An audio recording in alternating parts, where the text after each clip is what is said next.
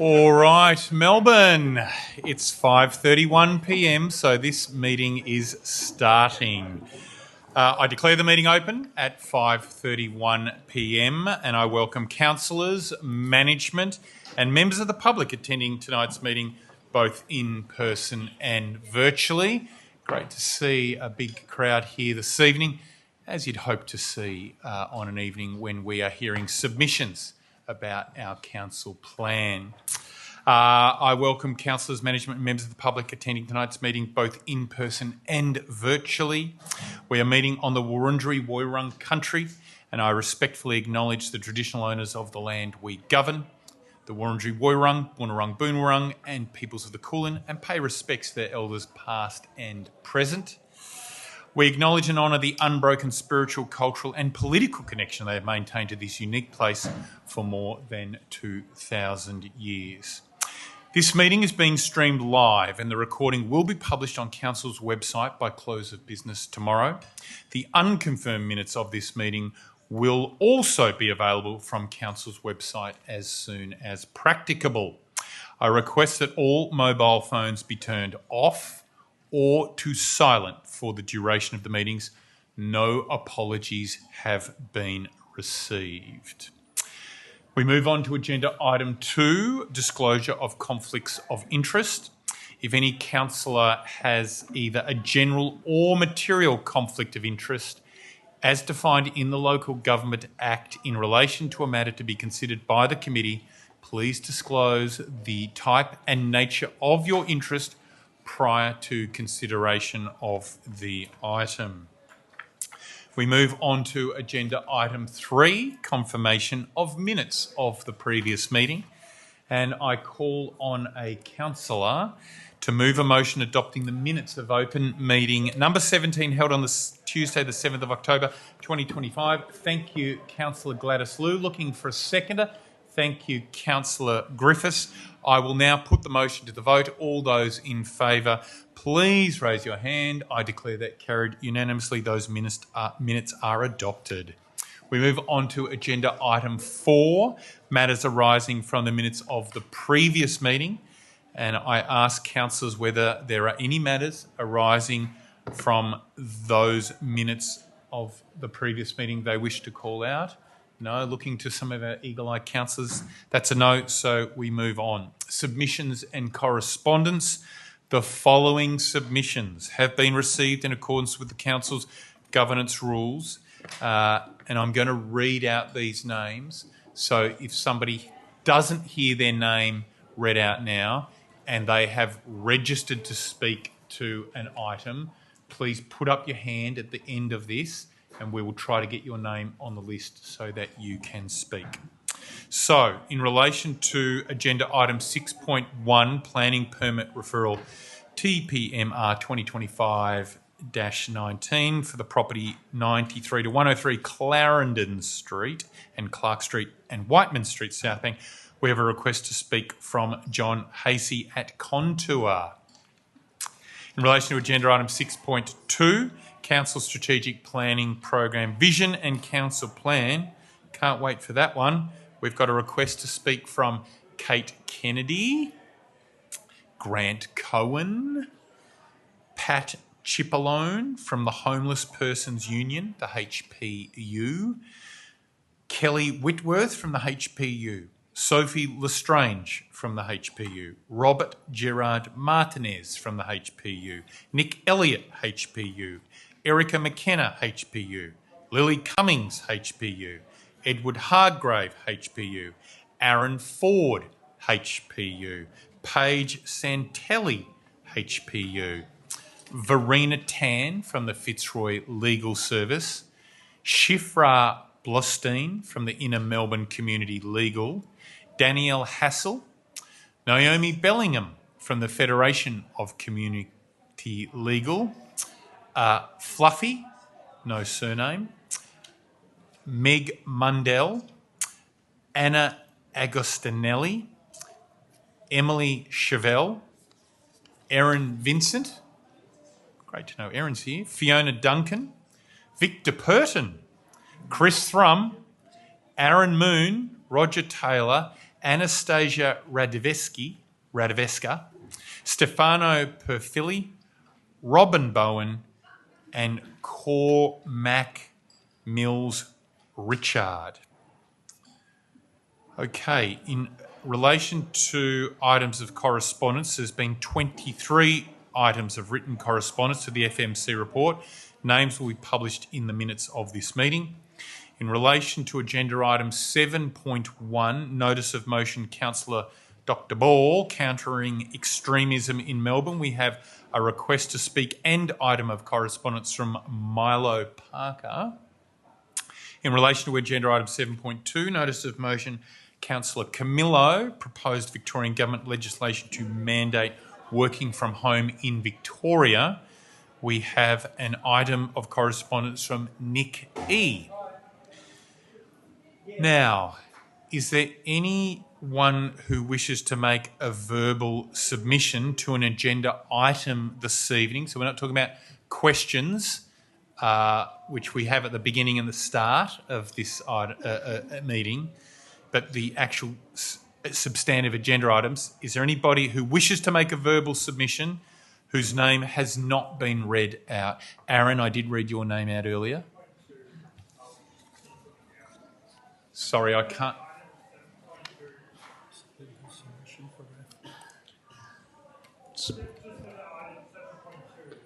7.2, you wish to speak to that item, do you? All right, excellent. We will note that down and you can speak to that item when we get to it. Are there any other agenda items? Yes, gentlemen in the left flank. Yes, 6.2, please. 6.2, what is your name? Alec Ferguson, A-L-E-C Ferguson. Alec Ferguson. I'm just asking for David, if you could just note that down. Thank you, Alec. Thanks for turning up as well. Anybody else? Yes, lady in the back.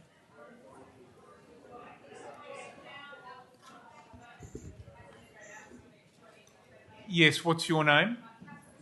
Catherine Strong. Which item did you wish to speak to? Council Plan 6.2. Excellent. Anybody else whose name has not been read out? Yes, gentleman in the back. Damien Davey. 6.2. Okay, good-o. Anybody else? Yes? You want to speak to that item here? Okay, yep, we'll add your name. What's your name? Sorry. Inez. Inez, I-N-E-Z. Inez Winters. Great. All right, anybody else? Good. All right, let's move on.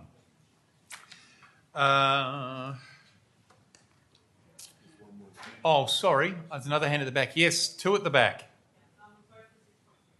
All right, what's your name? Grace. Great, thank you, Grace. What's your surname? All, excellent. And what's your... PJ? CJ, sorry, CJ. DJ, I'm so sorry. I'm hard of hearing. I apologise. All right, is there anybody else? No. All right, we will move on then. We now move on to public questions. Agenda item 5. A 15-minute period will be provided at the beginning and end of this meeting for members of the public to ask questions.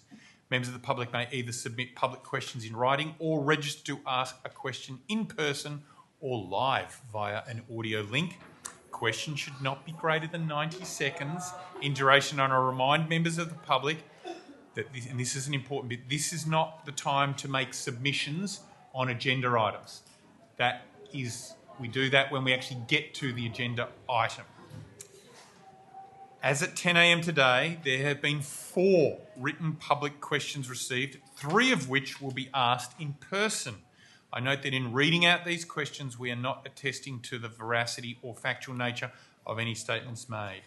I now invite that great Melburnian, Fana Amet, to make the way to the lectern so that she can ask her question of council.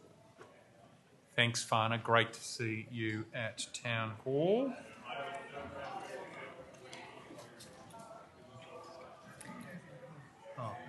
Lord Mayor and councillors, thank you for the opportunity Traders at the Queen Victoria Market are fearful for the long-term survival of traditional trading at the Queen Victoria Market.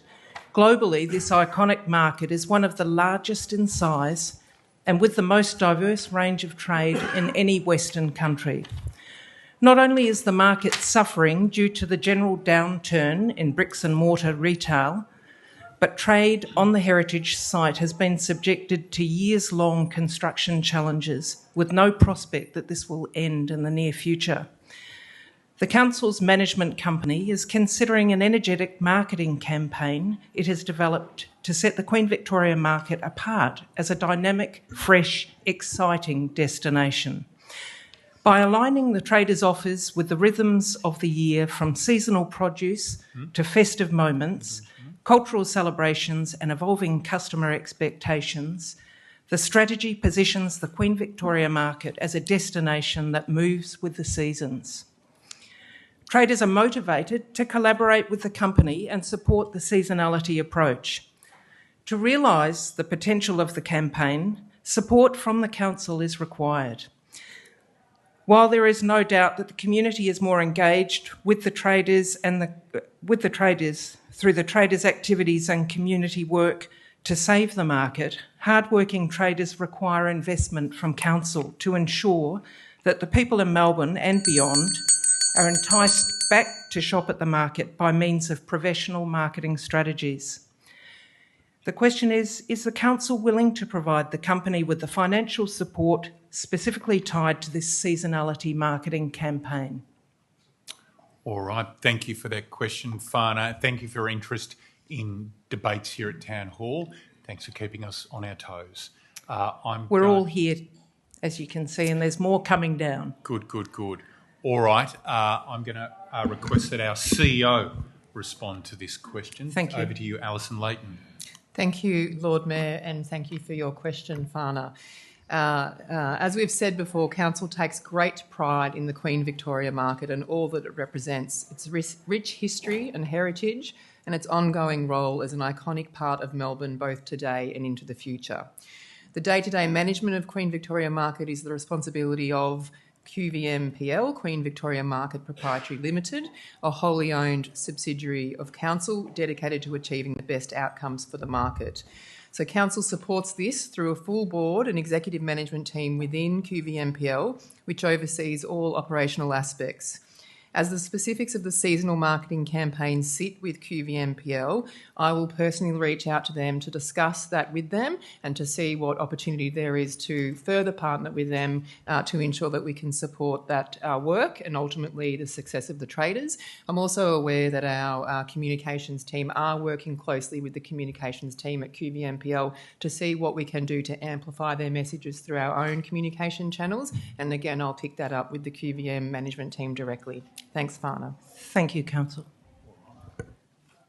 My notes indicate that Councillor Guest may wish to add anything, something now further. That, our CEO, completely fine, but just reiterate, we're all behind. Just make sure your microphone's on, Councillor Guest. Fana, it's always a delight to hear from you, and we know we all support the Queen Victoria Market, and as Alison, our CEO, has said, we will talk with management, and she in particular will speak with their management.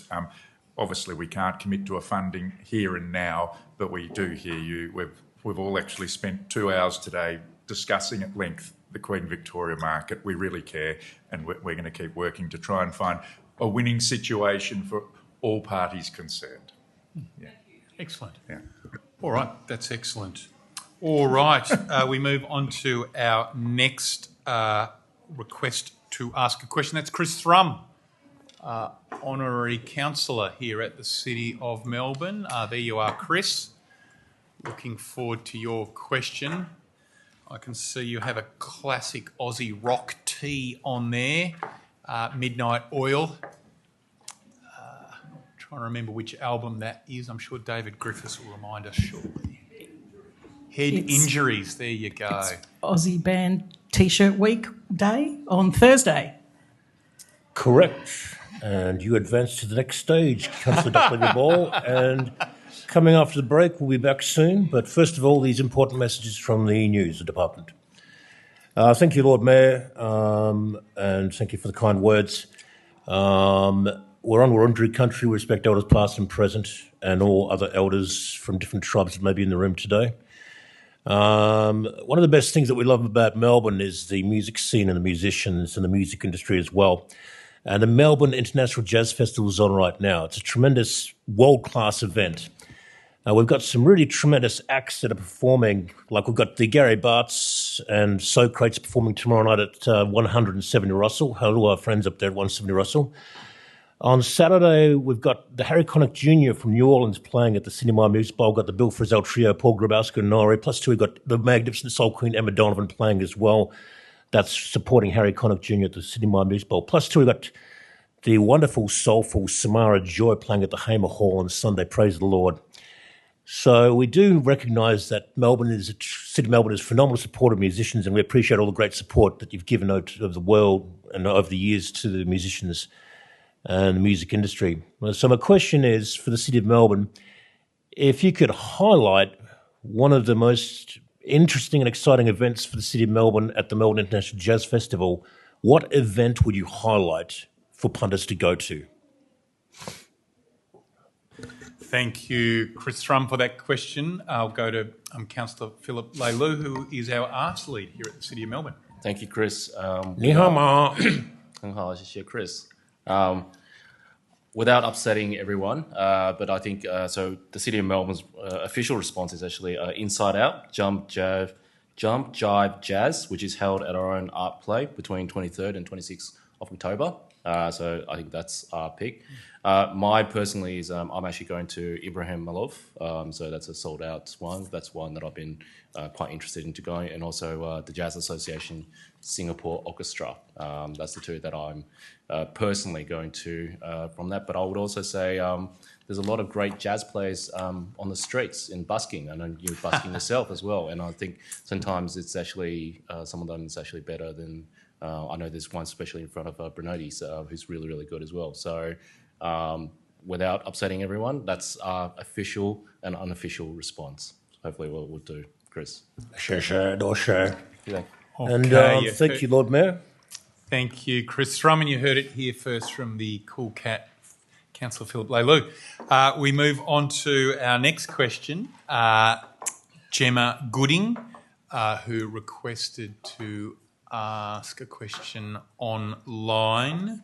Are you with us, Gemma? I am, yes. Fabulous. Yes, we can see you in the corner of the screen, and we can see what looks like a very interesting graphic, greening Stanley Street.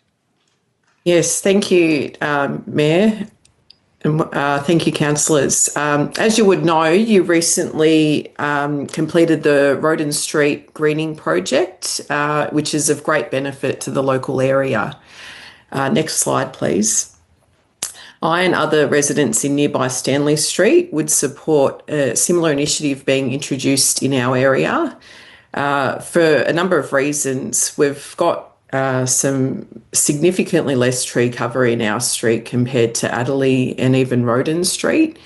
Since parking changes have been introduced, parking is actually quite underutilised in the area, which sort of opens up an opportunity for more green space. We've got 137 157 Adderley Street starting construction soon for hundreds of residents to come into what's a fantastic area, as well as 127 to 153 Stanley Street, which is a large slice of land currently for sale. It'd also benefit in reducing heat patches in the area. Next slide, please.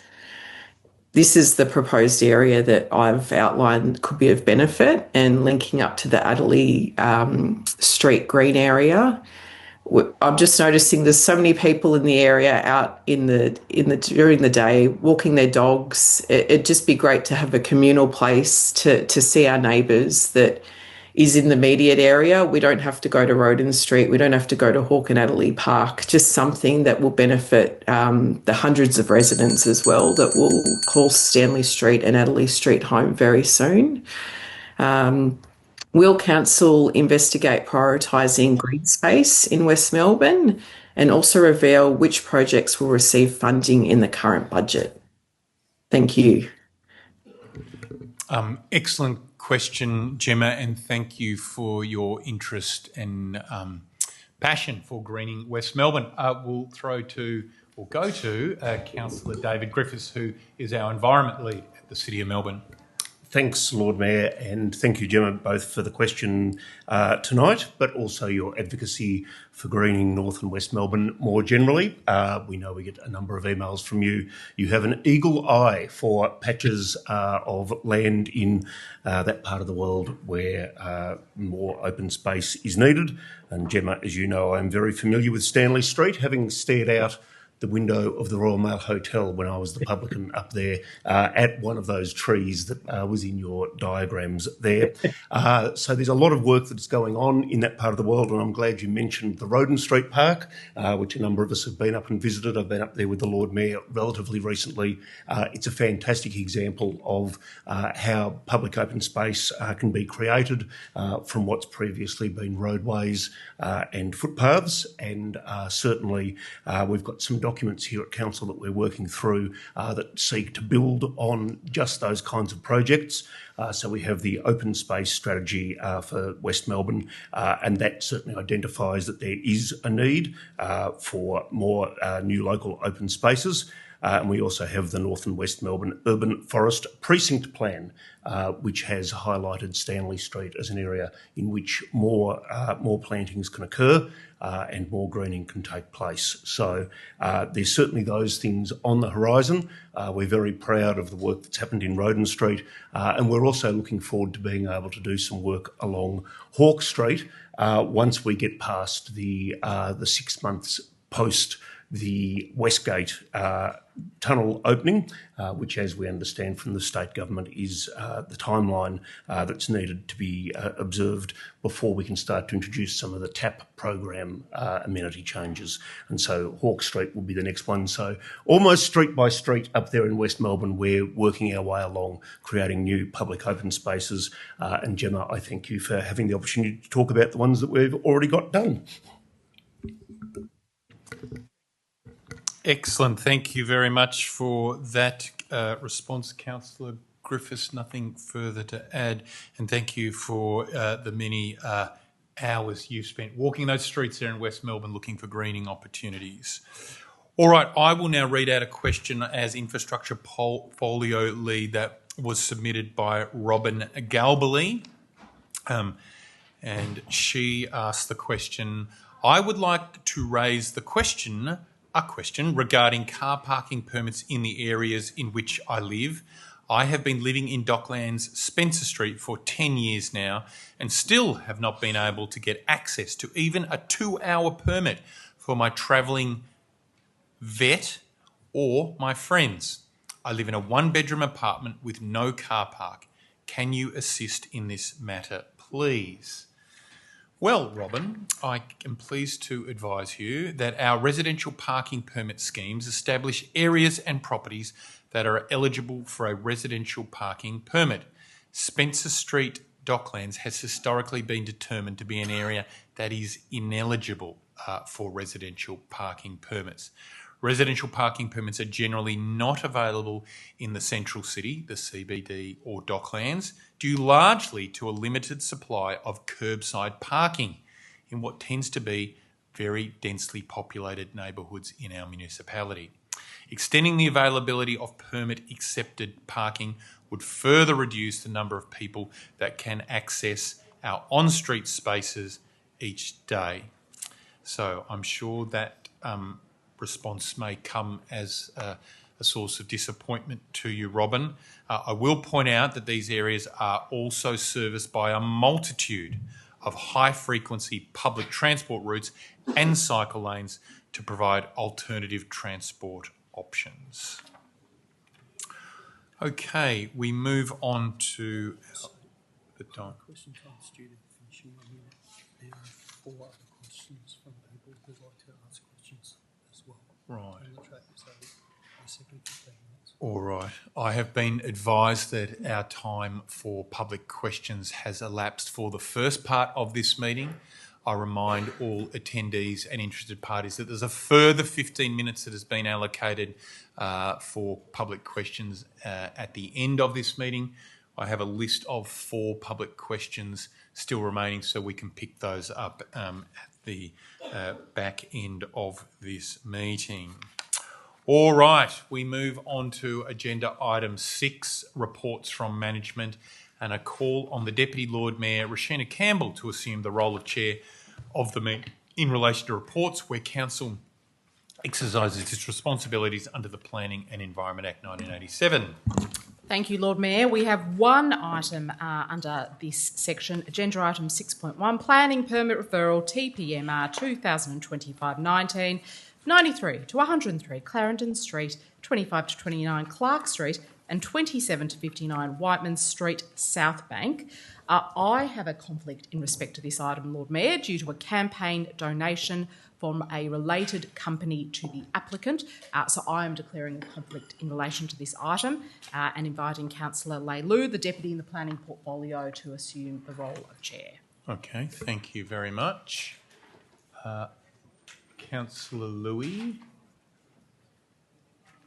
Sorry, Lord Mayor, I too need to declare a conflict of interest due to a campaign donation.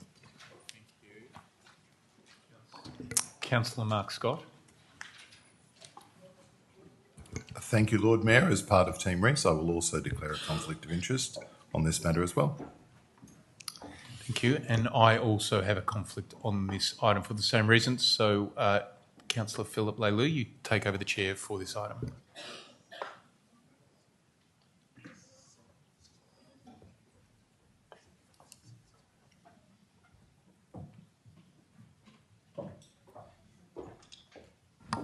Okay, so there is one report from management. Agenda item 6.1, Planning and Referral, TPMR 2025-19-93-103 Clarendon Street, 25-29 Clark Street and 27 to 59 Whitman Street, South Bank. Would Council like a presentation on these agenda items? No, I don't think so. I now call on John Hasey from Contour, who requests the opportunity to address the committee in relation to this matter and to speak for no more than 3 minutes. Thank you, John. Excuse me. Thank you, councillors. My name is John Hasey from Contour Town Planners, representing the permit applicant. With me tonight are Les Smith and Mayor Smith from LAS Project Management, Joe Venuto from Fender Katsiouledes Architects, and Jack O'Neill from Contour. On behalf of our client and the project team, we thank council officers for their assessment of the application and councillors for their consideration of the application tonight. The proposed development is a 52-storey residential building comprising 510 apartments. It's been designed by Fender Katsiouledes Architects, whose vision for the site includes a brick podium that prioritises tactility and scale to create a welcoming and grounded street presence. Above the podium, the tower adopts a distinctly residential character with glazed facade that is brought to life with bold red metal fins that stretch vertically, providing a vibrant colour that adds warmth and energy to the city skyline.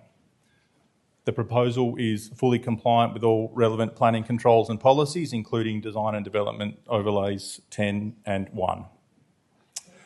The proposal is supported by council officers, including the various council departments that have assessed it.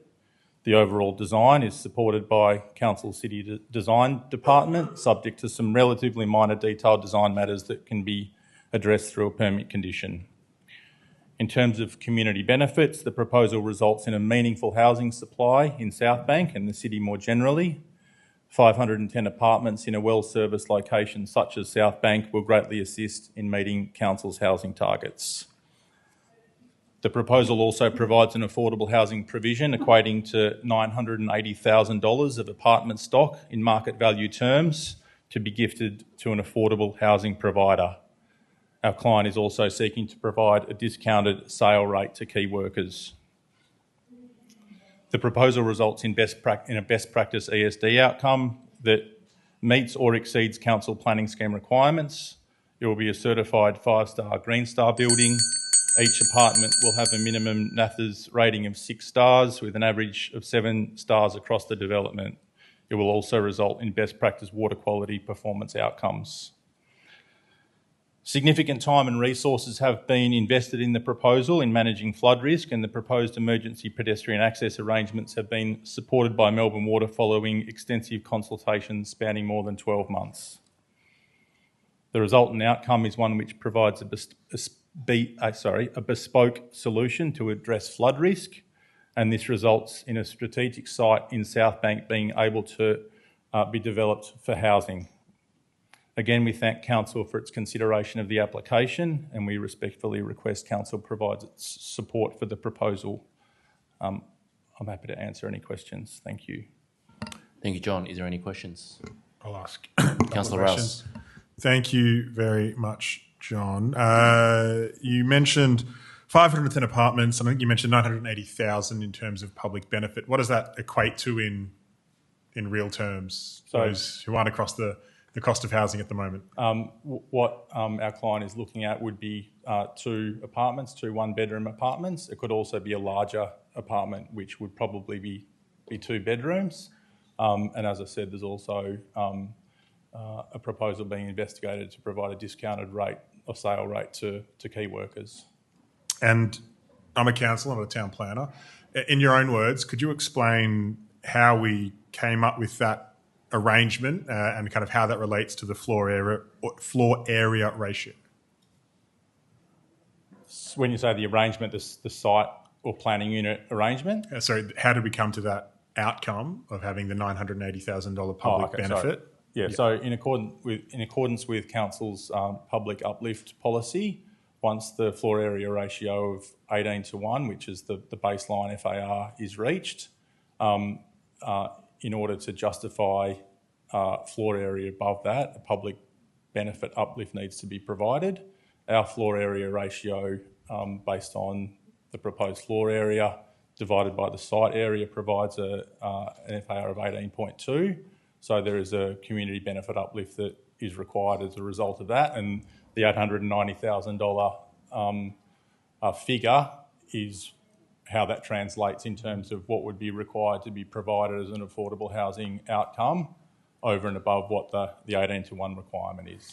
And if I can think back to primary school maths in terms of fraction of numerator, denominator, the gross floor area being the numerator divided by the site area creates the ratio we're talking about, correct?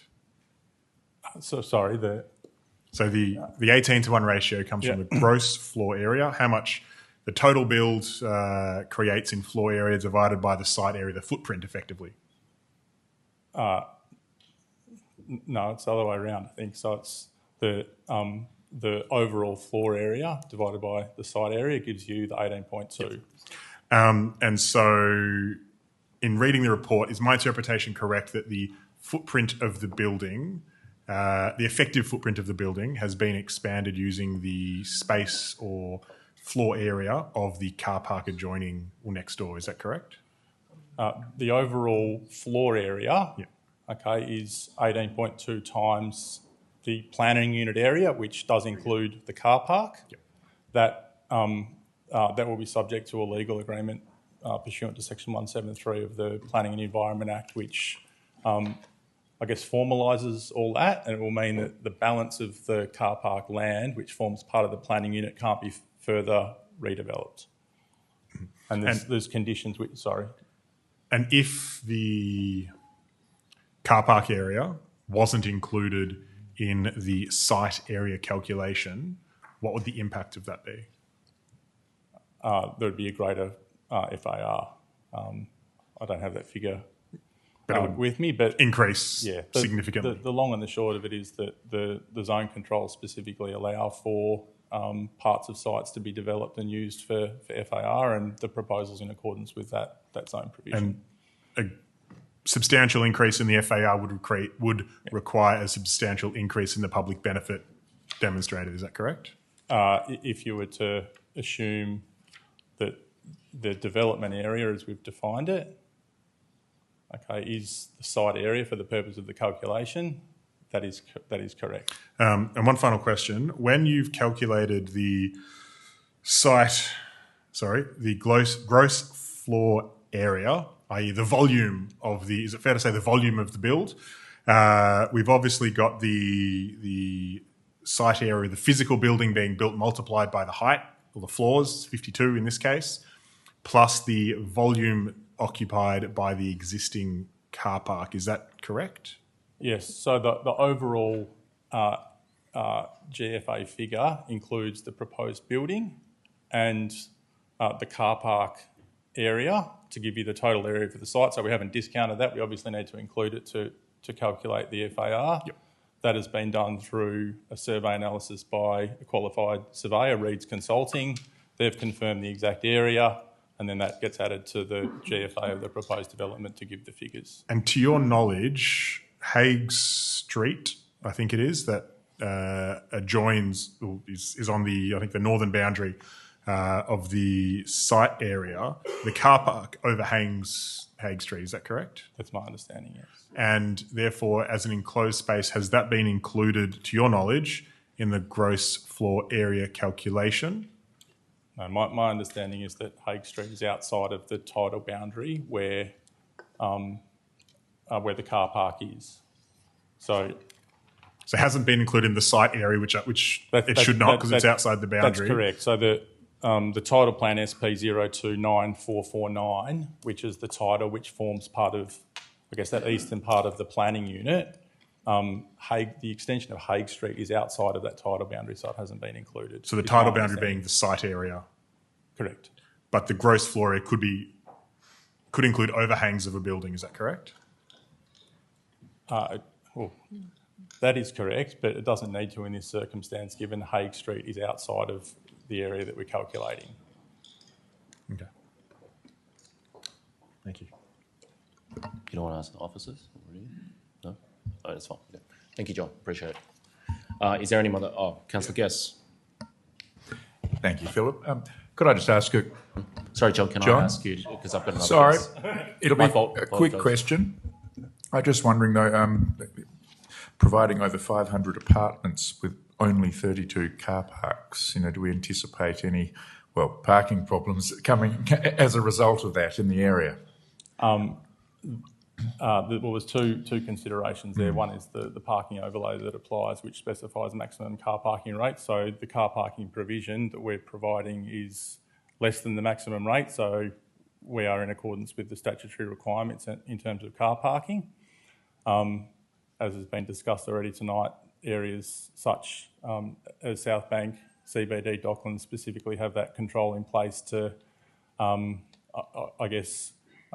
minimise car parking in those areas from a traffic generation perspective. So the other way to look at it is to think, yes, 32 car parking spaces, there will be less traffic on the road compared to what we might provide for if there are significantly more car parks.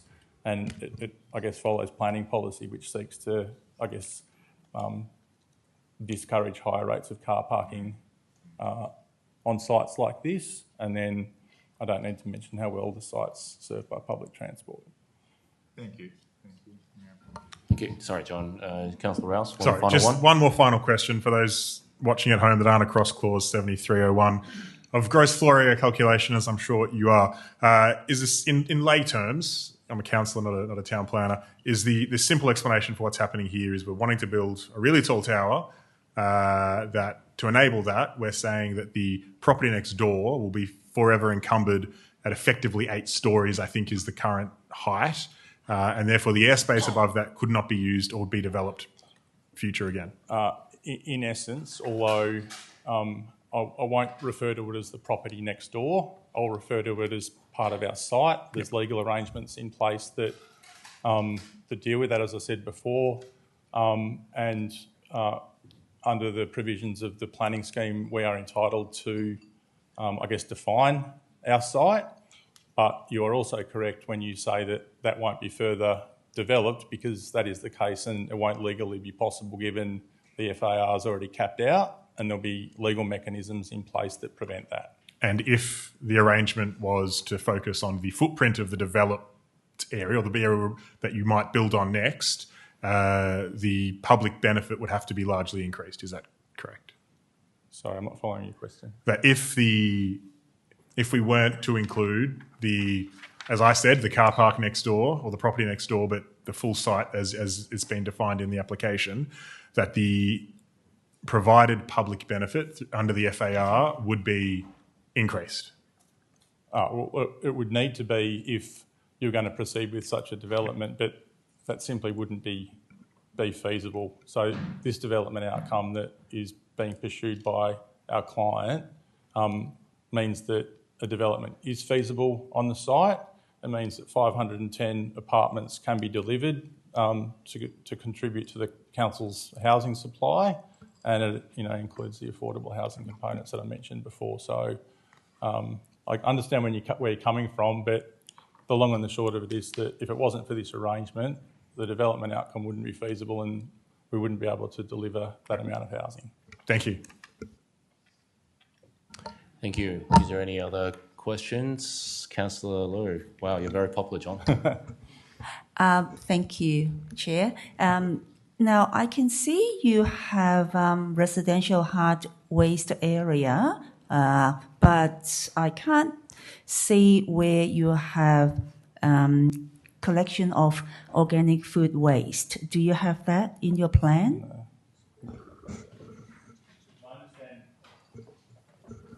Sorry, my understanding is that there is provision for that, but I'll need to confirm that with our waste consultant, and we can report back to the council officers. The other thing that we can do is, through the ministerial process, we can confirm that with the department as well, but my understanding is that it's provided. Okay. Well done. Awesome. Any other questions? No? Okay, cool. Thank you very much, John.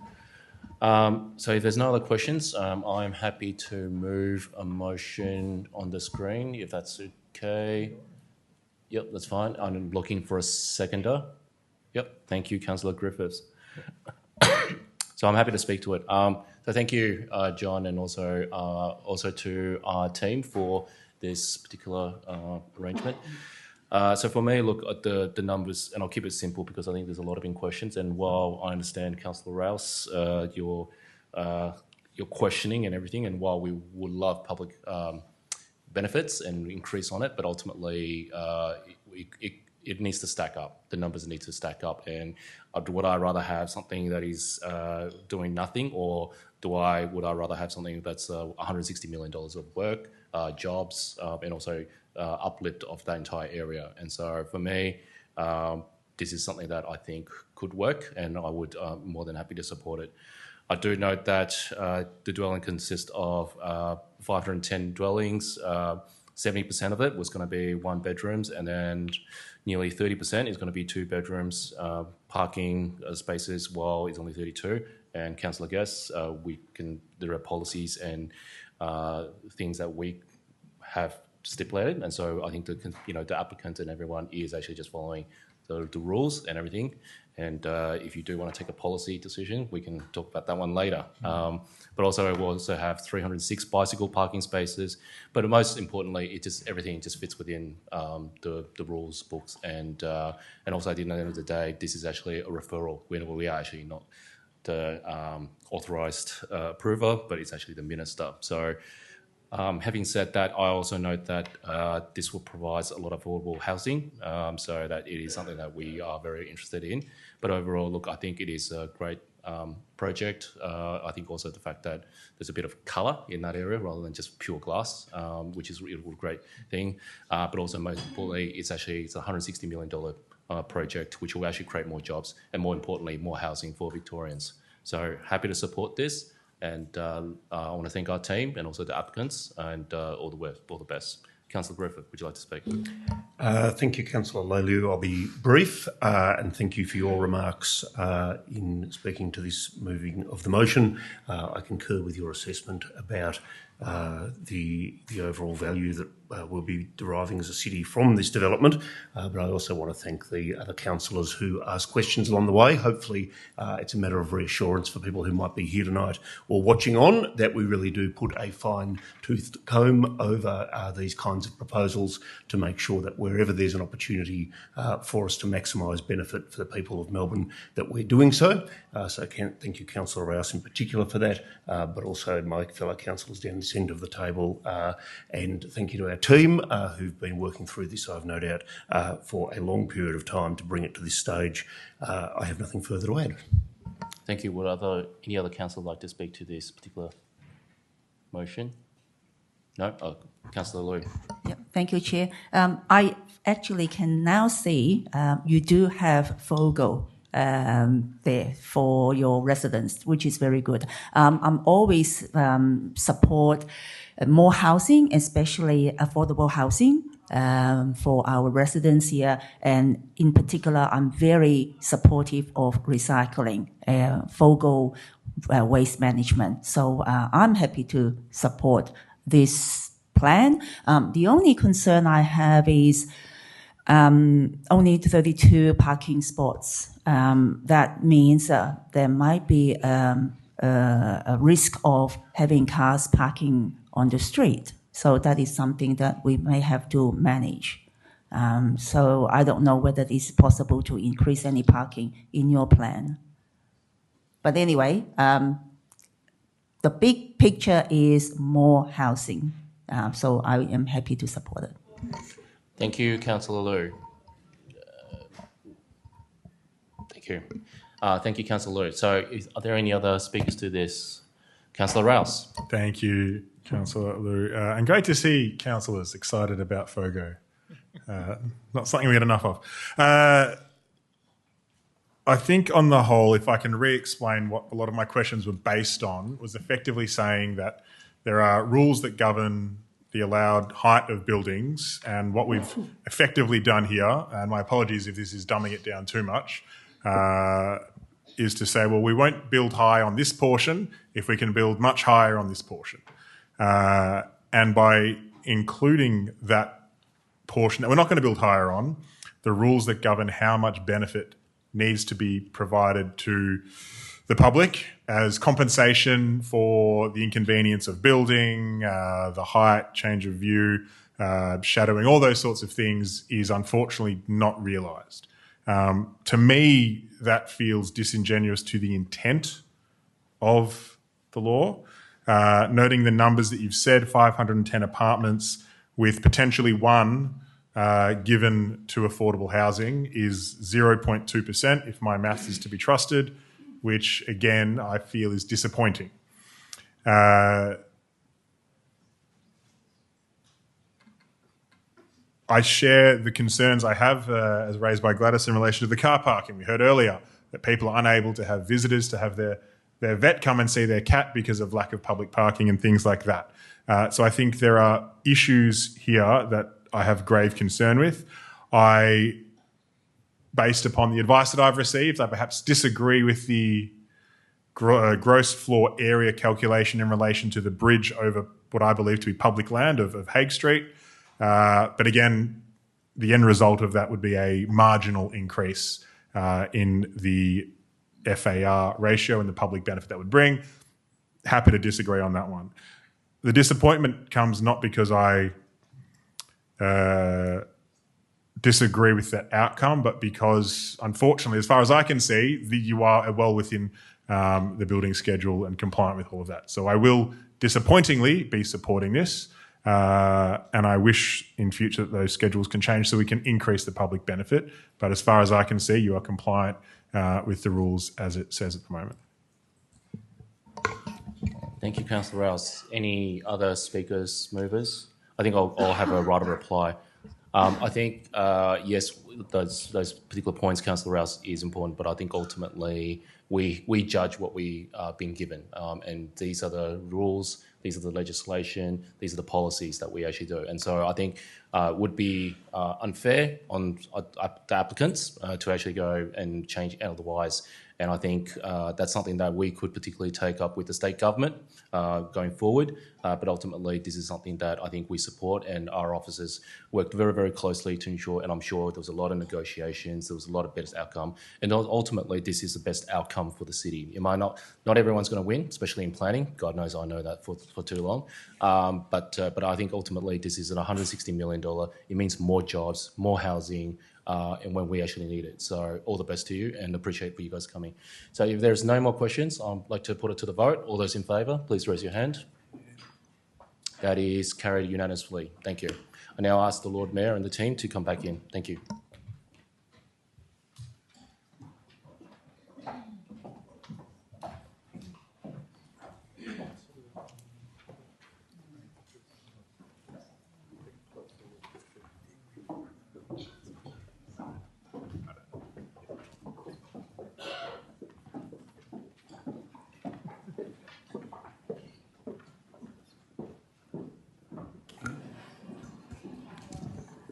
Okay, let's move on to agenda item 6.2, Council Strategic Planning Program, Vision and Council Plan.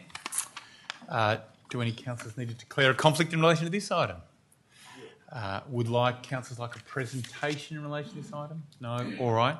I will therefore refer to call. I'll therefore move a. Now we've got presentation. So we've got submitters. Apologies, everybody. I'm just catching up on my notes here.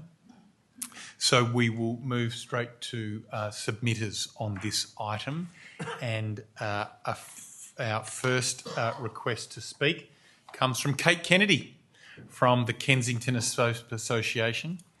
Good to see you here at Town Hall, Kate. Thanks for taking the time to come along and speak to us directly on our council plan.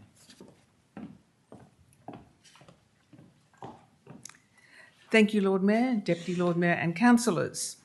Thank you to the Lord Mayor too for attending our Kensington Association meeting last week in Kensington, where you heard directly from Kensington residents about matters that concern our community. Many of the residents of that meeting have lived in Kensington for decades, and some have moved into Macaulay apartments over the past few months. They shared one big concern in common, and that is the absence of green open space in Macaulay. This is the issue we are asking you to reflect in the council plan. The Kensington side of Macaulay is the fastest growing precinct in the city of Melbourne, and thousands of new residents have moved in. But within the Macaulay area, none of the new public open space reflected in the Arden Macaulay Structure Plan of 2012 and repeated in the Macaulay Structure Plan of 2021 has been delivered. You rezoned all of the industrial land into residential, and sure enough, thousands of new residents have moved in, but you have not delivered on the open space. 13 years is already way too long to wait, so we want this council to be one to finally deliver on its promises. This isn't an unreasonable request. It is a basic request to council to do the things you promised to do and to ensure that the Macaulay residents have some breathing green open space along the Moonee Ponds Creek. So the recommendation in our submission is simply this, that the council plan clearly commit that the delivery of the Macaulay Terrace will have commenced prior to the next council elections. There's a lot of steps along the way to get there, but you have something to aim for, and that's what the Kensington community wants you to aim for. We don't have the confidence that this will happen if it's not in the council plan. One of the reasons for this is that the draft financial plan and asset management plans are forecasting a drop in expenditure on public open space compared to the previous plans. And they appear to be forecasting that the Open Space Contribution Reserve, Development Contribution Reserve, will only collect funds for 10 years and not expend them. So basically, this is what we're asking for. We just want our open green space along the Moonee Ponds Creek, asking for it for a long time, and with development contributions that are well and truly sort of very visible to the residents of Kensington, we ask for this to be carried out. Thank you. Thank you, Kate. Thank you for everything you do with the Kensington Association as well. I should say to you, Kate, and to all our submitters this evening, tonight is the night when we listen to submissions from the public, so we're not going to be engaging in debate about items being put to us, but please everyone know in advance that we really appreciate you all turning up and making your voices heard. This is very much democracy in the round, and it's something that's very important to us at the City of Melbourne. We will be getting together as a council group in coming days and actually reflecting on all of the submissions this evening, and then council will meet again in coming weeks, where we at that point will debate further amendments to the council plan if we so decide, and that'll be next week. And if those of you who are interested are welcome to come back and listen to that debate and can again participate by submitting. Now, we'll move on to our next speaker, which is Pat Cipollone. Oh, no, it's not. And welcome to the lectern, Pat, if you're here. And just as you're making your way to the lectern, Pat, I'll remind everyone, we've got over 30 submitters this evening, so we've got a lot of people to get to. So I will be leaning in requiring people to keep to time. Hi. So I'm from the Homeless Persons Union. So we're a collective of people who have had a lived experience of homelessness. Most of those experiences have been in the CBD, in the City of Melbourne.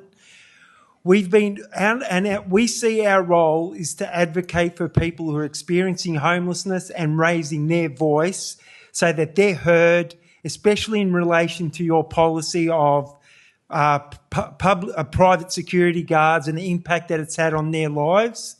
So I hope you got your ears on tonight, because what you're going to hear, the next 10 submissions are going to be recordings from people who are experiencing homelessness right now in the CBD.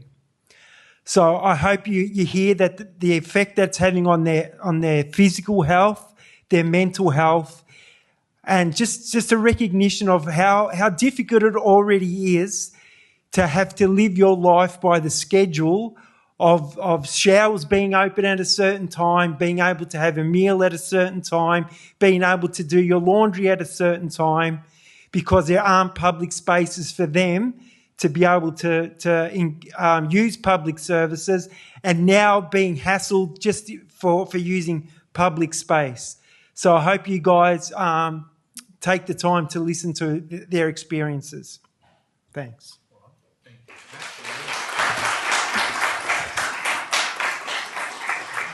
All right, our next request to speak comes from Kelly Whitworth.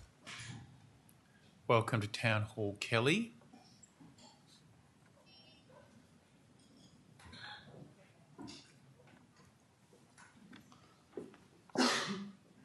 I've made an audio submission.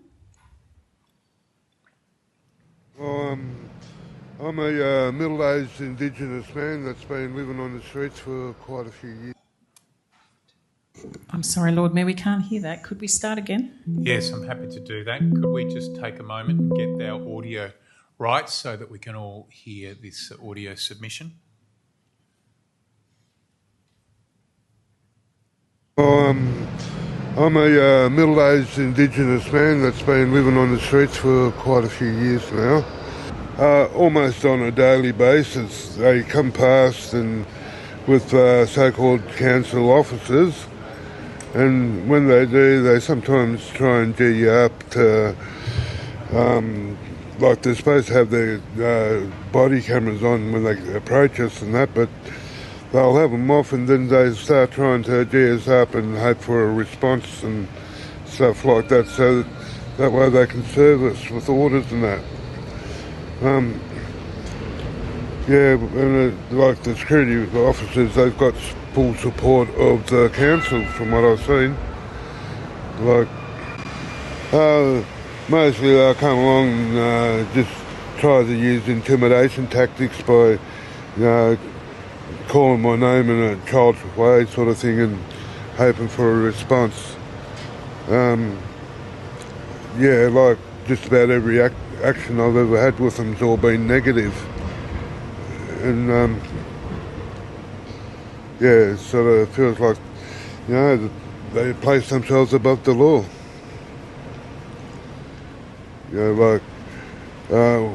One time they came along, they told me that it's illegal to sit up against the wall, but you can move to the other side of the footpath, and it's all legal and that. So I do that. Next day, the same officer comes down, tries to demand that I get up and go, otherwise they'll threaten me with police action. And then a street sweeper came along. The council worker stopped the street sweeper after it had passed, ordered him to turn around, come back and put his sprays on me and my girlfriend. And the day before he was saying it was all legal for us to sit on that side of the street, and that they seem to chop and change the rules whenever they feel like it.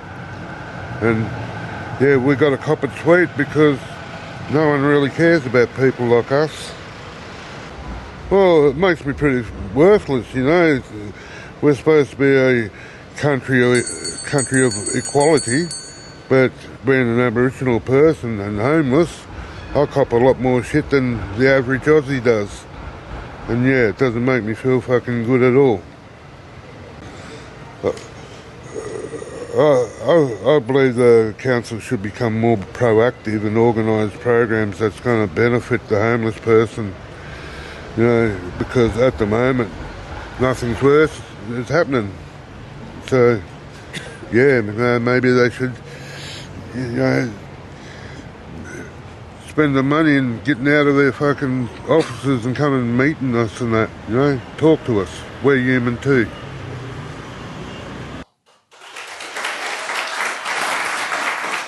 Lord Mayor. All right, thank you Excuse for that. me, Lord Mayor. Could I just ask Kelly? He said put something on me and my girlfriend. Did you hear what he said? Spray. Cleaning product, not an OC spray.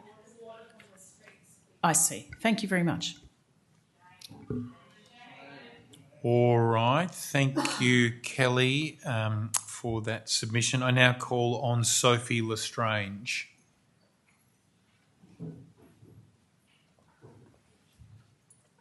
I'll also be playing a recording, thank you.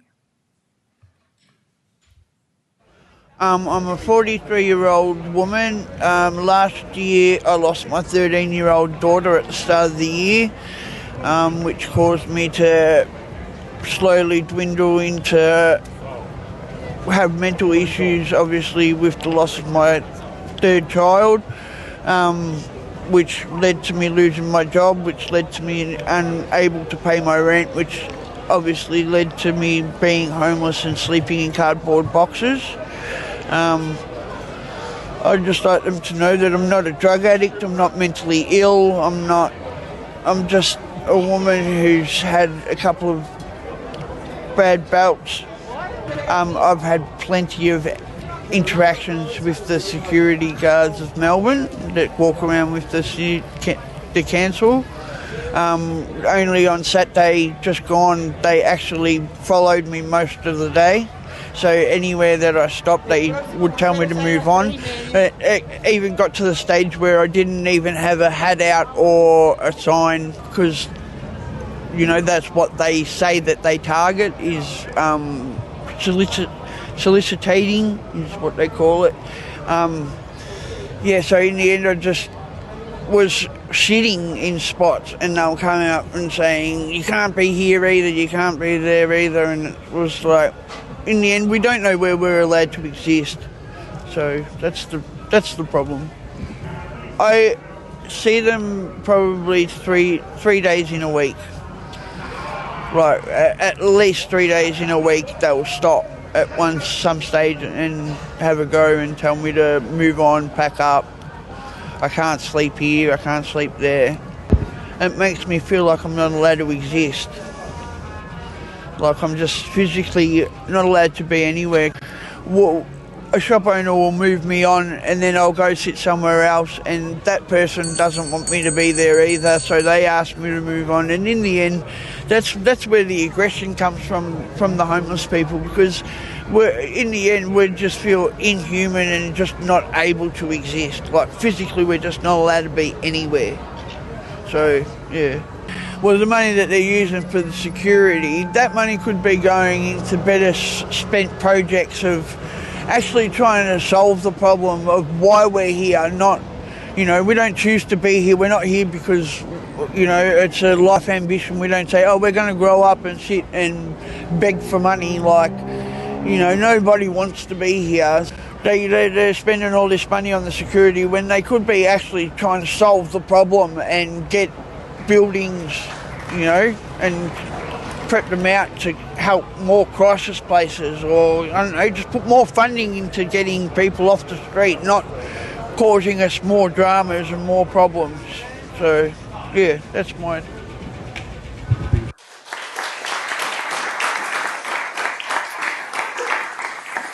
Thank you, Sophie, for that submission. I now call on Roberto Gerard Martinez. Roberto, thank you for joining us at Town Hall. I'll also be playing a recorded submission.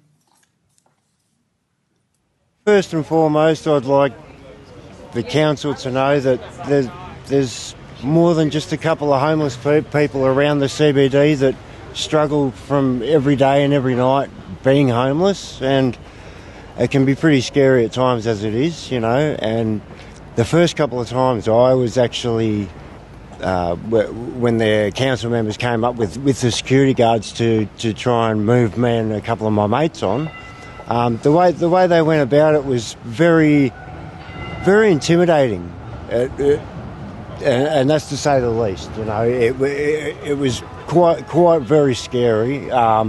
Because they had guns on them too, for a start, and they don't need guns. We're homeless people. We're not out here to start trouble, you know. What was quite upsetting about the whole situation was the fact that 2 seconds after they asked us to move on, we turned around and we said to them, well, and they said to us, well, why don't you just, you know, piss off? Sorry to use the language, but they said, why don't you just piss off? Go somewhere else. And when I said to them, well, where should we go? They blatantly turned around, and this was one of the council members too, turned around and said, we don't give a flying F-U-C-K about where you go. It's not our problem. This isn't what we get paid for. We just get paid to move you guys on. And that was their attitude and the way they went about it. And they've had that exact same attitude and intimidation sort of tactic since the very first time that they came and moved us on, and they do it every couple of days.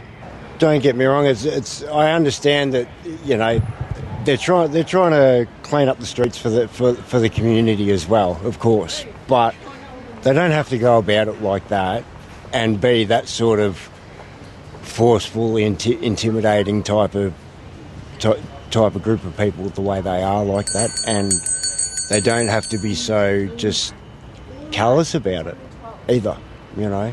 Honestly, it makes me feel about 2.5 inches tall, to be quite honest. I honestly don't know, after this happens every time, I don't know where I should go, what I should do, and how I should deal with it, and try and get myself to deal with it emotionally as well, because I quite often I find myself getting quite upset and angry about it, you know, and I don't want people at all getting me worked up like that. They just make us feel even worse about ourselves, you know. Thank you. All right, thank you, Roberto. I now call on Nick Elliott, who requested the opportunity to submit to us this evening. Thank you, Nick, for coming along. I'll also be giving a recorded submission. Okay, thank you. I'm not homeless. I used to be, so yeah. So I've just been on and off. Yeah. This was my home in the CBD. Yeah. Oh well, because the homeless people are like my family. You know, we all connected in different ways, and yeah, and that's it. And we all supported each other, whether we're on drugs, alcohol, or just mental health. We're all together, you know, and we support each other. Yeah. It's lonely, you know what I mean? Like, and it's safe. It's safe. Some places are safe, you know, some places aren't, but we're all one community, like I said, yeah. It's all one, yeah. Oh, the security guards. There's a few of them. There's about 5 or 6 of them. I think it's a bit too much just to go around and kick people off the streets and to move along and that. It's not. Yeah, it's kind of bullying because they do it every day, a few times a day. Yeah. Oh, the uniform's a bit too much, and someone that understands as well, that's been in the position before, Yeah. Yeah, no, it's just a bit too much because it's full on when there's like 6 of them around one person. They feel like the police, like they're locking you up or moving you along, and sometimes when you're not there, they take the stuff, But yeah, it's happened to one of the brothers up the road there. But anyways, yeah. Yeah, they've taken his stuff and it's just, it's happened a few times years back for me, but yeah, it's life, they just clean up, I suppose, but yeah. Oh, it's a really big impact because it goes on from one person to the next, and it's like it's contagious, because when one's upset and they see another one upset, and it's brings back memories and stuff that's happened to them, So yeah, it's a bit hard, yeah, and they take things and it's really, it's all they got, yeah, it's all we've got, yeah. Thanks.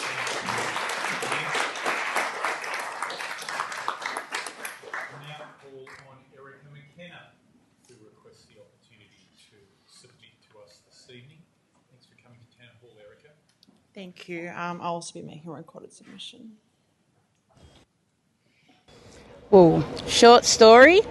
Rejected as a child, abused in foster care, rejected by foster care, on the streets from 16, in and out of homes, in and out of places, sleeping under bridges, in drains. That's been my life. We went from being homed and having a family down to having absolutely nothing, no support. It felt like there was no one in our corner, and it felt like we were taking on the system. 5 years ago, we used to sleep on the Casino Bridge. When we were asleep, we used to have the council steal our luggage. Yeah, when we were asleep, take our luggage, put it in the back of their truck. Then they, about 4 years ago, maybe 3 years ago, they done this. They done a blitz through the town. I was lucky enough to get charged three different occasions, and I went to court for it. The judge sort of was disappointed because it was a waste of resources to have a charge called begging in arms and waste of court's time. He basically said to the police prosecutor, I'm not going to deal with this. This lady needs help, not a charge. Punishment for being homeless. We're going to offer her services today and she's going to walk out of here. Anyway, when they started with the security guards, totally different atmosphere, not so polite no more. I don't know how to put it in words, but it felt like they had piled us up and gone, hey, these guys are no good, they're there all the time, let's break them up and get them out of the CBD so we can make our town look better. They went the wrong way about it. They were aggressive, not nice. They'd ask you to move on, standing over you, intimidating you. And the security guards, they make you feel really scared. They make you feel like you're doing something wrong. You do not feel human. The way that they single you out, and you know they're coming, they push past everybody. You start to panic. You start to feel uneasy. You start to look around, wondering who's judging you. It's just creating more feelings and more complications within being homeless. Try this. Go out on the streets, pretend to be homeless for a week. Then you might understand why we put our barriers up. We're not aggressive. We put our barriers up because you make us feel confused on what we should do. You're not there accommodating us, helping us, giving us information. You're just trying to get rid of us. That doesn't help the problem. Just makes it worse. I believe the people that are out here have tried their best and they're broken. They need help. We're just normal people that are down on our luck. Made one silly mistake or a bad choice and here we are. It's not like we're not trying.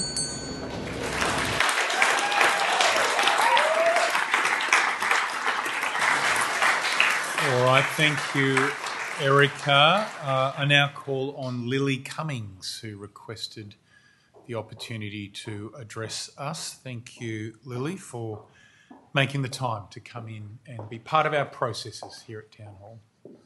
Also a recorded submission, thank you. Well, I'm 43, been homeless for about 5 years now. Yeah, I've been in the city for sort of just over a year. And I think realistically, look, they've been generally before all this was happening, they were pretty good. But they, a group of, can be from sort of 4 to 6 security will just sort of appear from nowhere. It's amazing. It's like they're ninjas. Like, you know, they're just next minute, bang, they're there. And it's like, you got no warning, and they just say, they go, you can't be here, you got to move. You know, and it's like, you're not doing anything. Like, you're just sitting there. I've even got permission from the people here to be here. And they go, it doesn't matter, you got to move. You ask them, okay, well, you know, where can is there somewhere I can go? Like, they go, no, you can't be here. And then if you move somewhere else, they do the same thing. So I'm not quite sure exactly what their intention.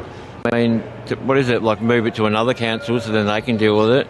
Like, that's not really exactly, I don't think that's something that's sustainable. It's rude, you know. I mean, a couple of them, I think, at the start even had guns on them. You know, the first group, they've had tasers now.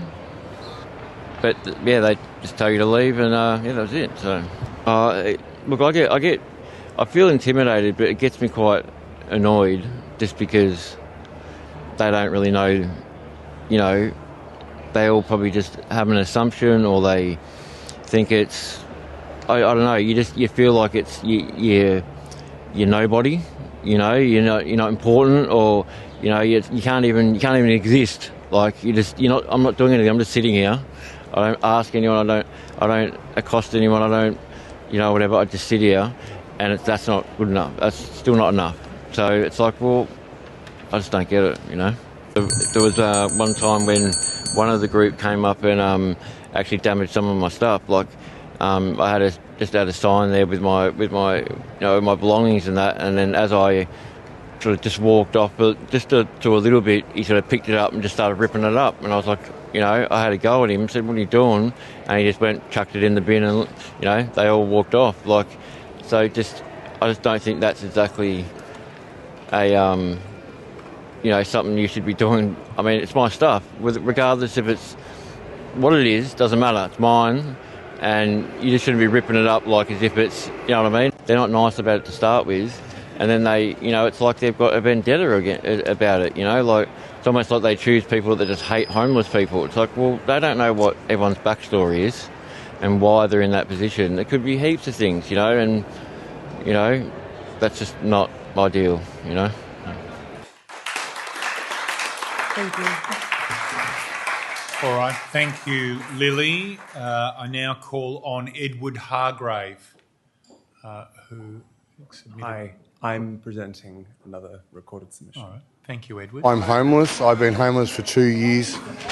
There is not enough done in Melbourne by the council for the homeless. All they have to remove us from the city. If they remove us from the city, where do we go? We become a burden for someone else. The council need to, rather than have security guards, spend the money helping people. They are getting rid of people that they shouldn't, people that are doing no harm, sitting there on streets, right? They're taking their gear. What do they do for sleeping with no gear? It's pathetic. They are spending money hiring people that could be spent otherwise. There was another guy that used to beg outside 7-Eleven. 7-Eleven were happy for him to be there. Whatever money he got, he would spend at 7-Eleven. Then they moved him on. They told him, get out of the city, see you later. For what? People were giving him money. He had a sign saying, help the homeless. How is that wrong?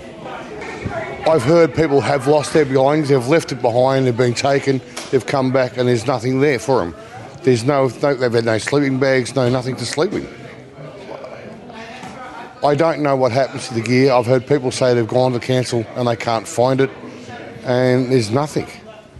a restless night, cold night, a wet night. It's just preposterous. They need better communication with the homeless facilities. They need to coordinate. They need to help be a solution, not part of the problem. They're heartless. They have no sympathy. They have no care. It makes me angry. And I don't like being angry. I'm not a nice person when I'm angry. Generally I'm nice, but I can get angry. But they won't come at me. They leave people my size alone. They pick on vulnerable. I never knew there was free food at the market. I thought Melbourne didn't care. To find out there are services that do put food up at the market every night for the homeless. To find places that will give you a shower, give you a washing. The hardest part is finding somewhere safe to sleep. And then to have people say you can't sleep here because it's garbage. Where else do you go? I mean, Melbourne is a caring place. I thought you had to be a bum to be homeless. It can happen to anyone. It happened to me. Married, divorced, owned businesses, owned house. Now nothing. It can happen to anyone. I don't know what happens to women and children, but I'm big enough and ugly enough to take care of myself. Other people can't. It's a sad thing that we're down to this. When we start not caring, humanity suffers.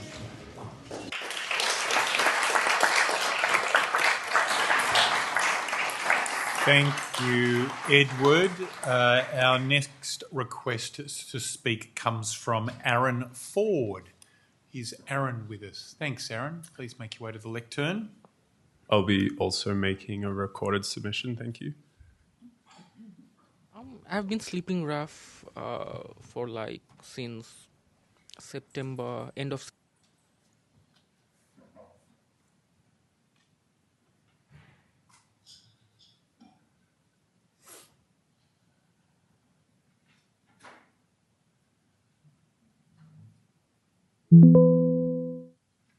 I've been sleeping rough for since September, end of September 2023, so almost a little over 2 years now.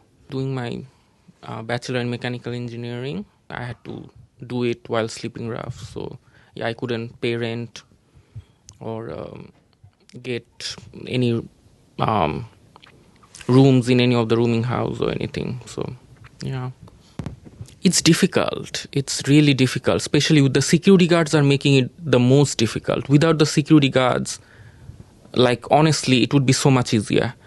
All these security guards everywhere, even on public places, which again, I'm not sure on what legal basis, because I have gone through the act, the Security Industries Act and whatever. They're not supposed to be on public places, open public places, asking me to leave or just coming too close and then knock, knock, knock, saying just swearing at me and all sorts of bad behavior. Yeah, so they're not professional. Especially Federation Square, that's a 24-hour open space. And they are just going around kicking homeless people out. And they become aggressive if you refuse. And sometimes they come too close and they're they even threaten you that they're going to take your stuff and throw it outside on the streets. They have done that multiple times to me. No sleeping, obviously, which violates our right, everyone's right, basically. We have the right to sleep, period. They're public places, they're supposed to be, there's just no reason to be excluding anyone. Public, the word public means one of the most important, the number one thing is non-excludability. You cannot exclude any member of public. And what are you doing? What are the security guards doing in public places? Because that's one of their job, to exclude people, unwanted people or whatever. But you can't do that in public places. You're not supposed to be able to do that.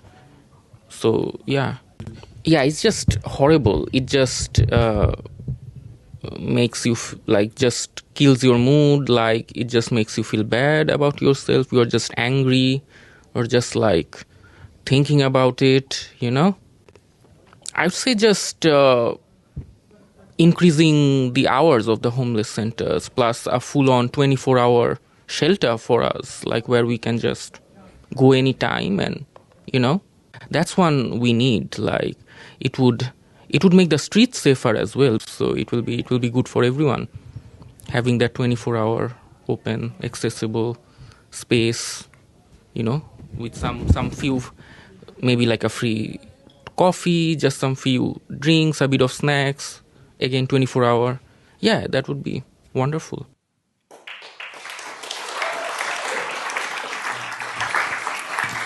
Thank you, Aaron. I now request Paige Santelli please come and address us. Thanks for joining us at Town Hall for this debate this evening. Hi, I have a recorded submission, and this is the last of our recorded submissions. Well, I've been homeless for 12 months now, and with the security people that walk around, if they put that money into what they're paying private security to help us out, because there's so many vacant buildings and that around the city, they could, it wouldn't cost that much to house 30 people in one of these buildings and to fix it up. So, if they spent whatever they're spending on the security people, if they, put a year of their wages into helping the homeless people. I understand that not every homeless person wants to be housed and that, and I understand a lot of them do have issues and that aren't easily solved and that. We can't sit here, say it's a beg alms or something, they say it's illegal to ask for money, and it's like, well, I'm not sitting here with a sign asking for money. Yeah, I got me hat out, but I'm just reading my book. I'm not hassling people walking past. So, but I just think if they spent the money on actually helping us instead of just paying security people to tell us to move on, just to come back the next day to tell the same people to move on again, well, it sort of defeats the whole purpose of having them, doesn't it? And if the police don't really care about us sitting here and doing what we do, as long as we're not aggressive and abusing people, why is the council so stressed about it? If I get enough money, I can get into a hostel or a motel for the night or a couple of nights, and that gets me a good feed. It gets I need, I know there's help out there with the salvos, but it's all second-hand stuff. So sometimes you don't want second-hand stuff, and you need, and other things you have bags stolen and that, so you're always replacing blankets and that. And the council do it too. The council, if you leave your bag here for 5-10 minutes, the council come past and just chuck it in their rubbish truck. And they tell you, oh no, we keep it at the council place for a week, but they don't. They take it straight to the tip. I've met so many people that have lost suitcases and that because they've just gone to the toilet for 5 minutes, come back and the council's throwing it in the back of their little, where they pick up all the mattresses and the rubbish and that gets dumped. And they say, oh no, just go to the council offices and they'll have it there for you. And I've had people come back and say, half an hour ago they took my stuff. It's not here. I'll come back tomorrow. They come back tomorrow. Oh no, that's all been taken to the tip. So, how does that help us? Can I say with my last 15 seconds, if you think that approving the development from earlier that had 3 out of 510 apartments affordable, one, thank you, is going to help housing or is going to help the recorded people that you've just heard, that's deeply out of touch.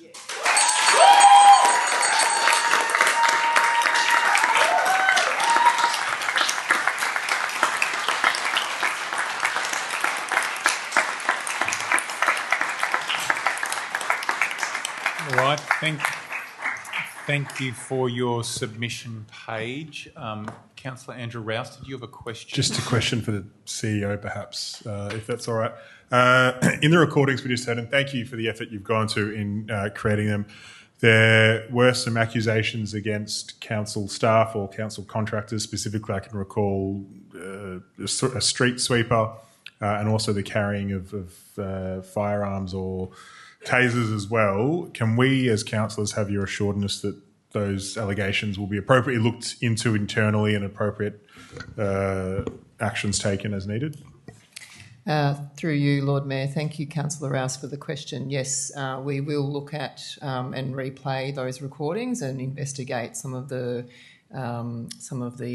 issues that have been put forward. It is probably an important point to clarify that with respect to council officers or security guards that are contracted by council, none of those individuals carry a gun. There are some security guards, just to clarify further, that are contracted by other private entities that do carry guns, but the contract with council does not involve carrying any guns, just to confirm. Back to you, Lord Mayor. Thank you, CEO. We also heard it put to us that the City of Melbourne security guards had tasers. Could you clarify that point as well? Thank you, Lord Mayor. I can confirm that that is not the case. All right. Our next request to submit was from Verena Tan from the Fitzroy Legal Service. Is Verena here? No. All right. We can. Oh, okay. Thank you. Thank you. Oh, indeed. Verena, are you with us online? Yes, I am online. Thank you, Mayor. Great. Are you okay? We can now see you. Is it possible to get Verena up on a big screen so we can all see her? If not, we can hear you loud and clear. There we go. That's great. All right. Welcome to Town Hall virtually, Verena. Thanks for making the time to submit to us. Thank you and good evening, councillors. My name is Verena Tan and I'm the Director of Policy, Advocacy and Engagement at Fitzroy Legal Service. As you may know, Fitzroy Legal Service is a community legal service and we have outreach legal services in the CBD at CoHealth. Of our clients in this program, 50% of people are rough sleepers or at risk of homelessness, 85% are experiencing financial poverty, 29% are at risk of family violence or experienced family violence, 11% are First Nations people, and 9% are from a non-English speaking background. Today, I'm calling on councillors to vote for an immediate suspension of the security and safety officers in the CBD and to vote against this part of the draft plan or amend it. This approach is not aligned, in our view, with the City of Melbourne's own vision and purpose or Council's homelessness strategy, which was published last year in August in 2024. Rather, by targeting begging and public drunkenness, Council is effectively criminalising poverty. Unfortunately, I was unable to hear the recordings that were played, as online is unable to hear those recordings, but I'm sure you've heard the experiences of people who have been affected by this program.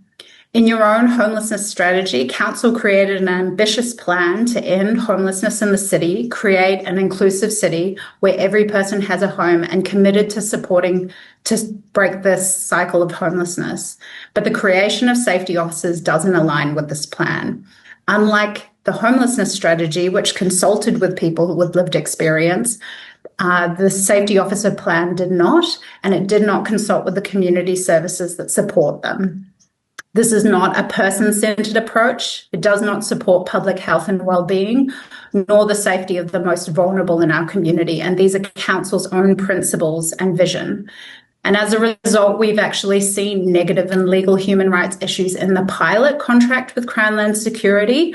And in our written submission, we shared some of those stories, and you've heard them today. People who have had their belongings confiscated without notice, including food, medication, vital documents such as ID, and essential hygiene items. And we also shared stories of people who have been moved on and harassed and issued exclusion notices, even though they were not having an impact on others, and where police have actually advised that they were within their rights to remain. But despite this, Council safety officers have directed people to leave without considering their dignity and rights. We're also very concerned about breaches of Council's legal obligations and responsibilities, where safety officers are acting beyond their powers and are not skilled to engage with people, many of whom have had histories of trauma and have experienced mental and psychosocial distress. And I remind Council that people experiencing homelessness are disproportionately First Nations people, women, children, and people who have experienced family violence and child abuse. I'm calling on Council today to revise their plan and properly consult and engage with services and people with lived experience to provide a prevention, health-based response and take a people-centred approach. Thank you. Thanks for your submission, Verena. Councillor Ball has a question. I do. Thank you, Lord Mayor. I have a question for Council Business. Since Ms Tan mentioned that she couldn't hear these recordings that have been played in this meeting, and the CEO has undertaken to go through those recordings and check them, can I just confirm that they are recorded for our purposes and for the CEO to review afterwards? Through you, Chair, we've got a copy of those recordings. Because you've played them. Excellent. So why can't people hear them at home? Through you, Lord Mayor, thank you for raising the issue, Councillor Dr Ball. I have had confirmation from a staff member who's watching the streaming online that they can and did hear the recordings. We'll see. Okay. Thank you. That's a point of clarification. All right, we'll move on to our next speaker, which is Shifra Blustein. Shifra, if you're here, thank you for attending our meeting here at Town Hall and taking the time to prepare a submission. You are from the Inner Melbourne Community Legal. Thank you. I'm speaking on behalf of Inner Melbourne Community Legal, the community legal centre for the CBD and surrounds. We stand with the submissions of other community legal centres that for Melbourne to be a fair city, as you claim to want, we must recognise the Victorian Charter of Human Rights not just as a statement of rights, but as a call to our shared responsibility. Our full recommendations are in our submission. The key points I make today are: 1, the City of Melbourne must immediately suspend engagement of security guards or the use of council employees acting as security guard-like authorised officers, and reinstate funding of critical community services and grants programs to deliver services in health and wellbeing priority areas. The Council proposes to spend $2 million on what is little more than a PR exercise of a so-called visible safety presence, employing security guard-like officers who will not create a safer Melbourne. Instead, they criminalise poverty, making the issues the City of Melbourne is concerned about worse in the long term. At the same time, Council is trying to sell a different message to those concerned about the human rights impacts of the program, that enforcement officers will actually be doing outreach work like social workers. The Council is not listening to the people most impacted, whose experience of this program has been nothing but menacing and threatening, as you've heard tonight, the opposite of what social workers do. You can't have it both ways. If Council accepts that criminalising poverty is counterproductive, say it and fund real social workers and services. Council's last annual report states that 48% of residents experience food insecurity and 25% experience housing stress. Family violence is the leading cause of homelessness. It is therefore highly problematic that Council has not renewed funding to programs supporting people experiencing family violence, to instead fund pseudo-police to criminalise the predictable outcomes of family violence when early intervention and support is not provided. Until recently, Inner Melbourne Community Legal delivered a program in partnership with council social workers which supported vulnerable new mums to ensure they remain safe during family violence, including to ensure their access to safe housing. This was delivered with the modest amount of $80,000 per annum. Inexplicably, that funding was not renewed and the program it was funded under was cancelled. For Council to achieve its vision of belonging and inclusivity, it must commit to funding to address the root causes of poverty, homelessness, marginalisation and inequality so that we can work together towards ensuring everyone can live safely and with dignity. Thank you.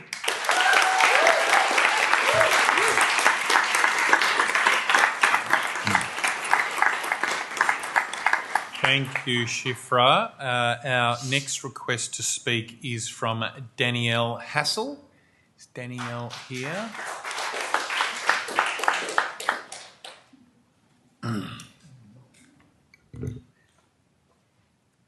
Good evening. I'm sharing my lived experience as someone who has faced several periods of transience as a result of significant traumas and psychosocial disability. I do not like sharing my story, but I share in the hope that maybe you'll listen to the voices of the community who have just advocated against the use of security guards to enforce local laws. Even though listening to the voices of the HPU should be enough to someone, I'm offering my story as someone who's just managed to avoid sleeping rough. I believe it's a gross overstep of council to enforce local laws with security guards when approaching those experiencing homelessness through no fault of their own. I ask you to reconsider this punitive approach that is prejudiced against those sleeping rough. I lived through several psychotic episodes and slipping between the cracks, unmedicated, without therapy due to the lack of social systems and moving between states after psychiatric admissions. There were not enough follow-up supports, and there were even less now for people like me. As a victim of crime, my paranoia and mistrust of people lead me to not being able to accept clinical help for a long time, and thus ending up in months or years of semi-psychotic states and survival mode. After losing work following a workplace injury, I was left on the unlivable social security income support long-term with conditions that were not funded by Medicare due to the lack of medical services for a huge number of issues that prevent people from getting employment. Coupled with the harassment of job service providers, my condition worsened. To survive, I had to accept financial assistance from relatives who are not responsible for me, creating further strain on very tense relationships. As a result of finally receiving medical treatment, I stabilised and was able to survive treading water until I could finally get housing. Many people do not have relatives or anybody that they can draw on to get the services, medical services they need. I have multiple traumas enough to have a CPTSD diagnosis, and I'm not a migrant from a war-torn country, Black or Indigenous, and I didn't grow up in poverty. But I know any further trauma or harassment during that period would have deemed me even less functional with more permanent psychiatric effects than I have now. As a result of my experiences and my psychiatric disability, I'm unable to work. None of the things that happened to me are my individual fault or unique to anyone.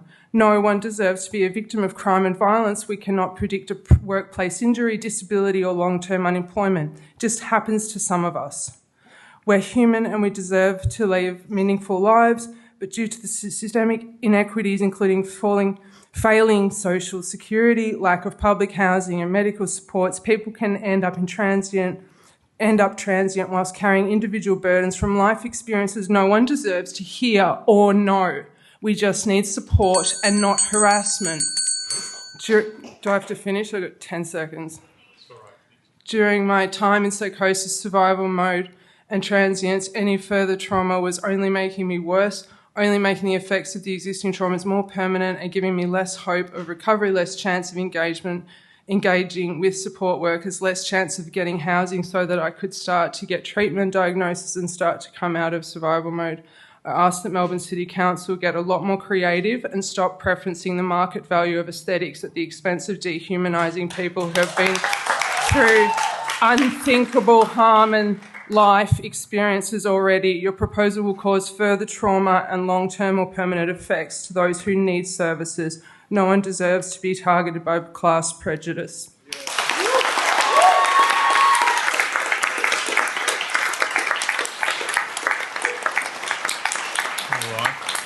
Thank you. Thank you for your submission, Danielle, and thank you for sharing your story. Now request Naomi Bellingham address us. Naomi is from the Federation of Community Legal Centres, the FCLC. Thank you. I'm here today on behalf of Victoria's community legal sector, the lawyers, advocates and community workers who see every day the real-world impact of your decisions. We share your goal of making Melbourne the best and fairest city, but to do this, we must recognise the Victorian Charter not just as a statement of rights, but as a call to shared responsibility. Lord Mayor, I saw you nod at testimony saying that Melbourne is caring, but this plan is completely the opposite. We bring a clear warning. If this plan proceeds as drafted, it will not build safety. It will create a more dangerous, divided city, especially for those who already rely on it as a place of refuge. People without homes, people escaping violence, people in crisis. We cannot build safety by pushing people out of sight. We welcome Council's decision not to re-engage Crown Land Security, but let's be clear. Changing the uniform does not change the outcome. And you've heard directly tonight the damaging and troubling outcomes that have directly been caused by your officers to people experiencing homelessness. The proposed community safety officers are an extension of the pilot that prioritises control over care and reflects a blunt and ineffective approach to complex social problems. Community legal centres work every day with people like George, whose belongings, including legal documents, medication and clothing, were repeatedly discarded by the security officers you employed. He was moved on from street to street, your officers simply relocating what they perceived as a problem onto someone else's doorstep. I've read the pilot evaluation and the proposal for the future iteration of this programme very carefully. The words deterrence, enforcement and compliance appear repeatedly, yet the issues identified are health and social challenges which require a health and social response, not law and order ones. Not a single testimony that you heard from people experiencing homelessness spoke of any social support or outreach. The evaluation also confirms that awareness of the programme was low, meaning the patrols made no difference to public perceptions of safety. That perception only increased because people were told there were trained professionals managing these concerns, but that was misleading. Cases like George's and the ones you've heard tonight show that officers escalate issues, causing harm, because enforcement-based responders are not and will never be equipped to deal with AOD harm, homelessness or crisis. After the testimonies that you've heard tonight, this callousness and harm can no longer be in doubt. Your traders, workers and visitors want a visible safety present, but they want compassion. They want capability, not shadows that block out the sun. They want people who can respond, not just temporarily remove. So the critical question is, why spend millions training officers to perform second-rate social work instead of directly funding social workers, outreach, health responders and legal support? Keep boots on the ground if you want them, but put the right people in them. There is also a legal risk here for the council. Comparable local laws have already faced charter-based challenges, costing other councils significant public funds before being withdrawn or amended. And so there is another way. You have the opportunity and clearly the resources to invest in proven early intervention and prevention approaches. This is how Melbourne becomes the best and fairest. Thank you.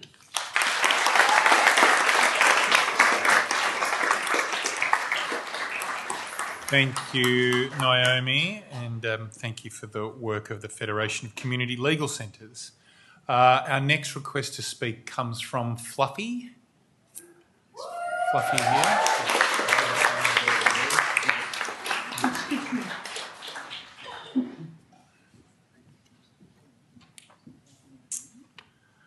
Welcome to Town Hall, Fluffy. Thanks for taking the time to submit to us. I work in community service sector and I have lived experience with homelessness. In 2022 to 2023, First Peoples in Victoria accessed homelessness services at a rate of 13.1%, compared to just 1.3% of non-Indigenous Victorians. While First Peoples make up less than 1% of Victorians' total population, we account for about 10% of those using specialist homelessness services, and that rate is growing twice as fast as for non-Indigenous people. Across so-called Australia, 1 in 7 people now live in poverty. For children, it's 1 in 6. That's over 750,000 kids. In 2022 to 2023, 14.2% of our population was living in poverty. To be without a home means being excluded from everyday life, from education, employment, healthcare, community, and dignity. This crisis persists because of a long-term undersupply of social housing, skyrocketing rents and low vacancy rates, pushing people into stress and eviction, and increasing complexity of needs, from family violence to mental health to substance use. For First Nations people, the legacy of colonisation, forced removement, discrimination and intergenerational trauma means traditional housing policy alone will never be enough.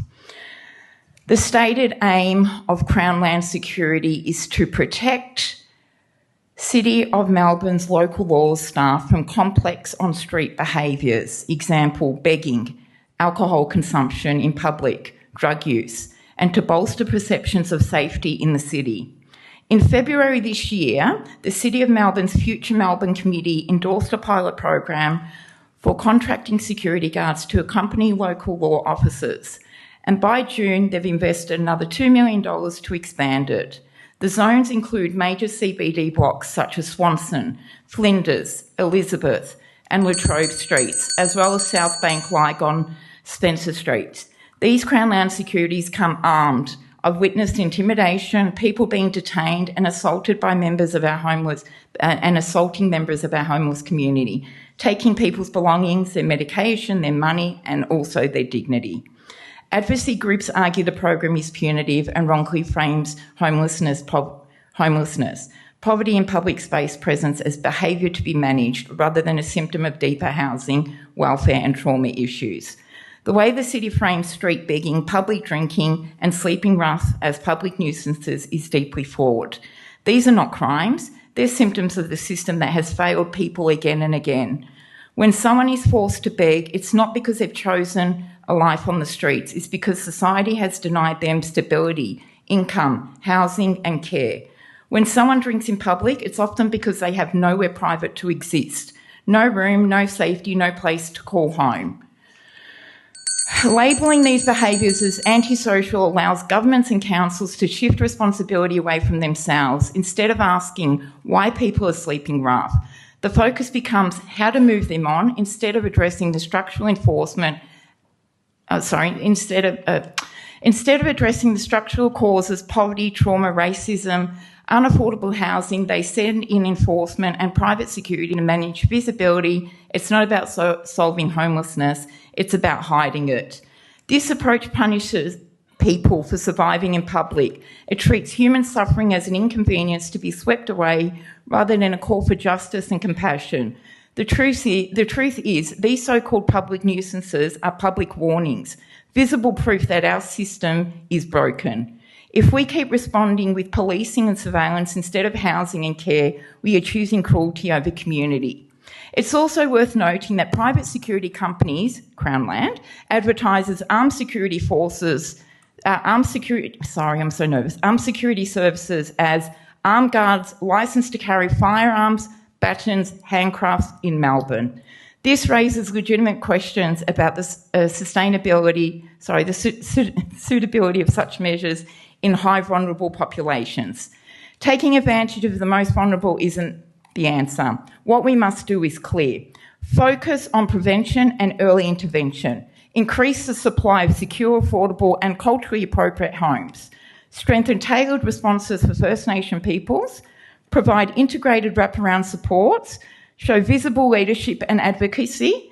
And uphold every person's basic right to safety and shelter. Homelessness is not a personal failure, it is a policy one. Every person deserves safety, shelter and community.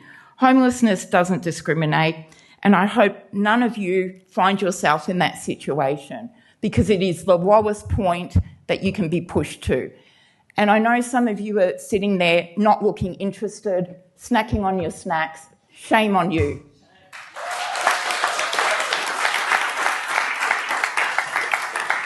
All right, thank you, Fluffy.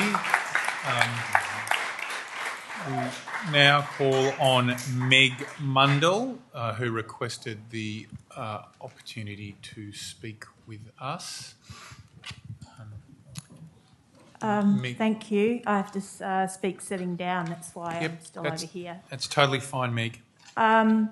I'm a local writer and researcher, and recently I was speaking with people sleeping rough in the CBD for a public art project. All the contributors are people experiencing homelessness. A little afraid to say this, funded by council, which is fantastic. But today I want to share what these people told me about the security guards who've been hired to move them along. Side note, I did not ask anyone about security guards. That's not what I was there to talk about. Paraphrased or summarised. They tell us to move, but where are we meant to go? There's nowhere for us to go. That's why we're out here. It's not by choice. The next person is a woman who's homeless due to domestic violence. You're safer being in the public areas because everyone can see you, so there's some protection. You're less likely to get bashed. You get moved along again and again. You end up in some dark corner where nobody can see you. That's not safe, especially for a woman. Being pushed out of public spaces makes you feel terrible, like you don't deserve to be here, like you're not wanted, you don't belong, like you don't matter, nobody cares if you live or die. The way they, the security guards, talk to you, it's like they think you're the lowest of the low, just human trash. These guys don't have any training for this. They don't have the skills. They don't know how to interact with us. They don't know how to talk to people who might be dealing with trauma or addiction issues, or people who have to take medications for mental health. They have no idea what people out here are dealing with. Now, that lady told me that she'd had to deliver some gentle on-the-spot education to one particular security guard who was pressuring her friend to move on while her friend was distressed and in tears due to a recent traumatic event. And the security guard was, quote, handling it really badly. Now, he was apparently receptive to what she had to say, but when she mentioned the word trauma, he had no idea what she was talking about. As we've heard, this security guard program is clearly causing increased distress, hardship and feelings of exclusion amongst people in our community, residents of our city. This program also directly contradicts several worthy and important priorities and activities cited in the draft council plan, including goals around fostering equity, access and inclusion, social connection, sense of belonging, community safety, and commitments to lead action on homelessness, including reducing rough sleeping and increasing access to appropriate support services. This program is not doing that. It is making people feel unsafe and like they don't belong. I think this is a no-brainer. I hope that you are listening to the other voices that you've heard tonight. As a city, we can do better than this. Let's get rid of this program. It's rubbish. It's not working. It's doing harm. Thank you.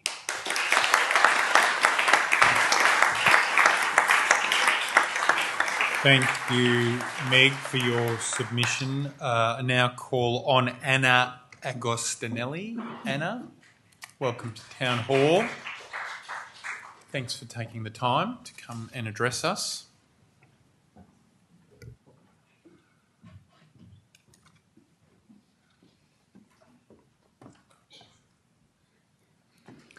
Firstly, I acknowledge and pay my respects to the Wurundjeri Woiwurrung people on whose lands we're meeting today. I'm a social worker with over 5 years of experience working with young people experiencing homelessness and impacts from the legal system.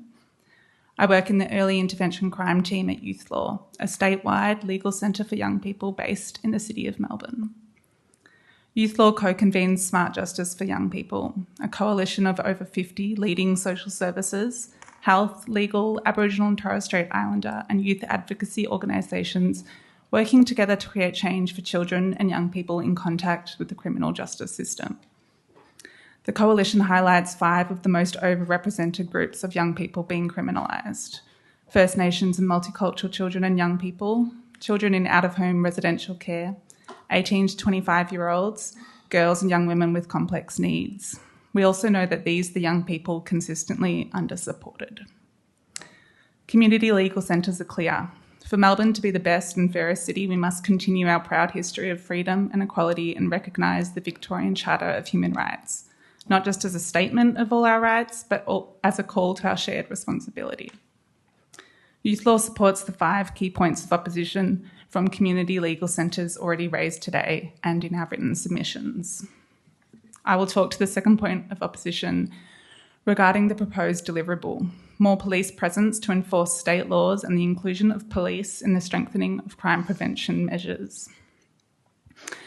I work with young people every day and see how over-policing in public spaces disproportionately and negatively impacts young people experiencing homelessness. Instead of support, we are concerned that these young people are met with surveillance, suspicion and punishment. At Youth Law, over half of the young people we support are homeless or at risk of homelessness. We see young people be criminalised as a direct result of their experiences of homelessness and family violence.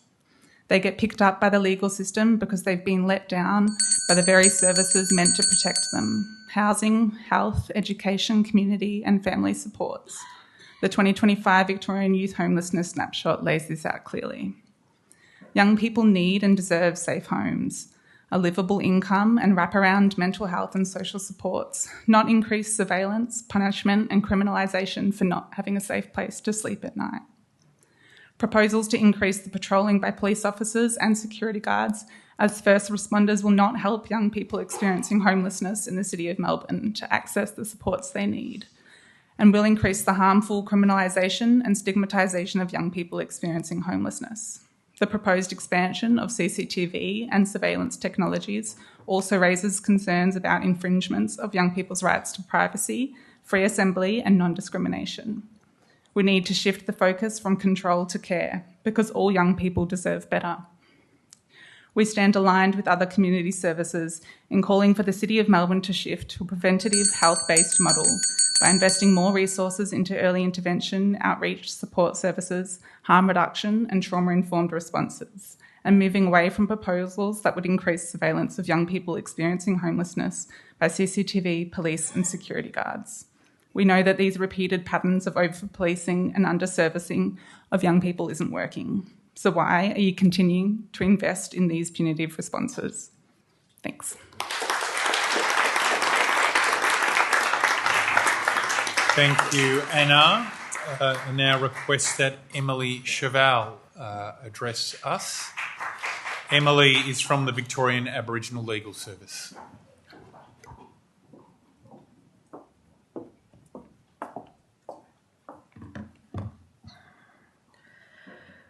I want to acknowledge that we are gathered on the stolen lands of the Wurundjeri Woi-wurrung people, the traditional owners of this place. I pay my respects to their elders, past, present and emerging, and I recognise their long-standing resistance to colonisation. I am here this evening on behalf of the Victorian Aboriginal Legal Service. My name is Emily Chevelle and I'm the Director of the Policy, Communications and Strategy team. VALS is calling for the City of Melbourne to immediately cease the employment of security guards as part of their community safety program and instead divert its funding to community outreach and support services. We have collected over 1,500 signatures as part of our online petition, which reflects the collective community concern, and these numbers continue to grow. Committing to invest in evidence-based reforms and support services which address the root causes of complex social issues is the only way forward. Increased perceived community safety does not need to come from policing. Community safety comes from addressing the complex issues that people in the city are living with. Vulnerable communities do need support and understanding, not intimidation, punitive measures, confiscation of their belongings and disregard for their dignity. It is incredibly concerning that this approach has been deemed appropriate and attributed to the success of this trial. VALS is alarmed given the overrepresentation of Aboriginal people experiencing homelessness in the CBD. This program only services to entrench, disadvantage and harm to Melbourne's most vulnerable peoples. This council should be ashamed in the pursuit of criminalising poverty at a time where basic needs are becoming more unattainable due to cost of living pressures. Your decision to patrol the streets instead of issuing move-on notices and fines instead of helping those in need is a disgrace. We feel this approach is in direct contradiction to the City of Melbourne's homelessness strategy, as raised earlier. For people already living in poverty, accumulation of fines can lead to incarceration. The City of Melbourne should be investing more money in community support services, including outreach teams and places of safety for those experiencing unstable housing and violence. VALS understands that recruitment has already been undertaken for the new authorised officers in the Community Safety Program. We understand that these new recruits will have completed just 3 weeks of training. Does the Council seriously think it's appropriate that officers with only 3 weeks of training will have enough understanding of the power to make citizens arrest, utilise handcuffs and direct people to move on? We think this is absolutely irresponsible. VALS is also concerned that the program is targeting people who are consuming alcohol in public places. This doesn't align with the spirit and intent behind the decriminalisation of public intoxication, which was brought in 2023. From those videos that we have seen and the stories that have been shared tonight, you are not targeting the 20-somethings pre-drinking on a Saturday night. We have seen them intimidating people who are living on the street. Perhaps they might be intoxicated, but they need support. They don't need to be policed. Public intoxication was decriminalised following years of advocacy in response to the tragic and preventable passing of proud Yorta Yorta woman Aunty Tanya Day. Aunty Tanya passed away in police custody following her arrest for being intoxicated in a public place. When you embark on a punitive approach to a complex social problem, we are dealing with health issues, we are dealing with social issues, and you are contributing to the stigma and criminalising these people. It is abhorrent. It is our understanding that this program intends to work closely with CoHealth along with other referrals and support pathways. This should be the key focus of the reform, not the policing, not the private security guards.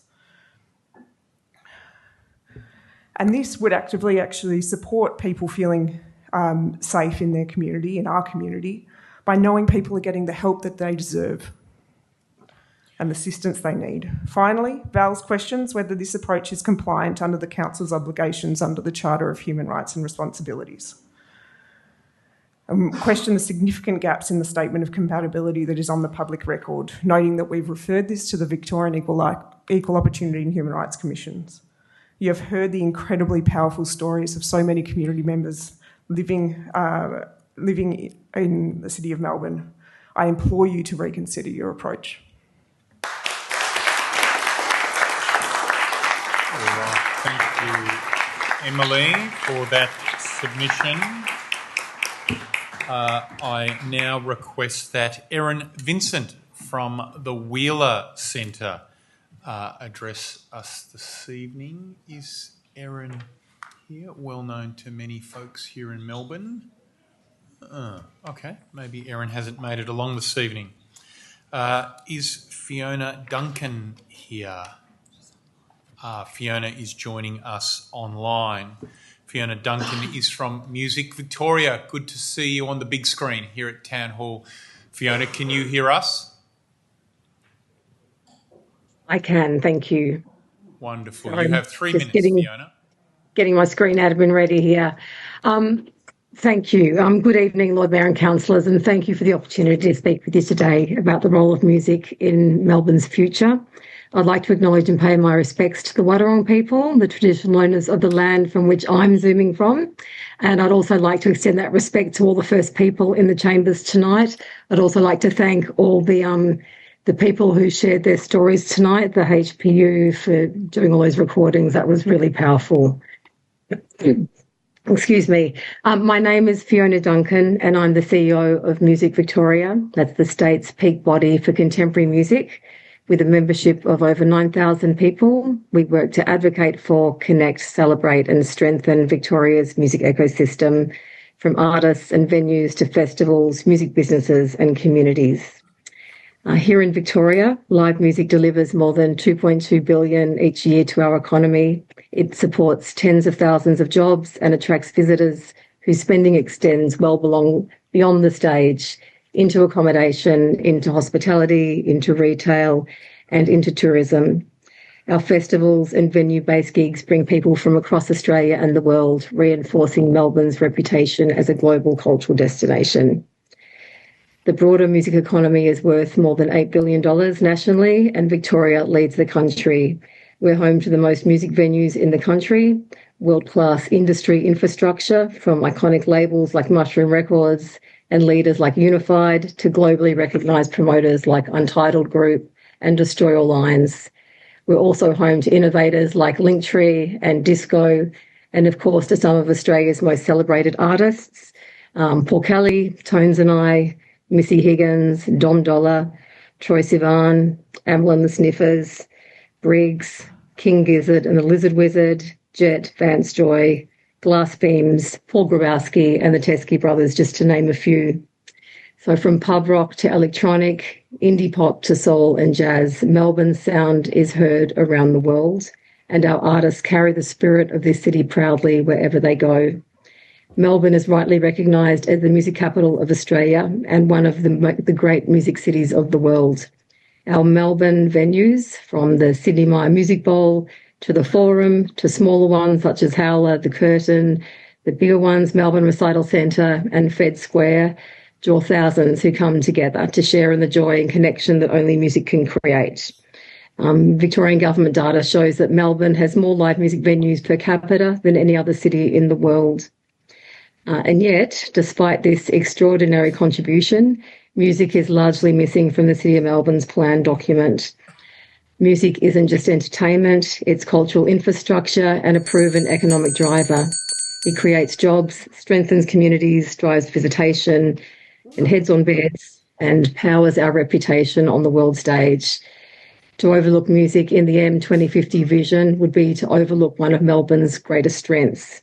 So we're calling on Council to please embed music as a pillar of M2050 in the city plan, recognising its contribution across every part of the city's ecosystem.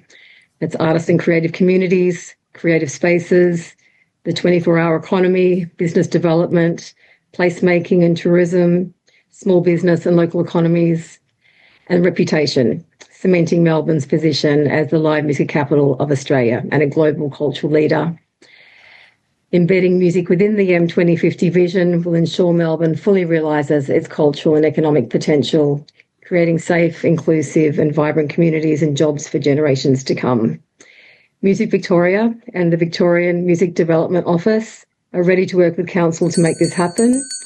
Music is not an optional extra, it is the heartbeat of the creative state and the soundtrack of our shared identity and the spark that will make M2050 truly visionary.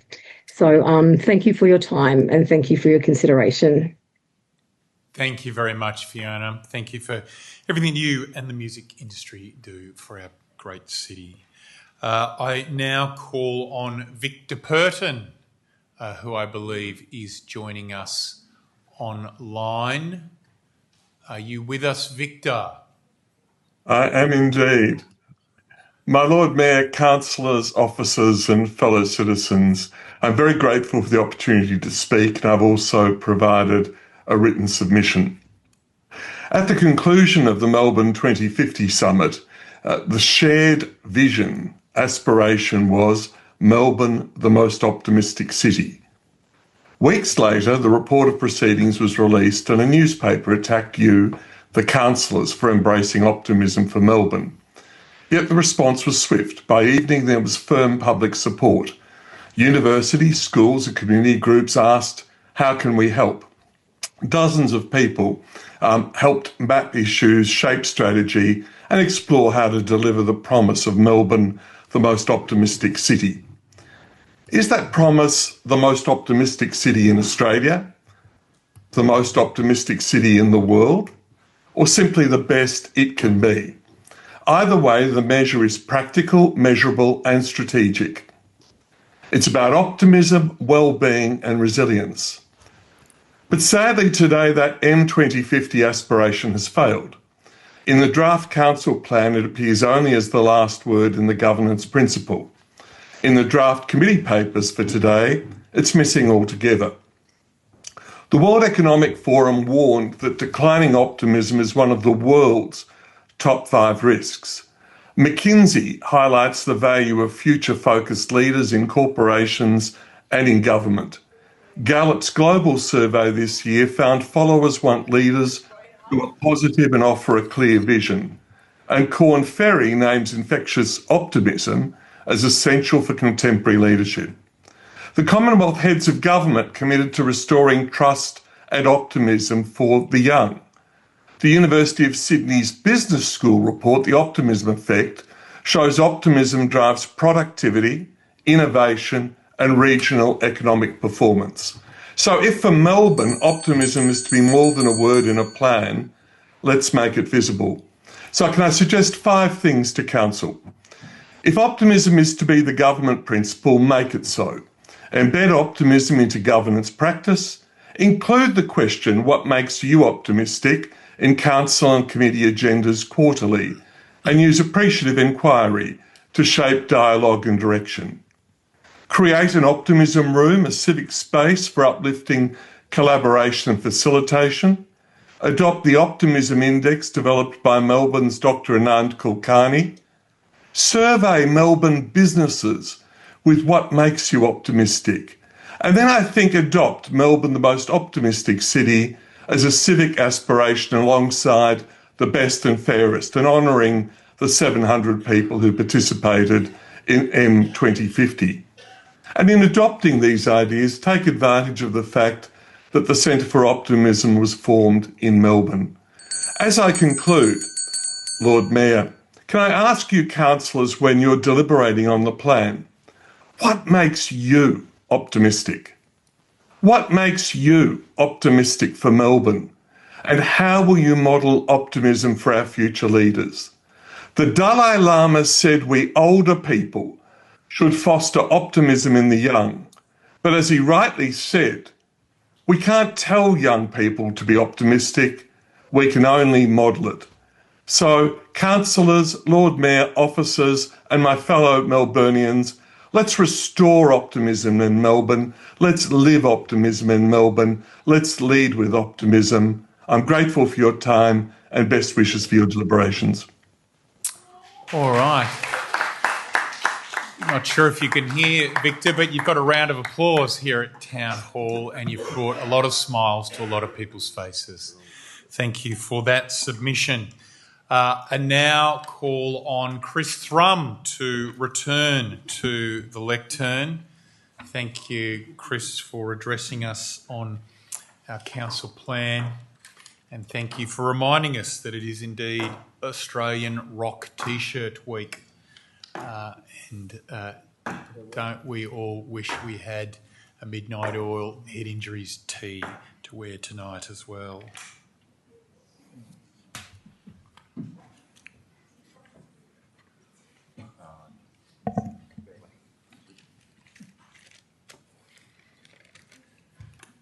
Thank you, Lord Mayor,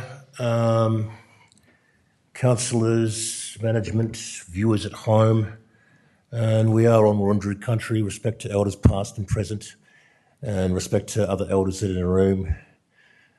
Thank you for the sterling work from the Homeless Union people, tremendous work there. I'd like to thank Evan Council and Kate Bailey for the work that they've done in regards to all of this, the Council Strategic Planning Program, Vision and Council Plan. They've had a lot of work to do in regards to this. I'd like to echo Fiona Duncan from Music Victoria with her sentiments too about the importance of music. I want to talk about the strategic alignment of the City of Melbourne with adjoining councils. The thing is, people, when the City of Melbourne is in alignment and in harmony with the community and with other councils, and when they listen, the city is better. For example, Moonee Valley City Council is working with the City of Melbourne in regards to the Racecourse Road Strategic Improvement Plan. City of Melbourne with Moonee Valley City Council are working in concert and in harmony to make Racecourse Road a better place. Both the City of Melbourne and Moonee Valley City Council are benefiting from working together and sharing the vision.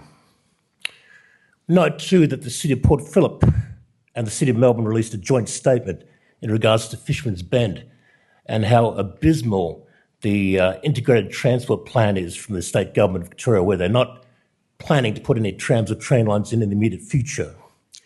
City of Melbourne benefits from a beautiful cooperative relationship with City Port Phillip by demanding that we introduce the trams and train lines as soon as possible. So we're all applauding optimism.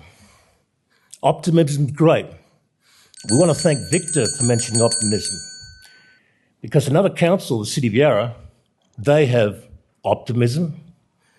The City of Yarra rejects the narrative of the State Government of Victoria that all 44 public housing towers have to be demolished.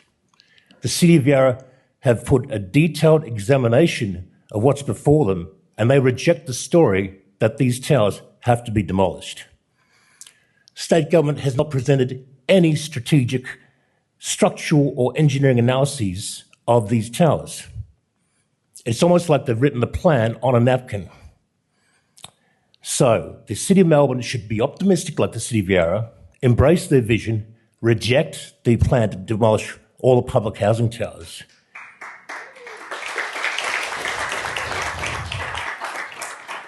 The fact of the matter is, when the detailed structural and engineering analyses plans are released, and when they do show in the cold light of day that these towers should be preserved and protected, then the State Government of Victoria should endeavour to put all their resources to retrofit, regenerate and refurbish the public housing towers. How do you solve the public housing crisis? You protect the citizens and community in the houses that they're there in already.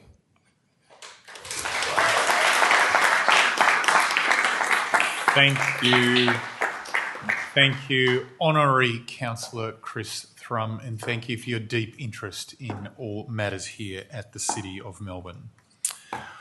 All right, I now call on Aaron Moon, who has requested the opportunity to address us on the council plan. Good to see you back at Town Hall as well, Aaron.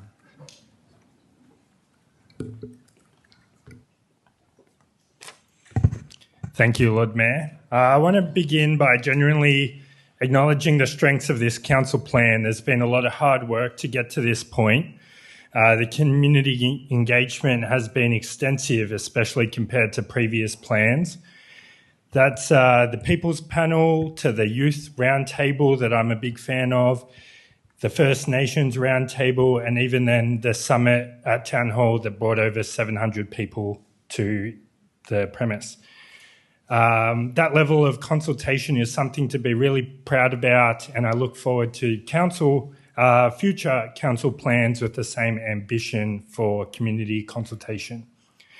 Unfortunately, though, that spirit of consultation has been somewhat overshadowed by a late-stage amendment that was not part of the earlier engagement that I've talked about, specifically the addition to relating to advocate on stronger protesting laws. When I speak to people about the council plan in my communities, the conversation always ended up being about protesting laws. Not the council's vision, not its priorities, not its optimism, but its contentious late-stage inclusion, and that's a real shame of this plan. Melbourne is a city built on peaceful protest. It's part of our identity, whether it's for workers' rights, cultural pride, environmental protection, or just coming together for a grand final parade. We, as Melburnians, take to the streets. It's what we do. It's part of what makes our city vibrant, engaged, and democratic. So I'm totally against the limiting of peaceful protesting in Melbourne, and I wish it was never added to this draft plan. You know my views on security guards from earlier this year, so I'm not going to go to that. But I'm going to go to now what I'm actually here to talk about.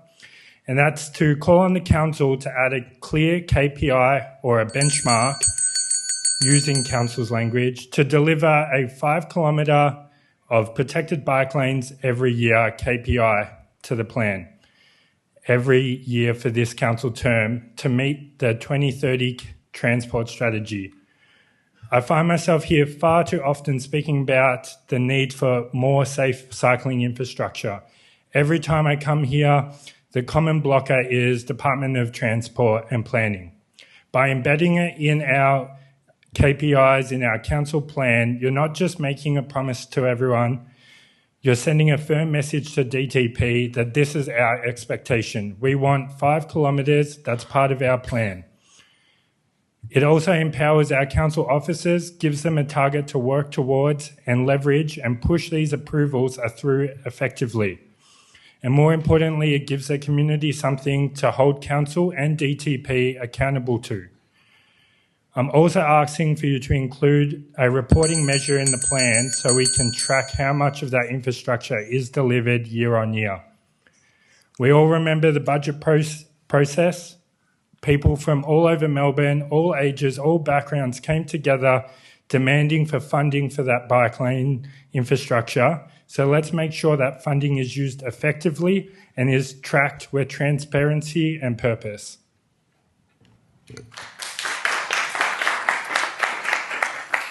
Thank you, Aaron, for your submission and advocacy at budget time as well around our record investment in protected cycling infrastructure. All right, our next request to speak was from Roger Taylor from Transport for Melbourne. I believe Roger is joining us online. Are you there, Roger? Yes, I am. Great. Are you joining us with video as well as audio? It would be great if we could see you on the big screen here as well. But we can hear you perfectly well if... Here we go. Have you got me? Yes, we do indeed, okay. Roger. Welcome to Town Hall. You're up here on the big screen. You've got 3 minutes. All right. Well, thank you very much. The presentation that I will make will be as a realist. Before I make any recommendations for future actions for the future Melbourne Committee, it's important to understand the kind of scenarios Melbourne is likely to face in the future. I've discussed this briefly in a paper I wrote as Chair of Transport for Melbourne in 2022, which I titled A Review of Plan Melbourne 2017 to 50, Living in the Hothouse. It will be a world of constant and rapid change with a growing list of threats of all kinds, and there is increasing agreement that these threats include climate action failure, extreme weather, biodiversity loss, social cohesion erosion, livelihood crises, infectious diseases, and we've seen that with COVID, human environmental damage, natural resource crises, debt crisis, economic confrontation and wars. These things have caused huge disruption to business as usual and continuing economic growth that our politicians and policymakers continue to plan for, and all need to be anticipated and planned for. Whether we like it or not, we'll be forced to adapt to an increasingly inhospitable world, and this will require actions on many fronts. This is not good news, but people don't really want to listen. I think most people want to live in what's carrying on at the moment, and it feels good, but I think we need a reality check. As a transport specialist, I'd argue that we need to travel less often, more efficiently, and in a way that makes less demand on supporting infrastructure.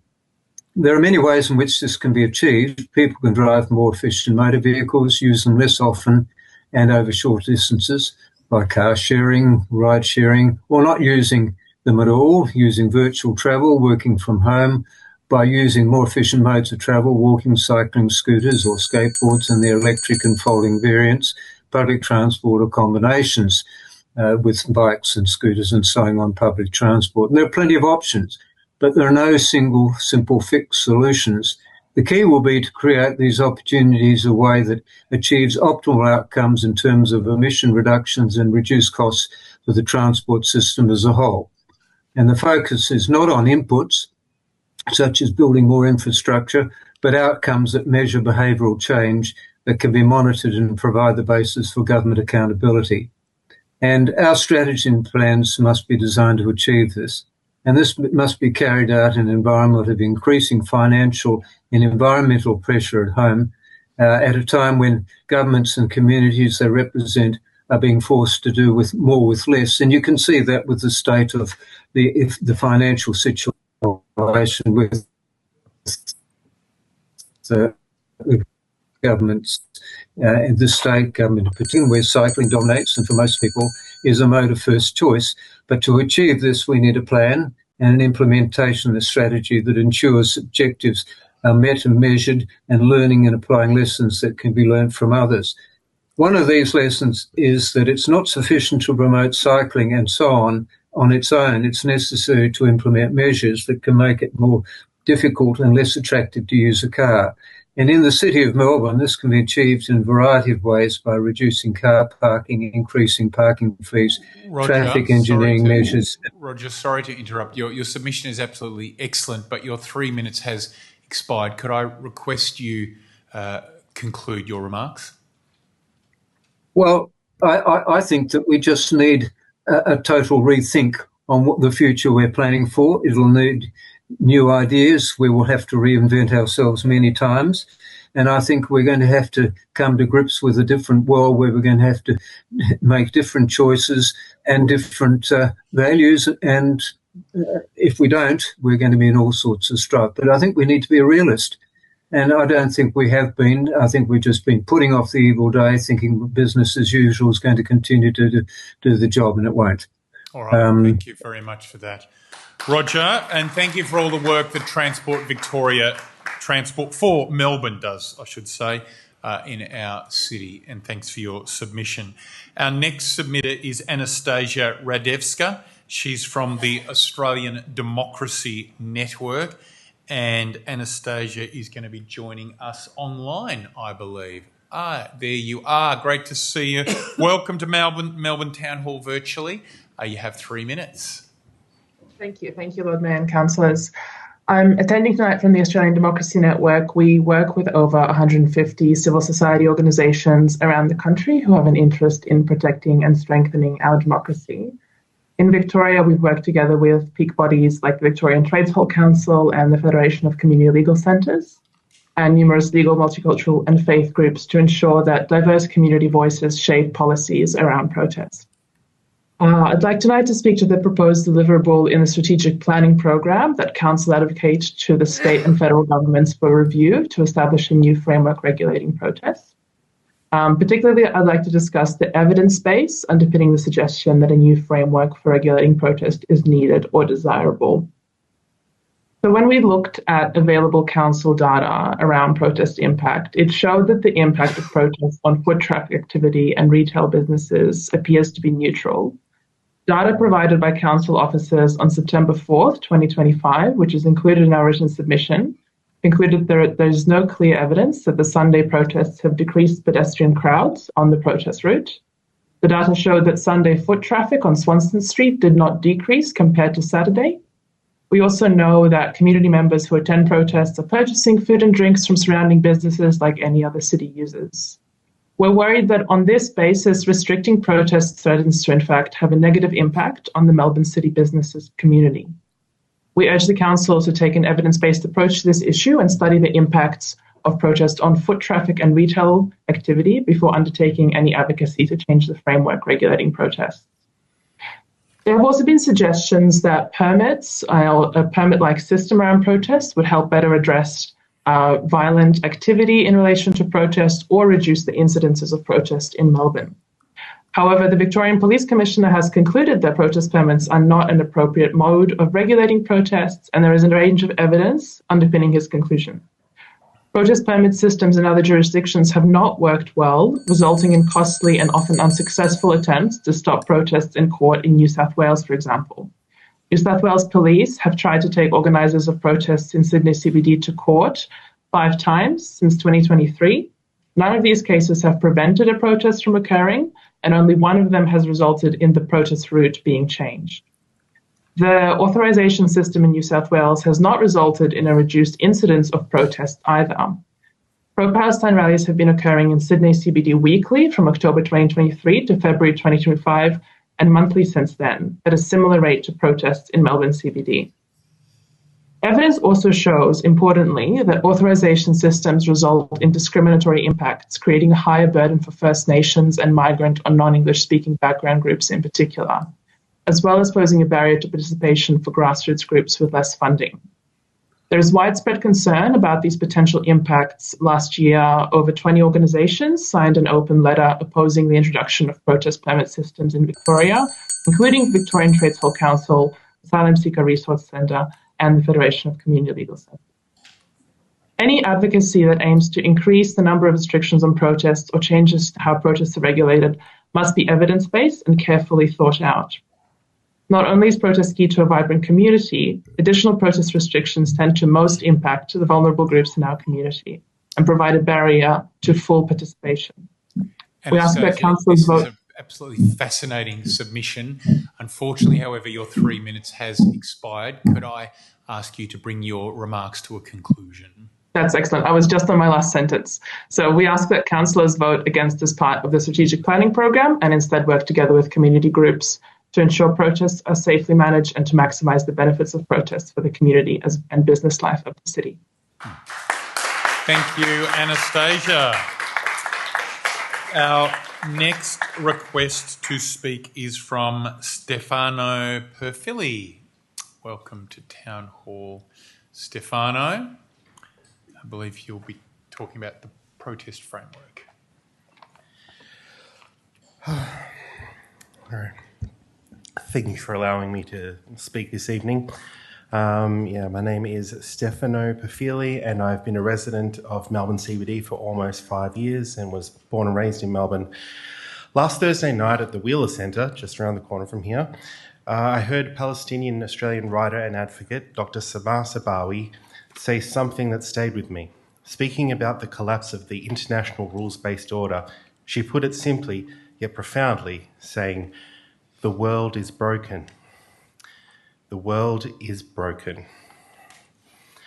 I can't help but feel the same after 2 years of genocide as confirmed last month in a historic UN report that our government continues to ignore.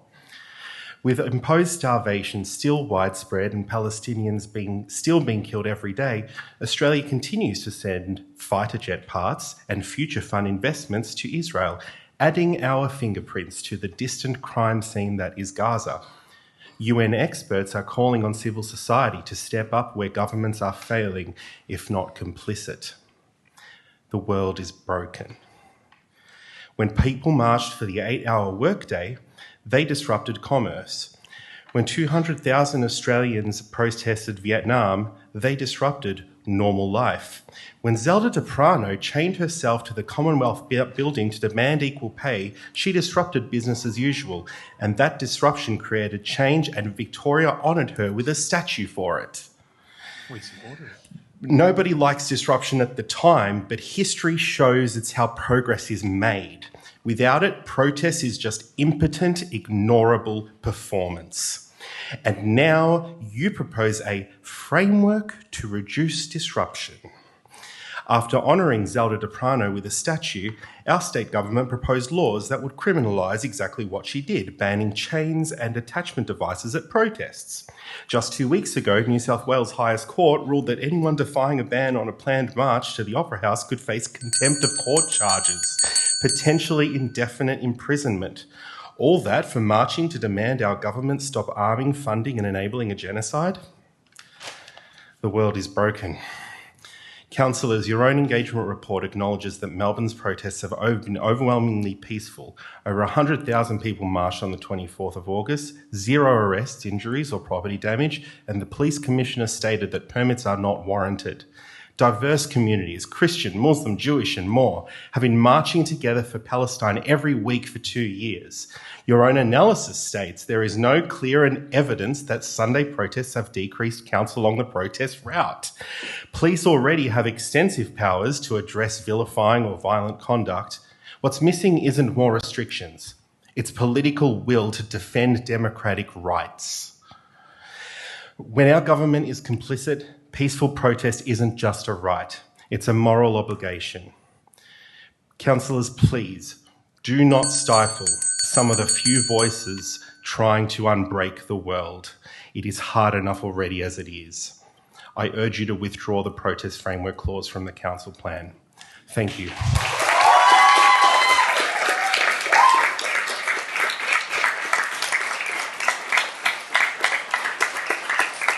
Thank you, Stefano.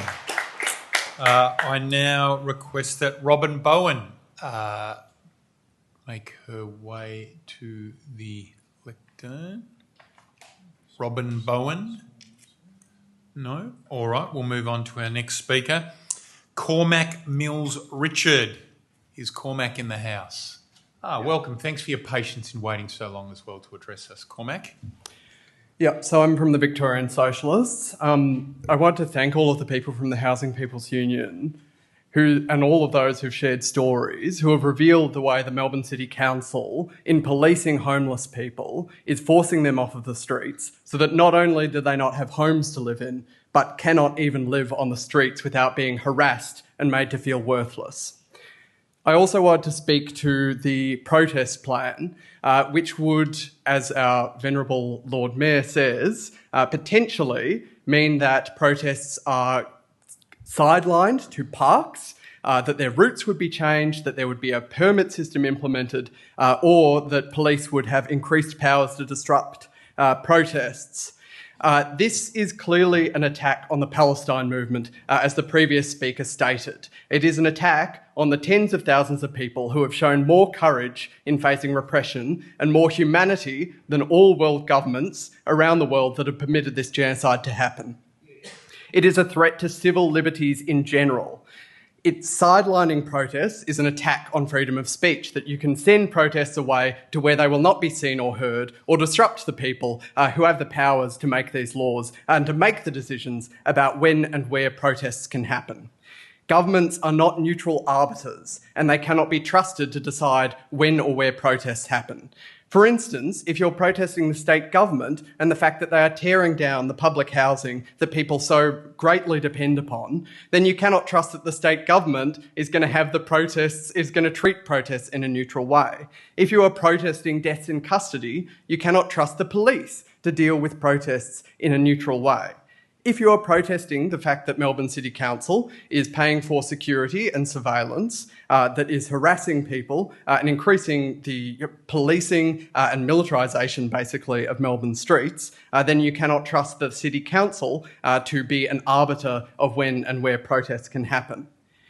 Most people then would consider all of these measures to be unacceptable, which is why the councillors have referred to this and said that they are still intending to safeguard the right to protest.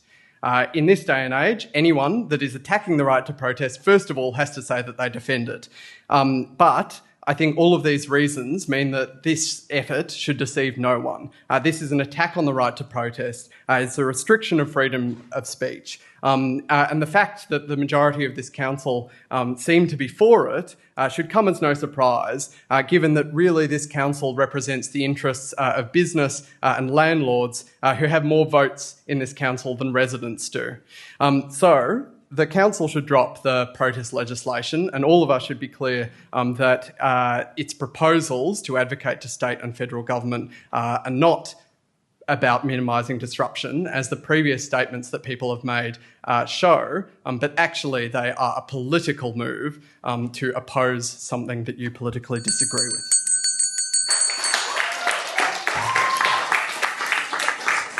Thank you, Cormac Mills Richard. All right, we now move on to the additional names that were volunteered earlier on and requested the opportunity to speak. The next name I have is John Widmer. Thanks, John. From Kensington Association. Thank you, John, for waiting and patiently participating in our processes. We're very pleased to see you. Thank you, Lord Mayor and councillors, for listening to another resident from Kensington. And as I said to you last week, I've lived in Kensington for 45 years and I'm almost a local. I do invite all of the councillors to come out and see our little annex suburb, perhaps on the way to the races one day. And we would be very happy to take you to the lovely coffee shop up the hill and a bit of a walk along the creek, which I think could be fabulous. Thank you. All right. Thank you, John, for that kind invitation and for your advocacy for all matters Kensington here at Town Hall. Our next request to speak is from Alec Ferguson. Is Alec here? Oh, thanks, Alec, and thanks for your patience.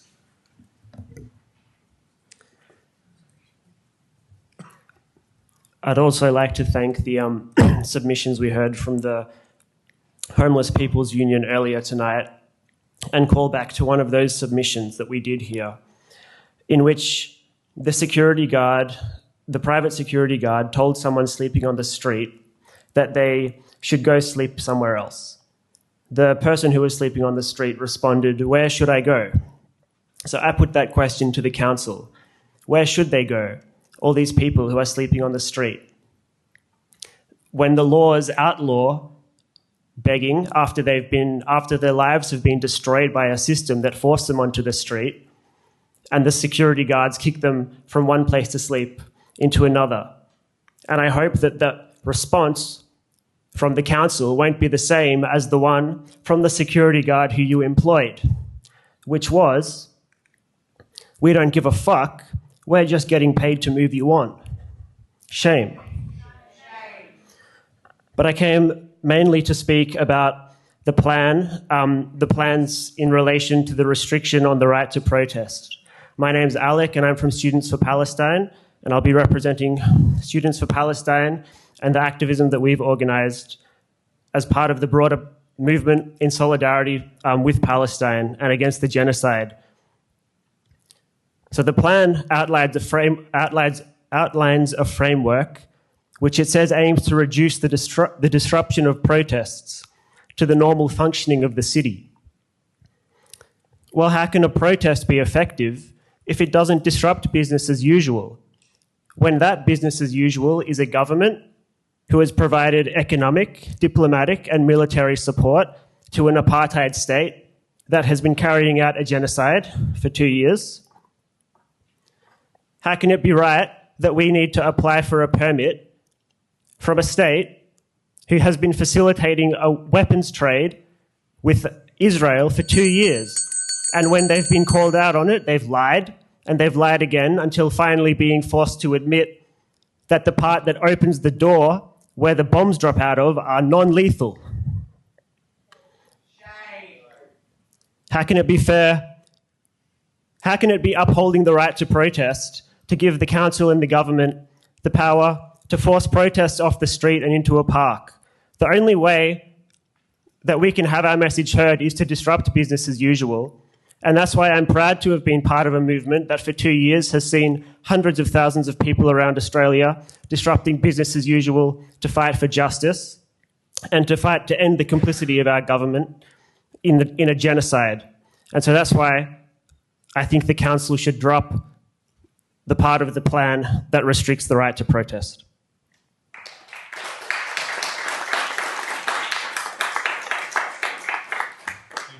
Thank you for that, Alec. Our next request to speak comes from Catherine Strong. Thank you, Catherine, for sitting through this evening's proceedings. We're very much looking forward to hearing your submission. Hello, thank you very much. I am here today representing the Defend Dissent Coalition, which is a group of over 50 activist and community groups who are concerned primarily with creeping repression of protest around Australia and around the world, but particularly here in Victoria. I think people have covered a lot of the points that I would have made about the importance of protest, the importance of protest in particular that is disruptive, because nice, polite little protests generally don't get people what they want, especially when they are coming up against power. But I would like to give you a few more examples of what is going on in Australia in terms of how protest is being repressed.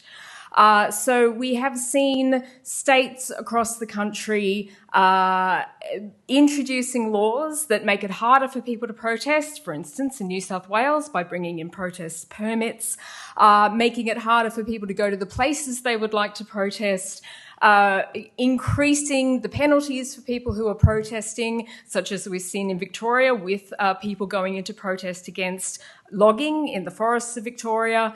And we have seen states acting like quite in concert with organisations like fossil fuel companies in Western Australia, where it's become very hard to protest against those groups because of the cooperation between the government, the police, and the fossil fuel industry.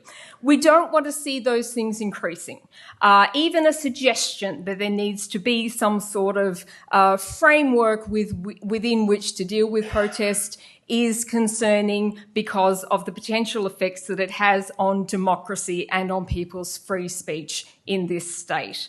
So I'm joining with the voices of other people. The Defend Dissent Coalition is putting its weight as well behind not introducing these restrictions or even thinking about bringing in restrictions on protest.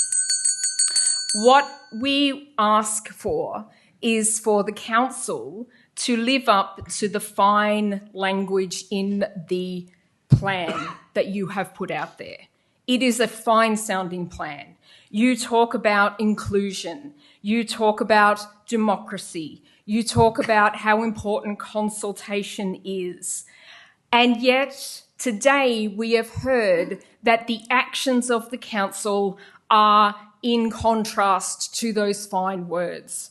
So we are calling on you to go away, to think about the very words that you have committed to the page, and to ask yourself whether you can uphold those words and the progressive, inclusive, beautiful Melbourne that they make this place sound like, or whether you need to rewrite those words to put in place the much more authoritarian and dystopian sounding things that you have been doing, which is increased surveillance, harassment of the vulnerable, and the shutting down of people's ability to speak back to power.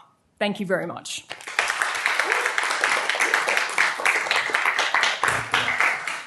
Thank you very much, Catherine, and thanks for reading our council plan and providing us with feedback. Our next request to speak comes from Inez Winters. Thanks, Inez, for being so patient and waiting. Welcome to Town Hall. Thank you. I didn't know I was going to speak today, but I thought I might to help.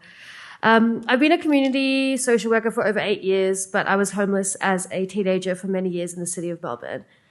High levels of family violence meant I was not safe at home. I reached out for help all the time from police and child protection, as well as chronically underfunded hospital, schools, services. No one really knew what to do with me, so I was either in hospital or sleeping on the street. I had ongoing psychosis, and suicidality meant people often called the police on me and were scared of me rather than help me. People yelled at me, spat on me, acted like I was radioactive, but really I was just a young, queer, disabled woman of colour experiencing family violence with nowhere to go.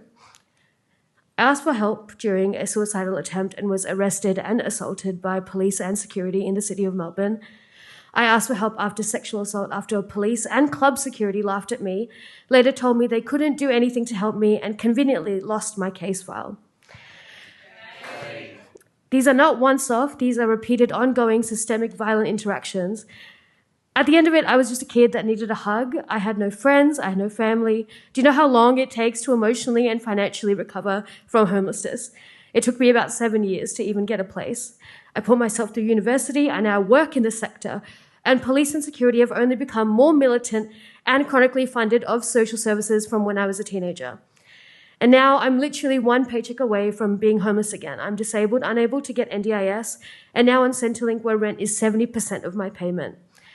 People need well-funded services, health and human rights, prevention, community, the right to protest, but police and security do not make us safe, let alone those who wear white supremacist blue line badges in the city of Melbourne.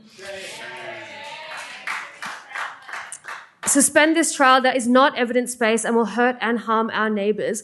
We need health and human rights-based responses that consult people from the actual community. Everybody is closer to homelessness than you think. Thank you.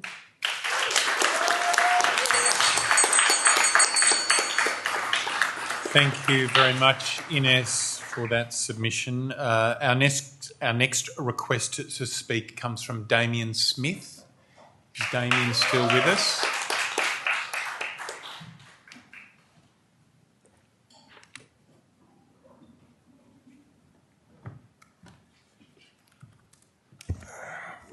Thank you, Lord Mayor. Thank you, Chamber.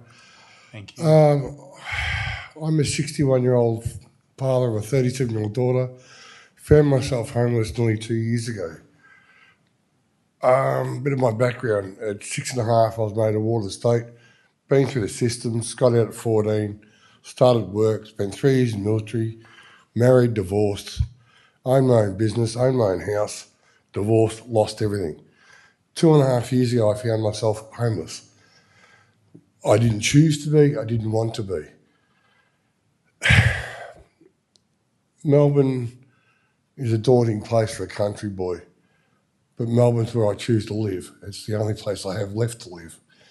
You trying to chase me out of the city with your security, where do I go? Do I become a problem somewhere else? I'm one step away from going to prison. It costs more money to keep me in prison than what it does to find me somewhere to live. If you put all the money you spent in this stupid $2.5 million or whatever on security cameras into helping people get a house, get something, wouldn't that be better for society?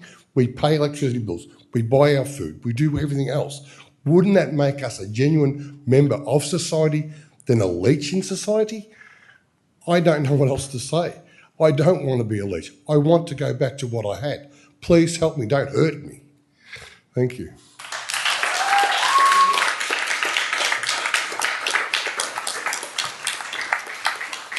Thank you, Damien, for taking the time to address us this evening.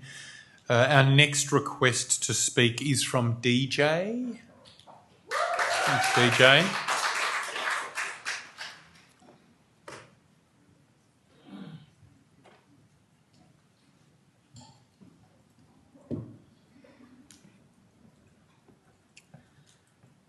Hello. So before I begin, I'd like to do an acknowledgement to the Wurundjeri people, the Kulin Nation, the true owners of this land that so-called the City of Melbourne's built on. Sovereignty will never be ceded. It always was, always will be Wurundjeri land, whether people like it or not. I acknowledge the continual law, the continual connection to culture, the staunch resistance of Wurundjeri people and all Aboriginal people in this land, including my ancestors. I'm a proud Bunurong person. This will always be my land. And my blood goes back to time immemorial here. And I'm here to speak truth to all of you council members here. I'm here to speak to us mob dispossession, to give you a call to action and actually put action to your words, because we're sick of it. We hear a lot of this, we don't see a lot of doing. And sorry doesn't mean anything if you keep driving the knife in our back, if you keep stealing our children, keep dispossessing our people, keep killing my people in prison. Housing is not, it's a crisis. This is a crisis, and your response to a crisis is to crack down and do harm rather than actual solution, actual good. Your solution is not research back. It's not harm reductionist informed, and it surely isn't community informed. So where is the due diligence with consultation with community, especially the Aboriginal and Torres Strait Islander community? And where's the reflection on your own bloody charter of human rights? Because it's apparent it's not there. No one should be houseless, especially not on stolen land, especially not Aboriginal and Torres Strait Islander people. Houselessness is not a crime, it's not a personal failure, it's a failure of the society that allows it to happen in the first place, especially a failure of this council, all of you on it, that continues to dehumanize and alienate people experiencing houselessness. Instead of relying on draconian measures that have you hire armed thugs that police, intimidate, assault and steal from vulnerable people, try actually giving people proper housing, compassion and community care. It's a no-brainer. It's not a revolutionary idea. It's the bare minimum, okay? You don't need a PhD to know this, honestly. I've noticed in this council room that you have all of my items of our culture. You have my ancestors there, and you have items of our culture, our flags, yet it feels hollow and performative. You all feel hollow. This is just, I feel like I'm in a museum. I actually don't feel culturally safe. So you like our art when it's palatable for you, but you couldn't give a fuck when we're dying on the streets, when we're killed in your prisons. So where's your consultation with us, huh? Speak up. Actually do something. Or you're just more settlers on our stolen land, benefiting from my people's dispossession. You've taken us off my country. You put us on missions. You stole us. You raped our women. You raped our children. Shame on you. And now you're here harassing houseless people who need care, support, and need housing. Like, they're not criminals. We're not criminals. So look at yourself and reflect, all of you. Have proper consultation for one. And if being a counsellor, if you're going to be doing this and not doing any good as a counsellor, this job ain't for you. Move your seat and elevate the voices who should be here doing it for because they want to do stuff, they want to do good, rather than they want a quick paycheck. All right. Respect the laws of Bunjil, which stipulates that we have to be... No, you're not talking over me. You're going to sit down, colonise, and you're going to listen for once. So you respect our law that you occupy, and the law of Bunjil stipulates that you bring no hate and harm in this community. Stop, coloniser. Can you let me speak? I'm finishing. I would ask you just to conclude, please, because your 3 minutes has expired. Okay, coloniser, get off my lap.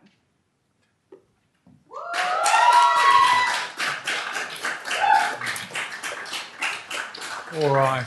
Our next request to speak comes from Grace Old. Grace, are you still with us?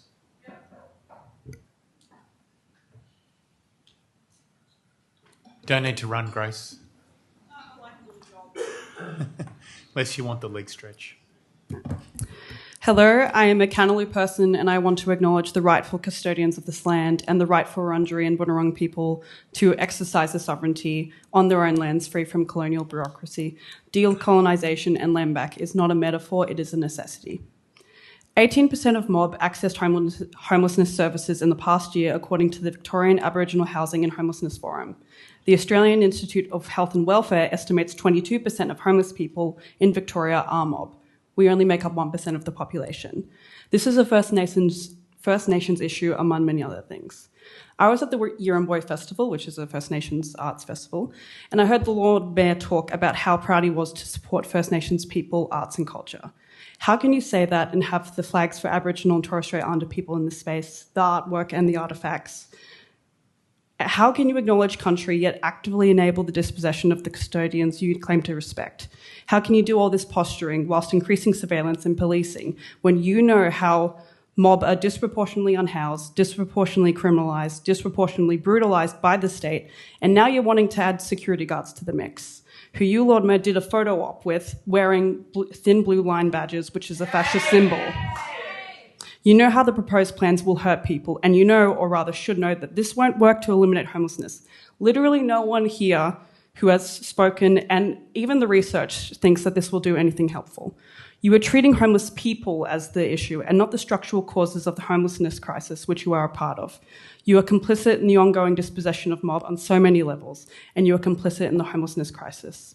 Before I finish, I just wanted to say something about the emotional whiplash from hearing people complain about parking spaces and optimism. People are out in the streets, living in hotels right now. There are multiple genocides going on right now. The climate crisis is the climate is collapsing right now. You have this campaign only in this city of ours. Only in this city of ours can the council claim that it cares about mob, about queer and trans people, like the flags out front, of course, about homeless people, about migrants, about the people of the city in one breath, and erode our rights and safety in the next. Shame on you.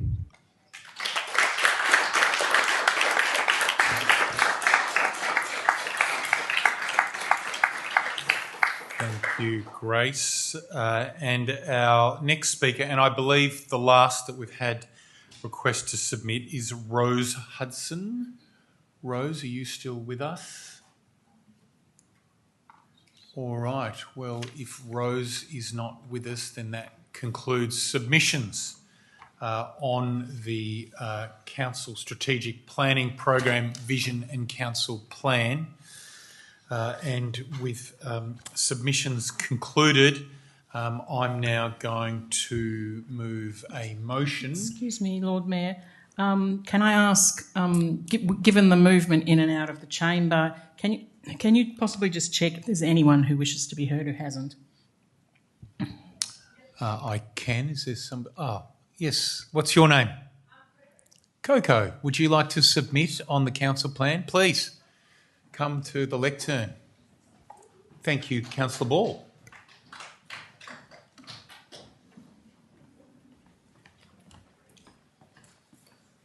Hello, thanks for hearing me. I'm here to represent a friend of mine who's a homeless man outside my work. His name's Daniel.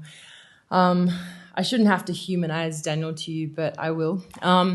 Daniel became a friend of mine because after leaving work at midnight one night, we both, on the same side of the road, witnessed a man assaulting a woman on the other side of the road. And he came to her aid, as did I. And after that night, we kind of bonded, and we're quite fond of each other now. Daniel constantly gets hassled by the security guards with the racist flags on their things. And after one day I saw him getting hassled, I said, what happened with your interaction? And he said that one of the security guards said to him, just wait till the uniform comes off. You don't know what I can do then. See you later on. And so, yeah, shame. That's threatening someone who's a good person, and that really hurts. They need support and solutions, not more harassment. Thank you.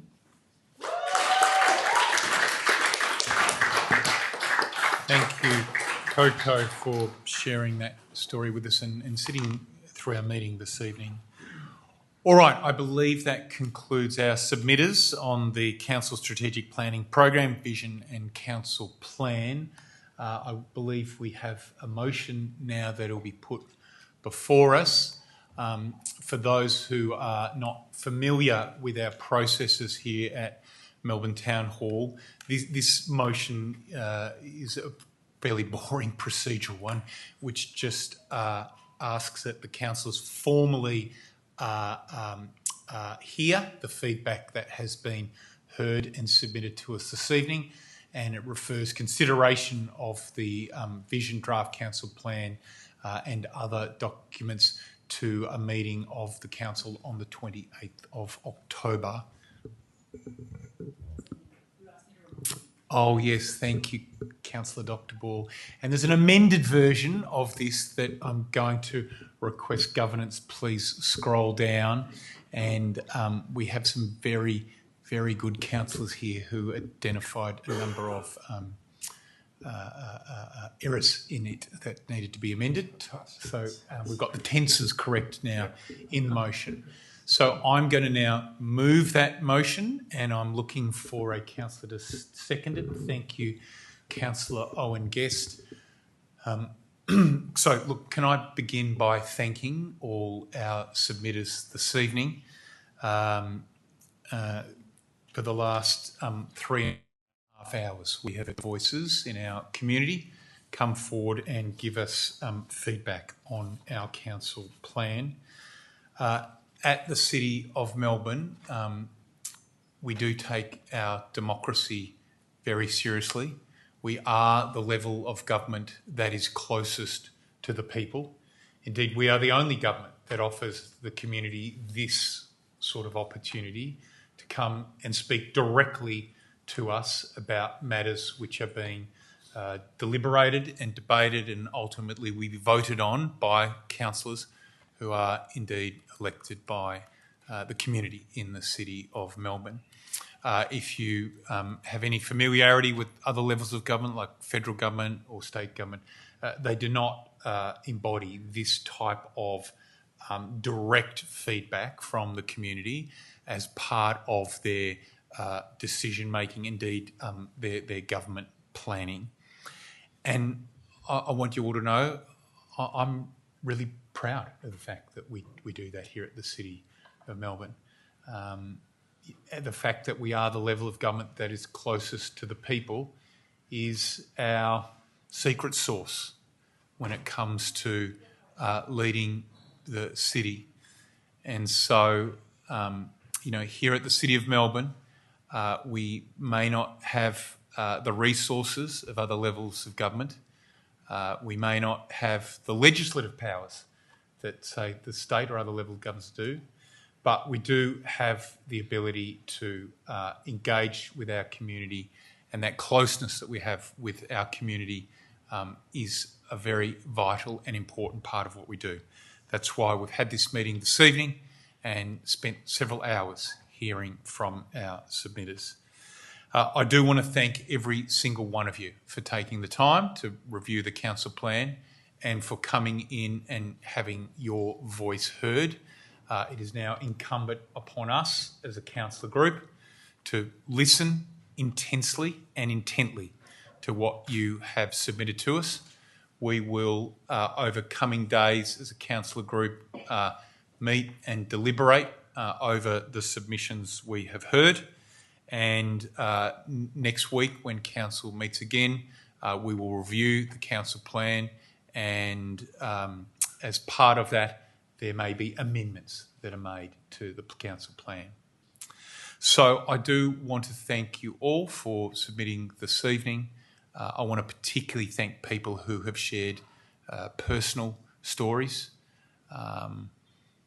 We're all citizens of Melbourne. We're all people who we live together in this city.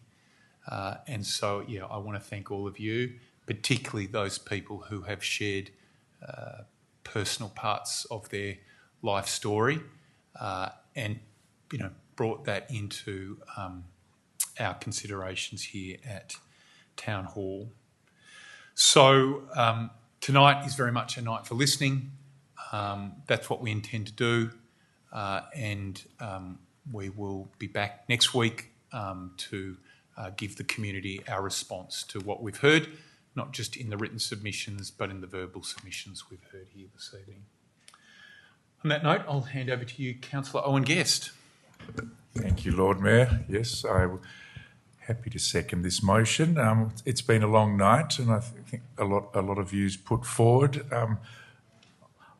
My sort of look at this, and one of the themes of the evening has been the consultation process. And I think on one hand, I'd say, yes, there are flaws in our consultation process.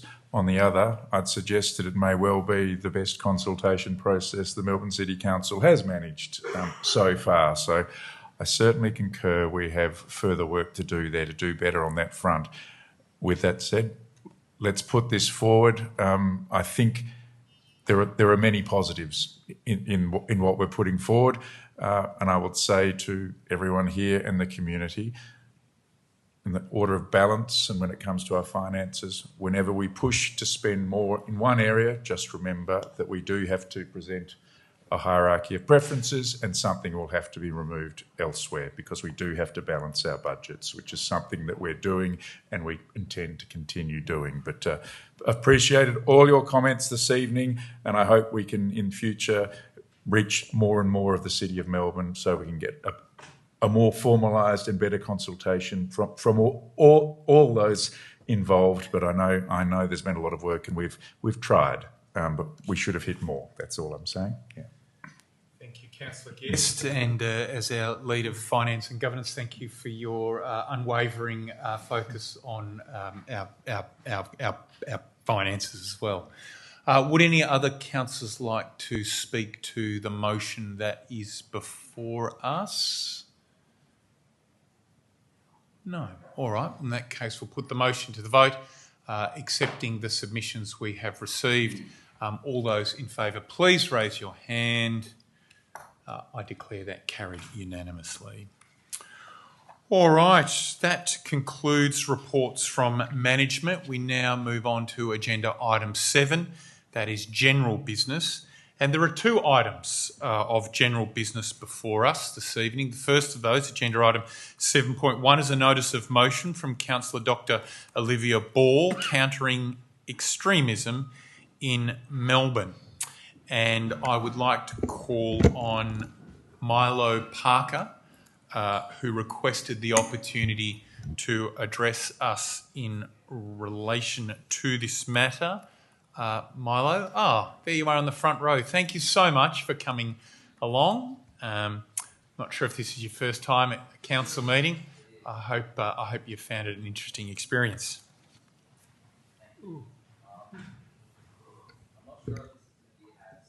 Powerful or rehearsed as the previous speeches, but I think it's important. I just wanted to say a few words from my own experience about why I think the proposal to counter extremism in Melbourne is really, really important.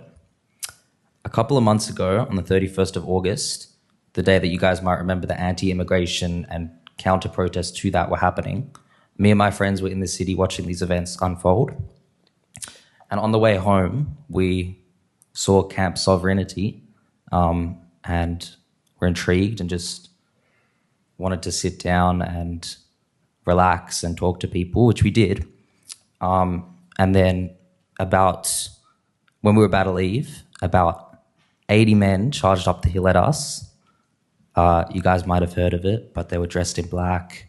They had, lots of them were wearing HH jumpers to signify Heil Hitler, and they were just yelling obscenities, really terrible things. And this happened a kilometre away from where we are now, and I just think that's really important to note, that this extreme behaviour is happening. It's happening close to here, and yeah, I think this motion will put forward some good ways to counter this. That's it. Thank you. Thank you, Milo. That was excellent. All right. I'm now going to call on Councillor Dr. Ball to move the motion. Can I confirm that what we're seeing on the screen there is indeed the motion you propose to move? I'm looking for a councillor to second that. So moved, Dr. Ball. Do we have a seconder? Thank you, Councillor Philip Leilu. Back to you, Councillor Dr. Ball. Thank you, Lord Mayor, and thank you, Milo. I'm so sorry you were anywhere near those events. This motion I bring tonight concerns a parliamentary inquiry in the Victorian Parliament commissioned in 2021 concerned about increased extremist activity and ideology in public life in various parts of Victoria. And the Parliament commissioned a multi-partisan inquiry into extremism, the first of its kind in Australia, which concluded that there is a role for every level of government in responding to the global problem that is extremism. The report from this inquiry said, rather than simply a law enforcement issue, combating extremism requires the whole of society to support community building and social cohesion measures. This report and its recommendations should be seen as a starting point. This motion seeks to call on the state government to redouble its efforts to implement the recommendations of its own inquiry, and for us at local government to think about our role, what we can do to build social cohesion and lessen the risks and vulnerabilities to radicalisation, to any kind of extremist ideology. White supremacy and misogyny are at the heart of some of these anti-democratic groups with a real threat of violence. Let's not forget the massacres in 2 Christchurch mosques in 2019 were perpetrated by an Australian. The inquiry found risk factors making people susceptible to extremist narratives include social isolation, economic insecurity, and inequality. Reducing these 3 is important for all our well-being and all of our safety. Young people, the inquiry found, are a particular target for recruitment and radicalisation, with isolated, alienated young people more vulnerable. Youth workers and social workers have a vital role to play, and this is a realm where local government can be active, engaging our youth workers in designing evidence-based risk mitigation strategies.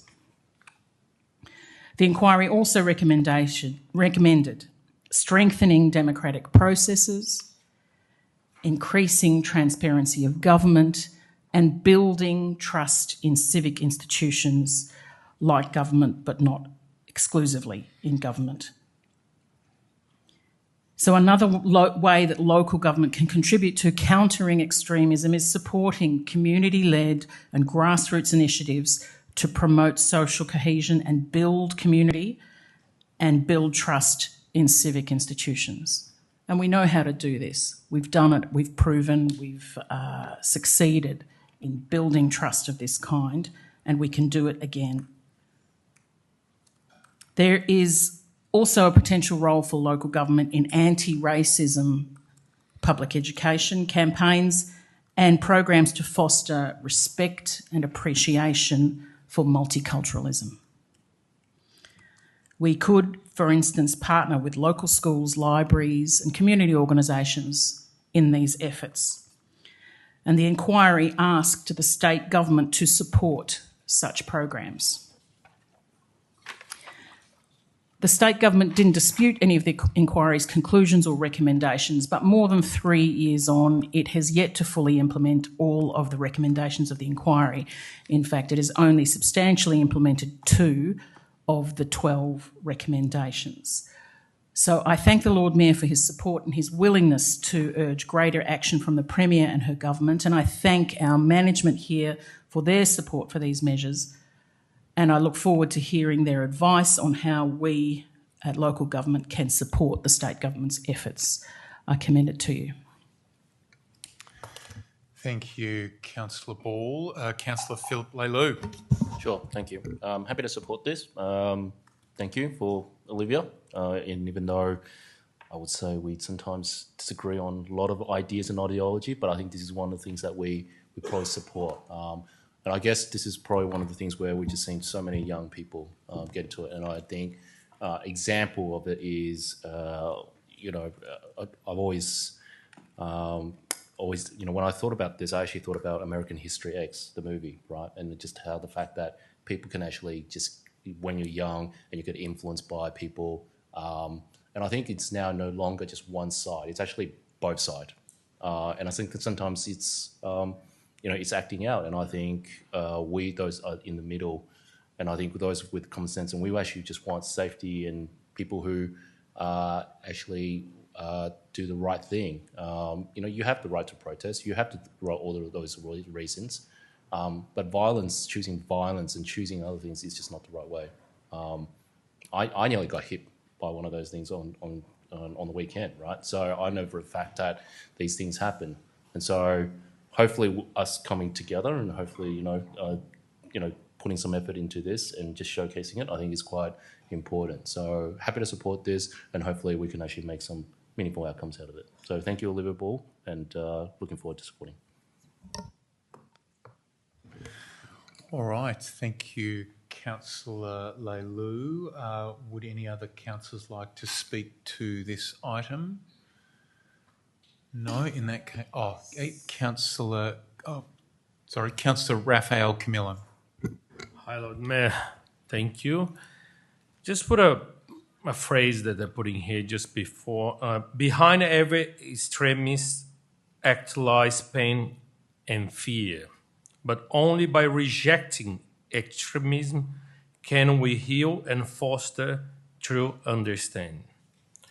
So if you're from the right or the left, whatever your faction is, extremism never justify, and I think that's one thing we're debating at the moment. So in protests or no protests, in every day and in this paper today, we just need to remember that extremism does not justify.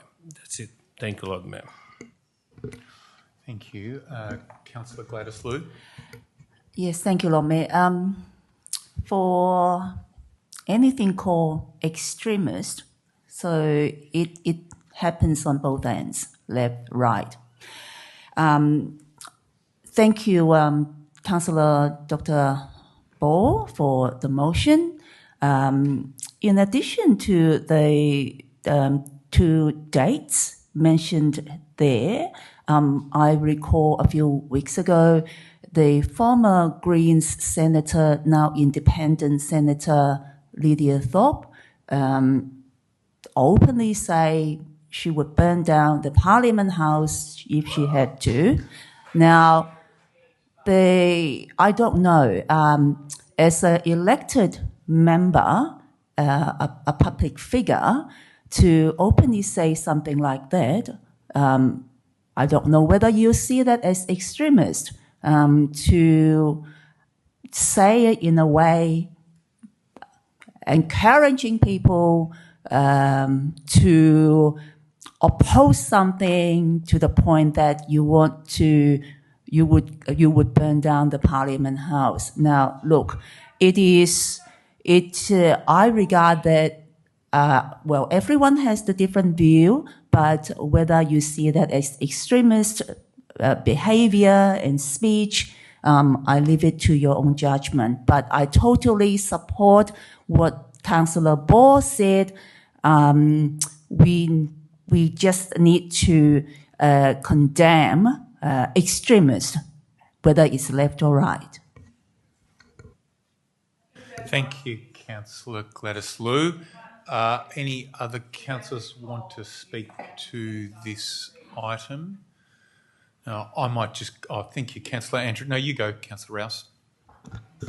Thank you, Lord Mayor. Just touching on one of the key points of the motion, specifically relating to the recommendations of the aforementioned inquiry. I just want to touch on some of the recommendations. I'm not sure if anyone had read them, but certainly some of the highlights include, through the advocacy to state government, introducing an integrity charter, which I think is something that we see at a local government level as members of council that we signed up to, a code of conduct for councillors.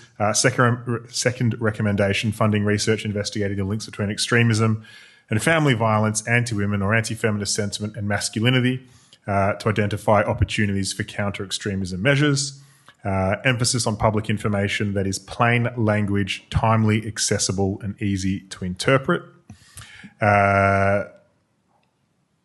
The focus on community integration support programs, ensuring they're effective and, most importantly, adapting to the evolving extremism landscape.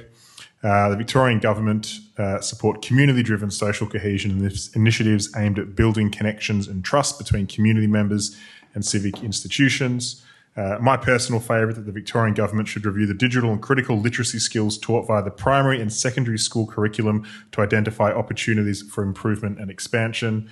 I think we've all received numerous things shared on Facebook of questionable quality, and I think more skills in the community to understand and process that is certainly of benefit.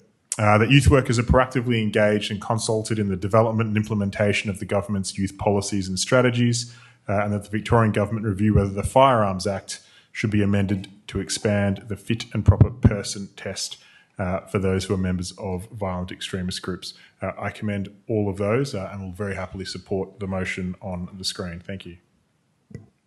Thank you, Councillor Rouse.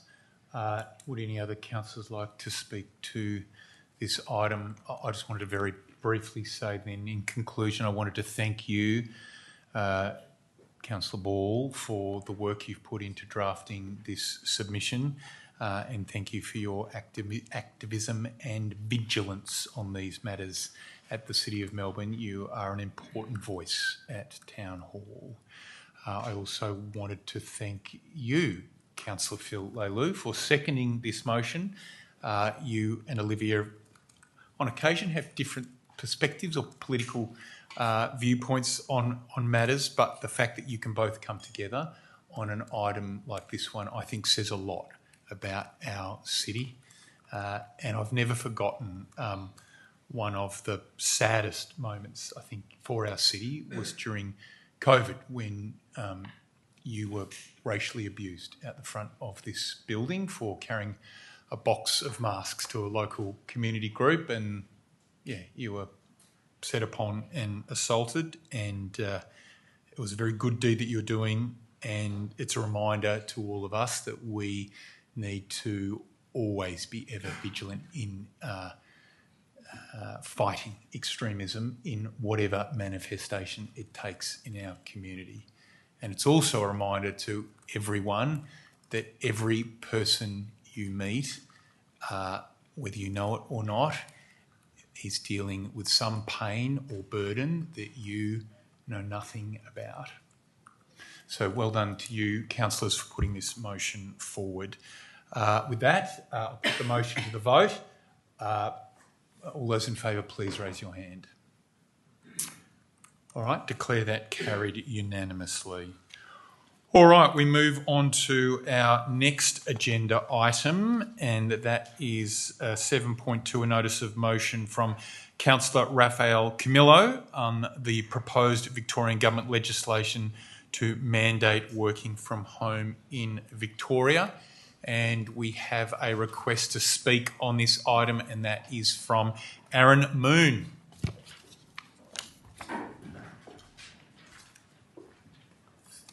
Thank you, Aaron. Thank you, Lord Mayor. And I'm here representing myself. I waited around to unfortunately speak against this notice of motion. Bit about me that I've recently changed my workplace this year, and a major reason for that decision was the flexibility offered for working from home arrangements. This has allowed me to work in times that suit me, lets me manage my responsibilities more effectively and use my time in a way both productively and sustainably. This flexibility is not a fringe benefit, it's a defining feature of the modern workplace, and it's here to stay. Let's be clear, working from home is not just only a hugely popular across Australia. It's one of the most significant shifts in our workplace that we've seen in decades. And importantly, it's got overwhelmingly public support. We saw that play out nationally at the last federal election. The Coalition's threat to clamp down on remote work was met with a landslide defeat at the federal election. Since then, even the Coalition itself has reversed its position on restricting work from home arrangements, because it's recognised how deeply embedded it is and widely supported this new way of working has become. So I say with respect, what do we think writing a letter to the Victorian Government is actually going to achieve here?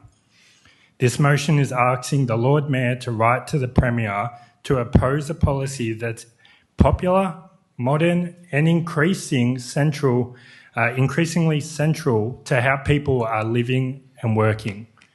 It's a headline Labor policy heading into the Victorian state election. Any letter that the Lord Mayor is going to write is not going to just fall on deaf ears. It's going to be laughed off entirely. And it trivialises our future advocacy work that we do here.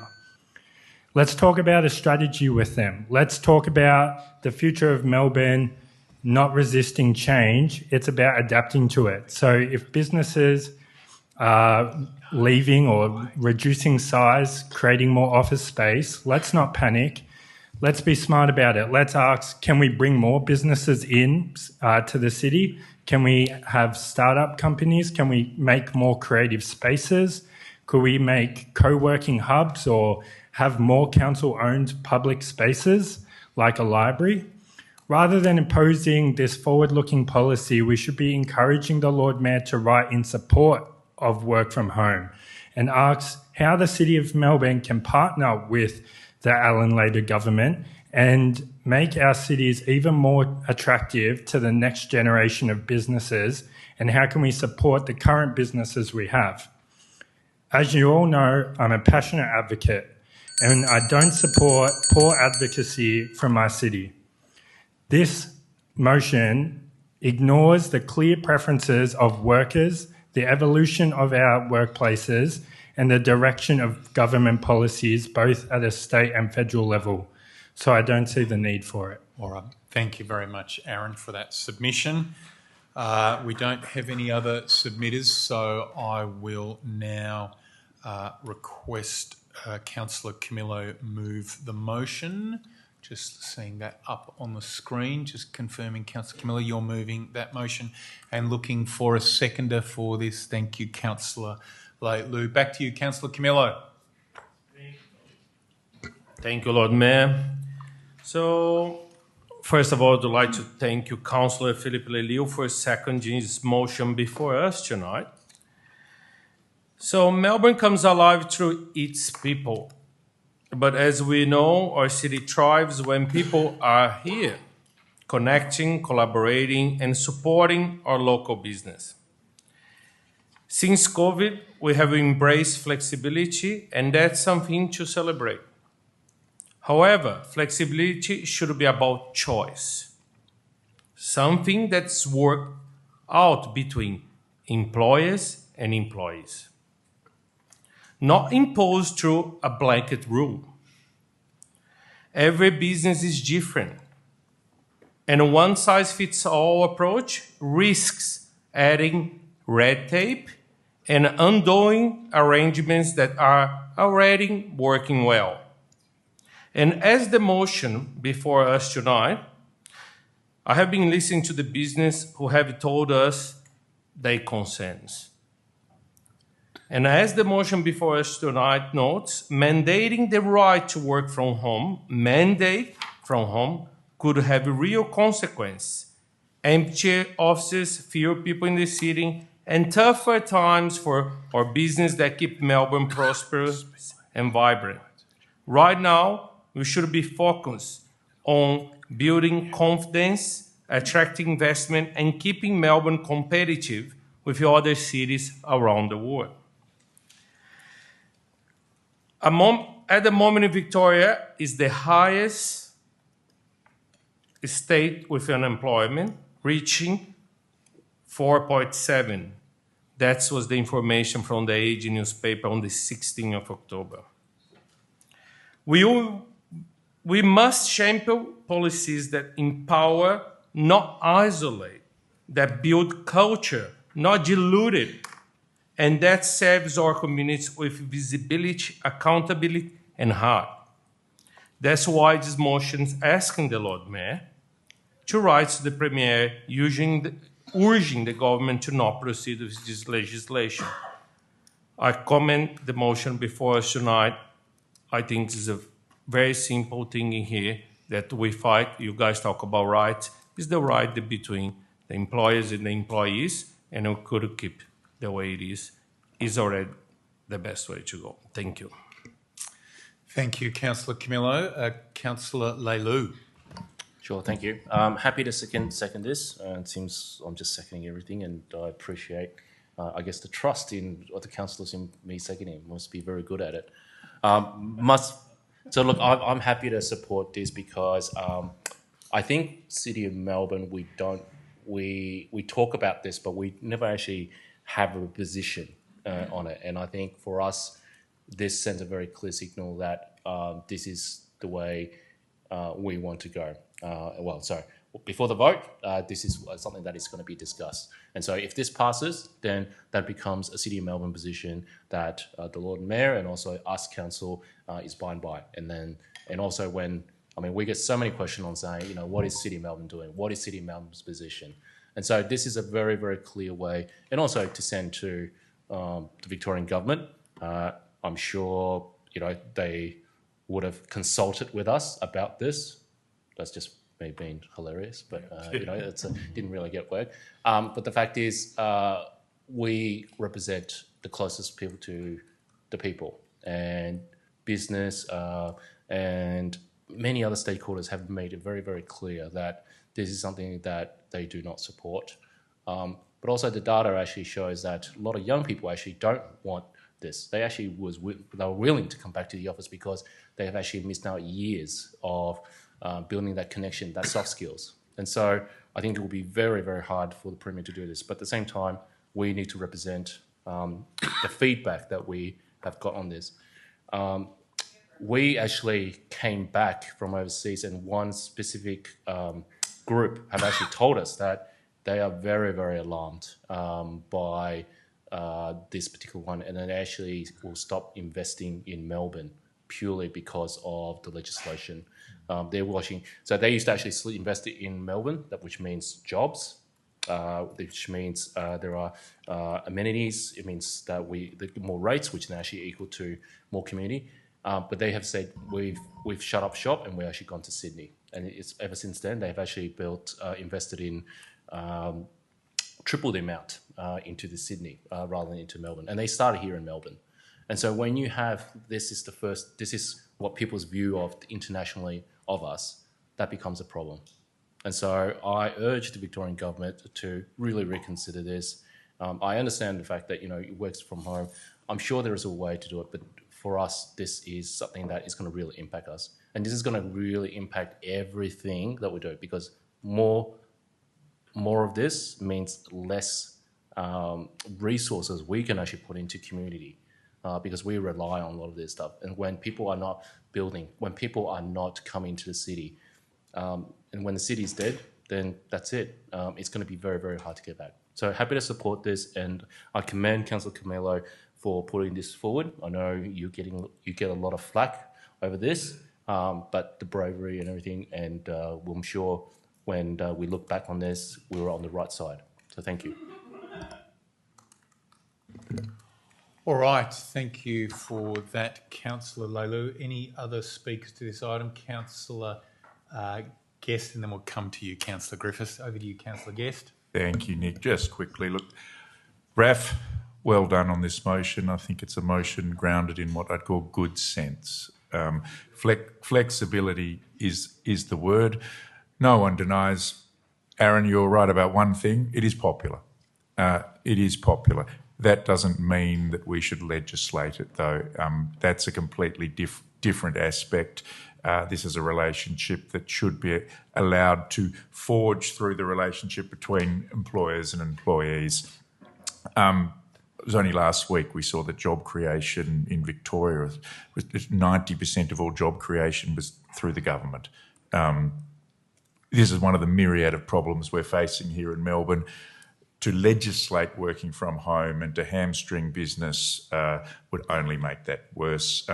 We need to make things easier, not harder, and that includes for employees just as much as for businesses. Legislating this doesn't help you in the long run, doesn't help any of us. So, yeah, I commend this motion. This is good sense. Thank you, Councillor Guest. Councillor Griffiths.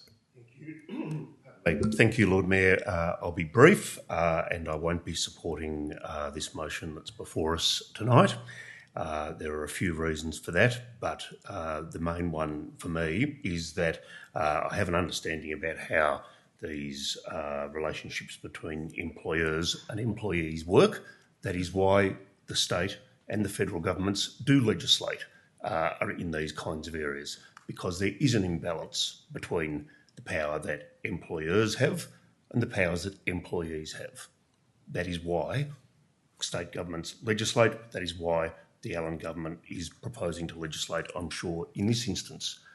That power imbalance is exactly what causes people to come out onto the streets and have their voices heard, as we've heard tonight.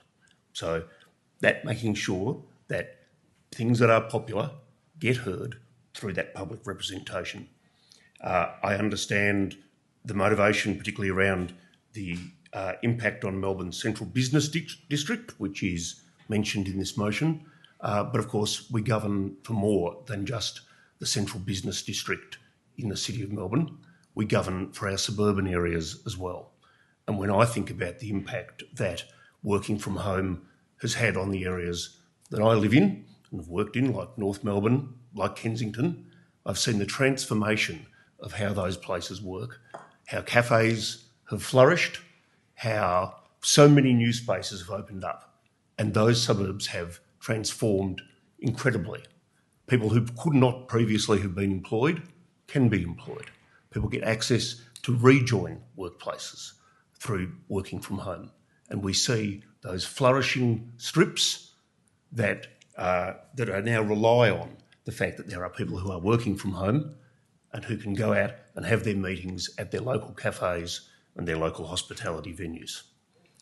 I'll pick up as well on the point that Aaron made at the end of his submission around the popularity of this legislation, and simply note that, yes, it is clearly incredibly popular across the population, and it is interesting that we have a democratic system here in the City of Melbourne that has resulted in motions like this coming forward, and I strongly suspect motions like this being passed.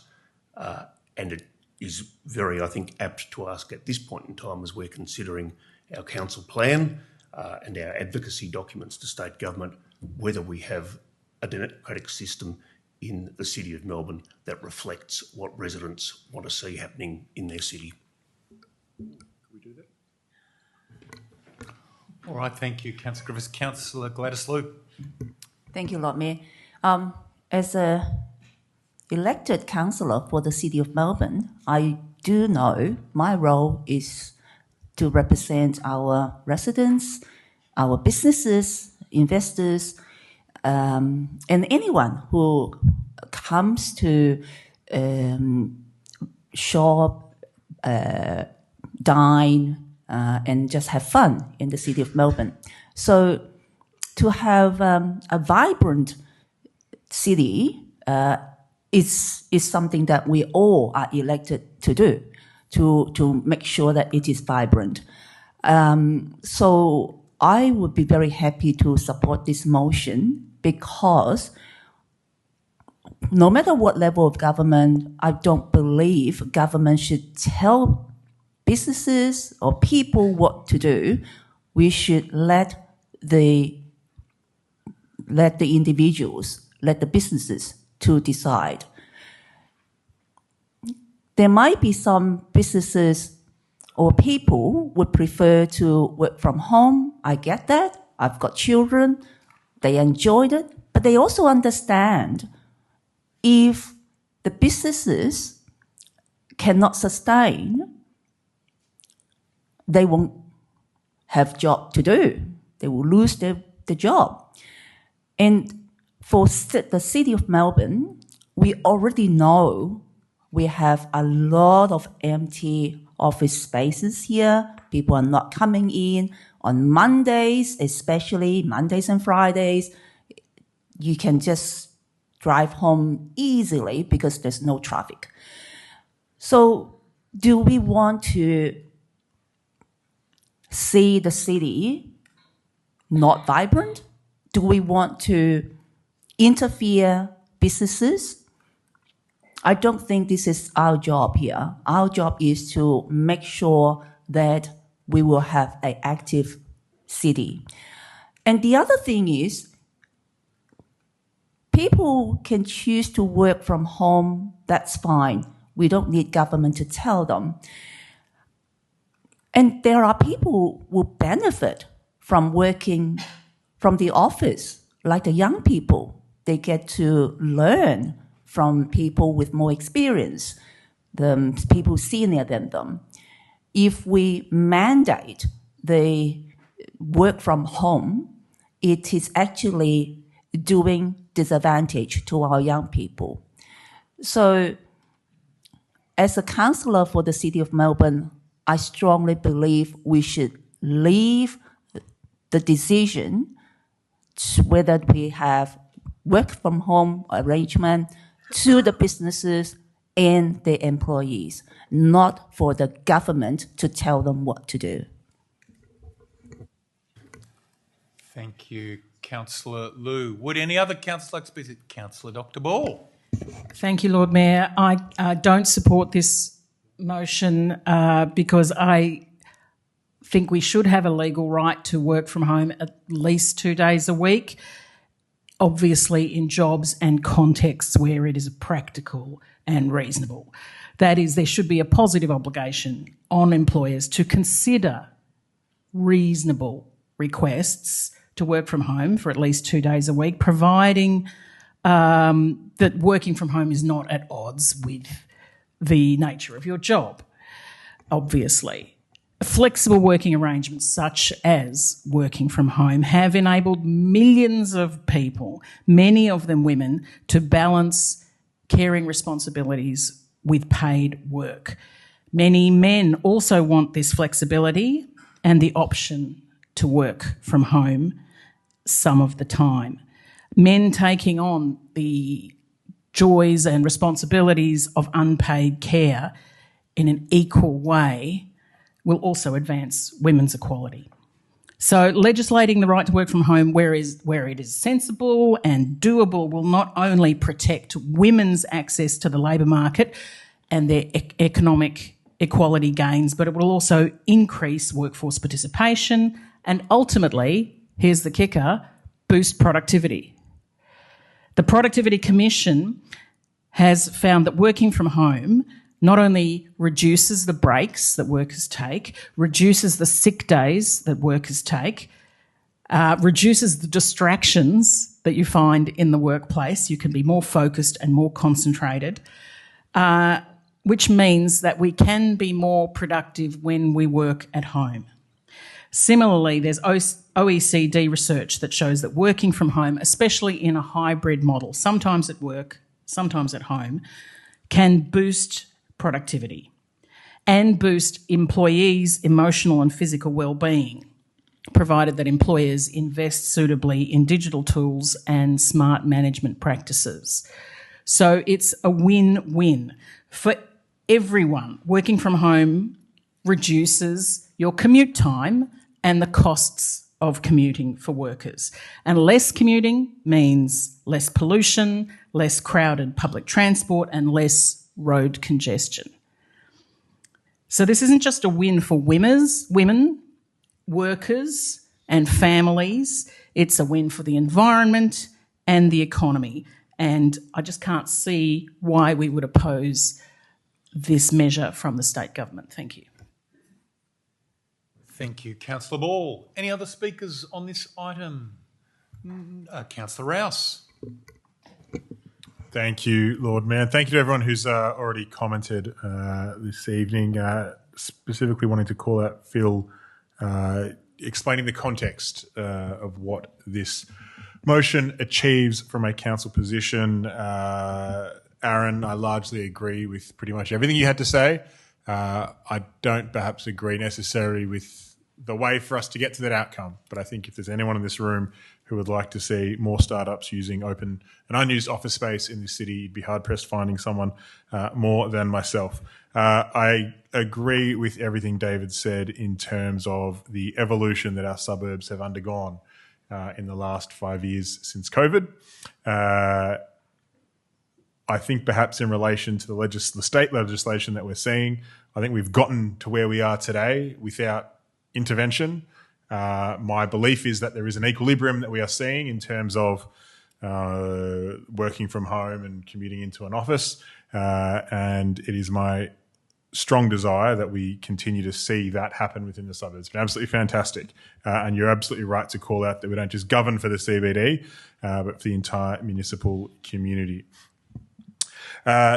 Specifically, over the last 5 years, we've gone through the nightmare of having to work from home and then everyone coming back into the office and trying to figure out how the hell we did that for so many years beforehand, to the kind of equilibrium position we are in today.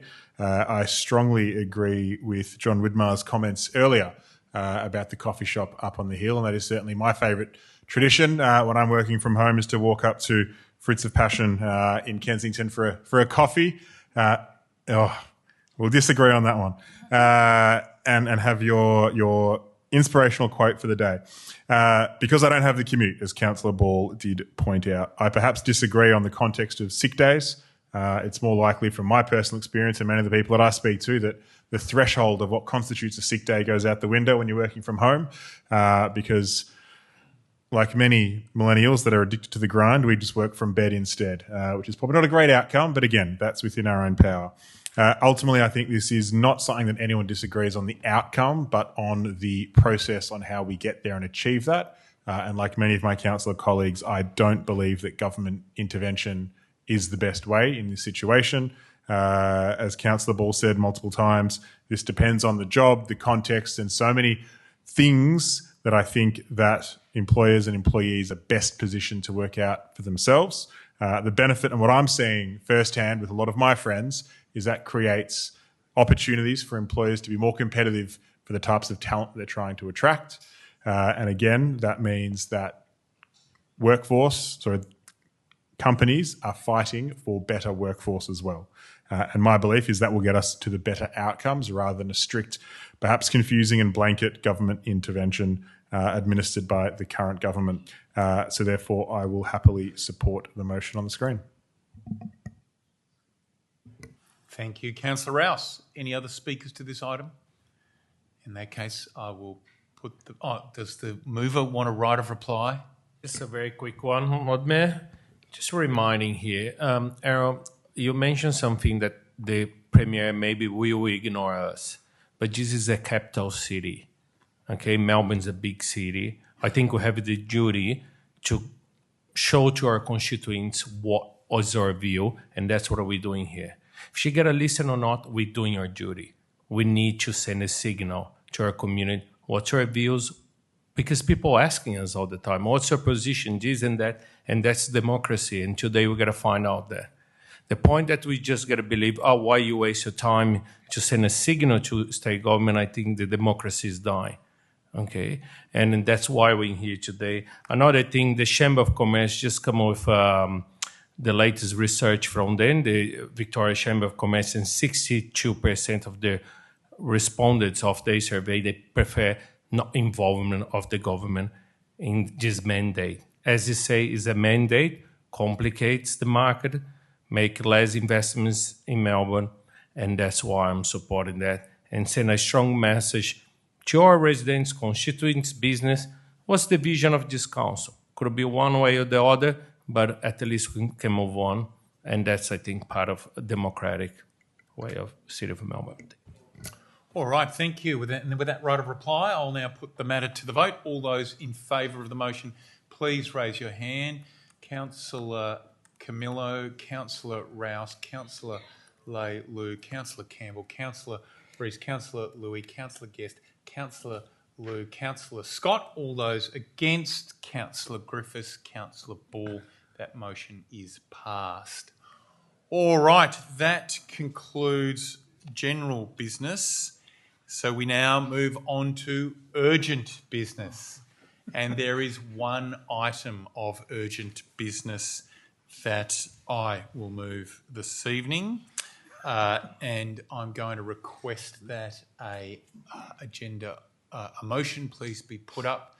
That it would be a procedural motion that asks that we accept this item as a matter of urgent business. It's a motion that will be well known to councillors, but I will just briefly reiterate that items that are admitted as urgent business are those that relate to or arise out of a matter which has arisen since the distribution of the agenda and cannot safely or conveniently be deferred until the next meeting.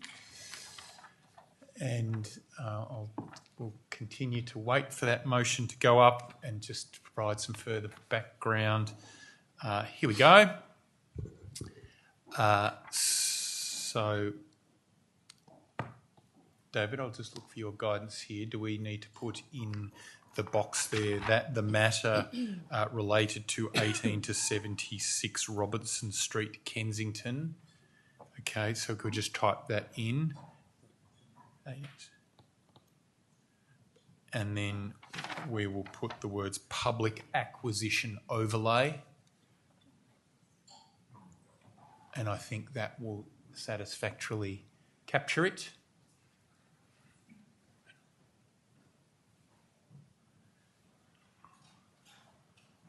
Just looking for your confirmation, Dave, that motion will meet. Yep, good, all right. So I'm going to move that motion on the screen. I'm looking for a seconder. Thank you, Councillor Griffiths. This item that I proposed to move before us read a public acquisition overlay related to this property.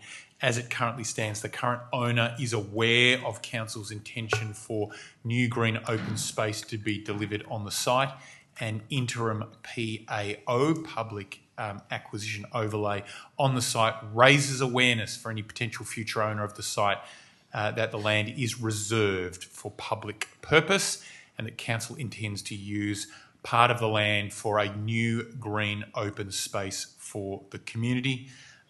This is why tonight's motion is urgent. There is an active sale process in place and we need to move. Councillor Griffiths, did you wish to speak to it as a seconder of this? Is the procedural motion? Okay, so I'm now... Sorry, my question is, should we see the substantive motion before we vote on this procedural? Because we've discussed different things during the day as to what would be in the motion. Yep, let's do that as well for the sake of completeness. So we'll put the second motion up there. So 1.1 is noting council's intention for part of the land. Sorry, so can I ask? I thought we have to vote on whether or not it meets the urgent requirement before we actually vote C on the motion. So I think the fact that we have now jumped to the motion, we haven't actually voted on whether or not it meets the urgency. No, Councillor Ball has. On the procedural. Yeah. Because you can't judge whether the criteria are met until you've seen the motion. I thought by putting the dress in an argument. All right, so I'm happy to find. All right, you know what? I'm going to find this thing. So, okay, we're voting on the urgency, but not the actual. No, I'm going to, first of all, to acquiesce to Councillor Ball's question, which is quite a reasonable one. Can we just look at the substantive motion to confirm that it aligns with discussions that were had earlier today?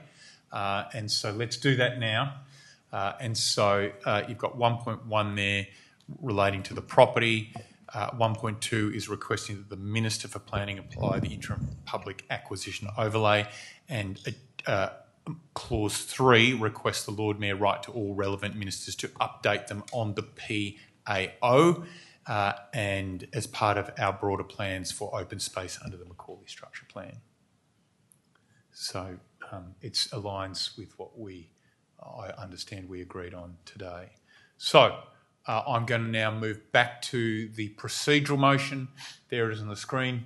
I don't think we need to debate any further, so I'm going to put that motion to vote. All those supporting this being considered as an urgent motion, please raise your hands.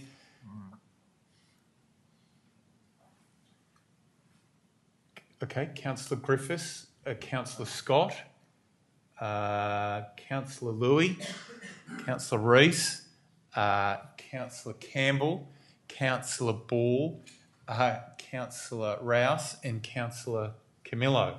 All those against this item being considered. Councillor Leilu, Councillor Guest, and abstain. Okay, Councillor Liu abstaining. All right, we now move on to the substantive item, and I declare that motion passed, that procedural motion. We are now going to consider the substantive item as a matter of urgent business. So we have heard through discussion, debate and submissions this evening about the need for more open space in our growing city, and for very good reason. Melbourne is a very fast-growing city, and the municipality of the City of Melbourne is the fastest-growing municipality in Greater Melbourne.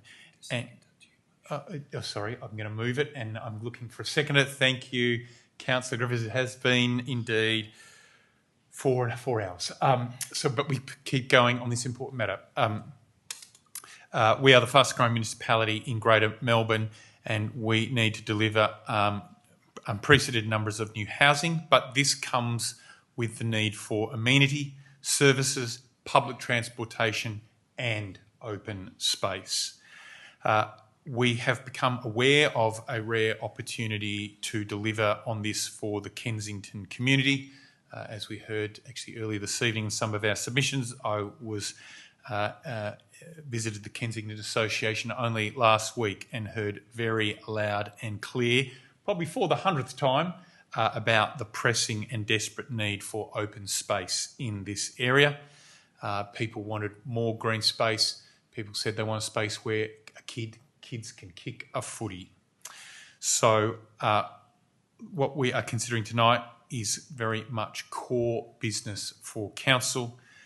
This is all about us moving to deliver open space where it is needed. The motion identifies the site specifics. It's 18 to 76 Robinson Street, Kensington. We note that it adjoins 3 significant residential developments, Local, Greystar and Assemble. There are further developments on the south side of Macaulay Road as well. You put that all together, it's close to 1,500 new dwellings. So we're talking about thousands of new people, new residents in this area, and they desperately need open space. In terms of the connection to the endorsed council plans, this will be important when this matter goes to the Minister. This does align directly with a number of City of Melbourne and Victorian Government plans, including the City of Melbourne Macaulay Structure Plan 2021, the City of Melbourne Open Space Strategy 2024, the publicly exhibited Planning Scheme Amendment C417 Macaulay Urban Renewal Precinct, and the Victorian Government's Plan for Victoria and the Victorian Government's Housing Statement. I do note that this property is adjacent to the Macaulay Terraces, and this is something that has also been debated here at Town Hall. The council is seeking that public access to the Moonee Ponds Creek be facilitated on the VicTrack-owned land known as Macaulay Terraces, in line with our Macaulay Structure Plan. That is a diabolically complicated exercise given the different land holdings there by VicTrack, by Melbourne Water, by the easement that Transurban has, and other government agencies as well. And so as part of writing to the ministers about the PAO, I would also be intending to write seeking public access to the Moonee Ponds Creek be facilitated on the VicTrack-owned land known as Macaulay Terraces, while longer-term resolution of drainage, infrastructure and open space on this land is resolved. So there is a lot there, but this is an important matter. It is certainly an urgent matter.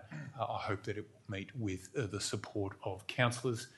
Over to you, Councillor Griffiths. Our environment, parks and gardens lead here at the City of Melbourne, and dare I say, Kensington resident.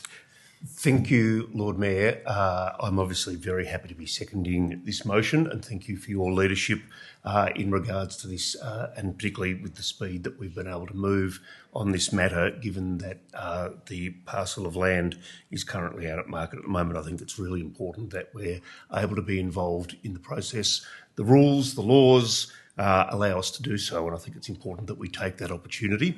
And I also want to thank the residents of Kensington who brought this matter to the attention of some of us here in Council. It's fantastic to see that what is probably one of the largest undeveloped blocks of land now in Kensington can be put to some good community use alongside the development that will be taking place there.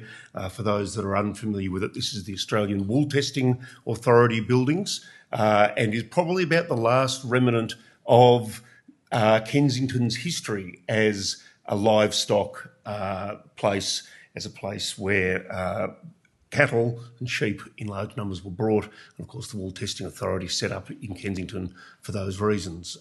It's a large block of land, and as you, Lord Mayor, correctly pointed out, on this block there are already thousands of people not just having homes built for them, but moving into those homes. And as we've said before in reference to the Macaulay Terraces, the open space on Moonee Ponds Creek, that this isn't something about planning for some future that is a decade down the track.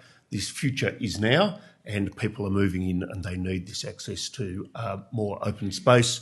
The space that, as I understand it, is being proposed would be adjoining the Robertson Street Reserve, which is a much loved but quite small park. I get a lot of positive feedback about it.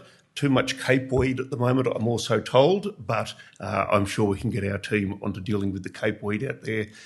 It's an important part of public open space, if we could add to it, because it really does speak to that interface between the older existing parts of Kensington and these new, quite large developments with apartments where thousands of people are moving in. They're moving in now.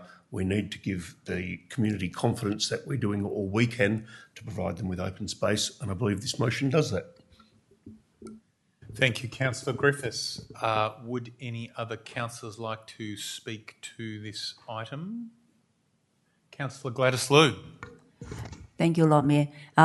I support open space more the better. I also know the intention of the council to do that for our residents. However, I feel that this is, by putting the PAO, is using council power to overpower what is going on. It's a private selling. That is, the property is already on the market. So by having the PAO, you are actually interfering a commercial activity out there. And I don't believe the council should be there to interfere. We're supposed to be there to help. So I feel that this is just not fair to the buyer and the seller out there, because we have all these inside information, and we feel that we can do what we want to, and we just write to the minister and get the PAO, and this is basically not fair and not right. So I cannot support this motion. Thank you, Councillor Liu. Would any other councillors like to speak to this item? Councillor Leilou? Oh, all right. Councillor Deputy Lord Mayor. Sure, happy to speak to it. So I think two things. So for the first part, I think why I didn't support urgent, because it's been on the market. This particular property has been on the market for, based on my understanding, it's for quite a few weeks. Is it still going to be there afterwards and everything? Probably is. We have council meetings next week and the week after. We essentially, by doing this, we have not notified the owners. We have not notified anyone. And so we always talk about the fact that we want to be consultative. We wanted to do all those things. And this also is typically, so the fact that we put this for an urgent motion, I think it'll be interesting to see what the owners think tomorrow, right? Imagine you are the owner of a property. You are the owner of something. No one's decided to talk to you, decided and go, hey, you know what? We're going to just put something over your place, and that is going to be something that is something that you just cannot do. And that does not happen. The last time we did that the last time I've seen that was the castle, right? You know, there's the fact that, you know, there's a little guy and then this is a big corporation. In this instance, I never thought that council would be the people that actually put this urgency, and I'm very, very skeptical and concerned about our approach. I don't know if we've done it before on this particular one, but especially when it's during a live transaction, when there is a particular stakes at play, the fact that we would step in what is a market-driven deal, and we don't even know if there's a buyer or not. And if there is, then maybe that we actually be liable, right? So that's the urgency. I think if we actually put this up as a motion, it gives enough people to actually comment. It gives enough people to actually alert it. And then so therefore it doesn't have to be this very direct approach. So that's the urgency part. On this particular fact that we're putting a PO on it, like Councillor Liu, I also support open space. There is a particular way to do this. But just because you kind of say, well, you know, for us to do this, someone else has to suffer. Well, where is the right of other people? Where is the right of individual people who actually own the property? I would not, this is a government overreach, right? Government's role is actually to participate and also assist, not to interfere in anything like this. The fact that they have sold it and yet we open ourselves up to very big issues. And I hope that we don't fall into those issues. I hope that we are not liable. I hope we don't do that. But if we are, and we take this action today, I do hope that people at City of Melbourne do take responsibility over it, because this is the recommendation given to us, and this is something that we need to bear. Now, I don't even know how much we're setting aside for this, because this is PAO will cost money, right? We haven't even talked about it. So the fact that we are putting this, we are asking the minister to put a particular PAO on this, and if they don't actually approve this, maybe this will be a forgotten thing and therefore we don't really have to worry about too much. But if they do approve this, and there is buyers looking at it, and because of that they decided not to, and we affect in some way that transactional deal, this will be the first time that City of Melbourne has actually interfered in what is a commercial and a private matter. And that is very, very dangerous. We have never done that before, and I hope that we know exactly what we're doing. So I won't be supporting this because this is rigged with landmines. There are ways to get public open spaces. There are ways to do it. We do it properly. We do not do it this particular way. This is dangerous and we don't do it. Yes, I know we love open space. Yes, we do it. But just because you want to do it does not mean you go rob a bank. Does not mean you go start a war. Does not mean you do it. You do it properly. So I won't be supporting this. I do hope we find another way to get more open space like we've done, have we outlined to South Bank and many other places. But I won't be doing this. All right, thank you, Councillor Leilu. Deputy Lord Mayor. Thank you, Lord Mayor. Could I first ask a question? And my question, I believe, is to Evan Council. And the question is this: has there been any contact? Sorry, Evan, I know you're a long way away, but did you want to make your way to the lectern? Oh, no, he's got the microphone. He's ready to go. All right. We've got the binoculars so we can just see you. Further to Councillor Leilu's remarks, my question to you, Evan Council, is has there been any contact with any representative of or agent of the owner of the land about council having earmarked it for public open space as part of the Macaulay Structure Plan since the land was put up for sale? Thank you for the question, Deputy Lord Mayor, and through you, Lord Mayor, as Chair. I met with the selling agents late last week. It's clear from the materials and the prospectus as part of the campaign, and the agents confirmed that they are and the owner are aware of Council's endorsed Macaulay Structure Plan and open space strategy identifying part of this land for open space in the future. I've had contact with them late last week. Thank you. No further questions. I'd now like to exercise my right to speak, Lord Mayor. Thank you. I'd like to speak to why I do think this motion should be supported by my councillor colleagues tonight. And it goes both to the urgency but also to the commercial reality, which is that this property is up for sale. And although we have been transparent and told the world at large that this site has been earmarked through the Macaulay Structure Plan for public open space, the reality is a potential purchaser looking at acquiring this site would not be aware of that. It would not appear on the Section 32, it would not appear on the title, and this council has a responsibility, given its intentions, to make sure that there is no uncertainty in a commercial transaction about what will most likely occur in respect of this site. And the best mechanism that we have to tell the world, but in particular to tell any potential purchaser about what will occur to part of this site, is through an interim public acquisition overlay. To fail to do that would create significant risks for any potential purchaser on the other side of the transaction. And to my mind, it's unlikely a potential purchaser would go so far as to look at council documents such as the Macaulay Structure Plan. That is why this is the correct mechanism to make it clear to the market that this is what is intended for this site.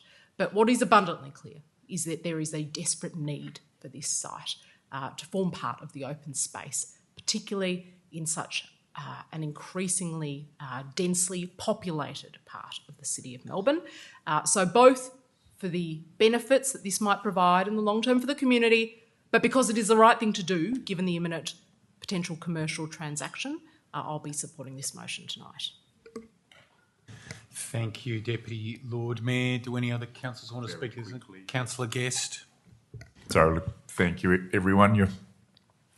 I'm just a little uncomfortable. I don't doubt the good intentions. We all want more open space. It's just come to us so late in the piece that I do, 2 o'clock this afternoon, I do feel I don't know what the unforeseen consequences might be to this. I think at this stage I'd have to abstain from this. I'm sure there are good intentions, but I do feel uncomfortable at the speed of which it's come through. It's hard to know what we don't know at this point in time. All right. Would any other councillors like to speak to this item before I put it to the vote? Councillor Mark Scott. Thank you, Lord Mayor. Literally 2 cents worth. Many councillors in this chamber or in this room champion the concept of transparency. From all the information that has been presented to us today, this is the ultimate in transparency. This council is being fully transparent with buyers, sellers, the community as to what our intentions are for this property. So I honestly can't believe that we're sort of debating this or considering opposing it, given this is the ultimate transparent action the council can take in making sure everyone's aware of all the issues on the table. Thank you. Thank you, Councillor Scott. Would any other councillors like to speak to this item? No. You can ask a question at any time, Councillor Philip Leilua. Sure. I think to Councillor Scott, you talk about transparency, right? So transparency, what about to the owner? Question to officers? Sure. What about the transparency to the owners from the City of Melbourne? So Evan, I know that you said that you spoke with the agent. Has anything indication that the agent has passed on to the owners, and is the owner aware of what we're doing tonight? Given that the property is actually theirs, right? Owen, sorry, Evan, Councillor Evan Council. Did you want to speak to that question about contact with the landowner, the agent, and also the point about transparency and what this motion before councillors achieves in the way of transparency? Thank you, Lord Mayor. In terms of my conversation with the agents last week, the owner wasn't available. As I said, the owner of the site has been the owner of the site for some time, so they are aware of the formally endorsed position of council that the portion of the site subject to tonight's consideration is planned to be future open space by the council. However, in that conversation, I couldn't foreshadow whether or not council may move an urgent motion this evening, so that has not been put to the agent or the owners. If the motion passed, I would do that and contact both the agent and the owner in writing tomorrow, noting that then the request to the minister would follow and the decision ultimately rests with the minister. Thank you for that, Evan. Councillor Leilua has a follow-up question. So, Evan, can you advise me, so if this was to pass and then you notify the owners and everything, what mechanism and channels would they have to provide their feedback to us on this particular matter, if there are any?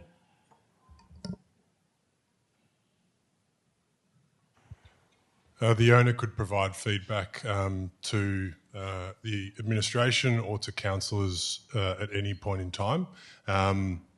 At their own discretion. And would you?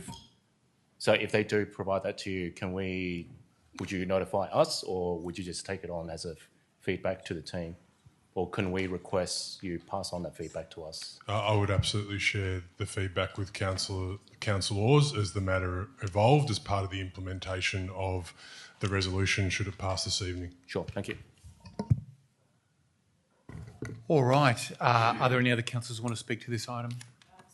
Yes. I think Evan, council had the opportunity to address the last part of your question, which was about transparency. How would having an interim public acquisition overlay support transparency? Thank you for the reminder. Thank you for the reminder, Deputy Lord Mayor. Apologies for missing that element. So effectively, at the moment, the owner is aware of council's intention, but there is a risk that the future purchaser is not afforded full visibility. There's no control in the planning scheme. Controls of the planning scheme, current controls of the planning scheme that are relevant to the site are included in a contract of sale and those documents that would be considered as part of a negotiation and transaction. So in the absence of those, it'd be unreasonable to expect a potential purchaser to do deep research and locate this element in council's broad strategies for the area and open space for the municipality. So introducing the acquisition overlay would make that clearer in direct relation to the site. Thank you, Evan. That's very helpful. All right. Would any other councillor like to speak to the item? All right. In that case, I'm going to put the matter to the vote. All those in favour of the substantive motion, please raise your hand. Councillor Camillo, Councillor Rouse, Councillor Ball, Deputy Lord Mayor, Councillor Louis, Councillor Scott, Councillor Griffiths. All those against? Councillor Liu, Councillor Leilu. All those abstaining? Councillor Owen Guest. That motion is passed. Excellent. All right. That concludes urgent business, unless there's other urgent business that no one's told me about. And of course, now we move on to agenda item 9, public questions. And there has been further 15 minutes set aside for public questions for any person left in the gallery who wishes to ask them. And indeed, I have a list of names here. Is Francis Lim here? No.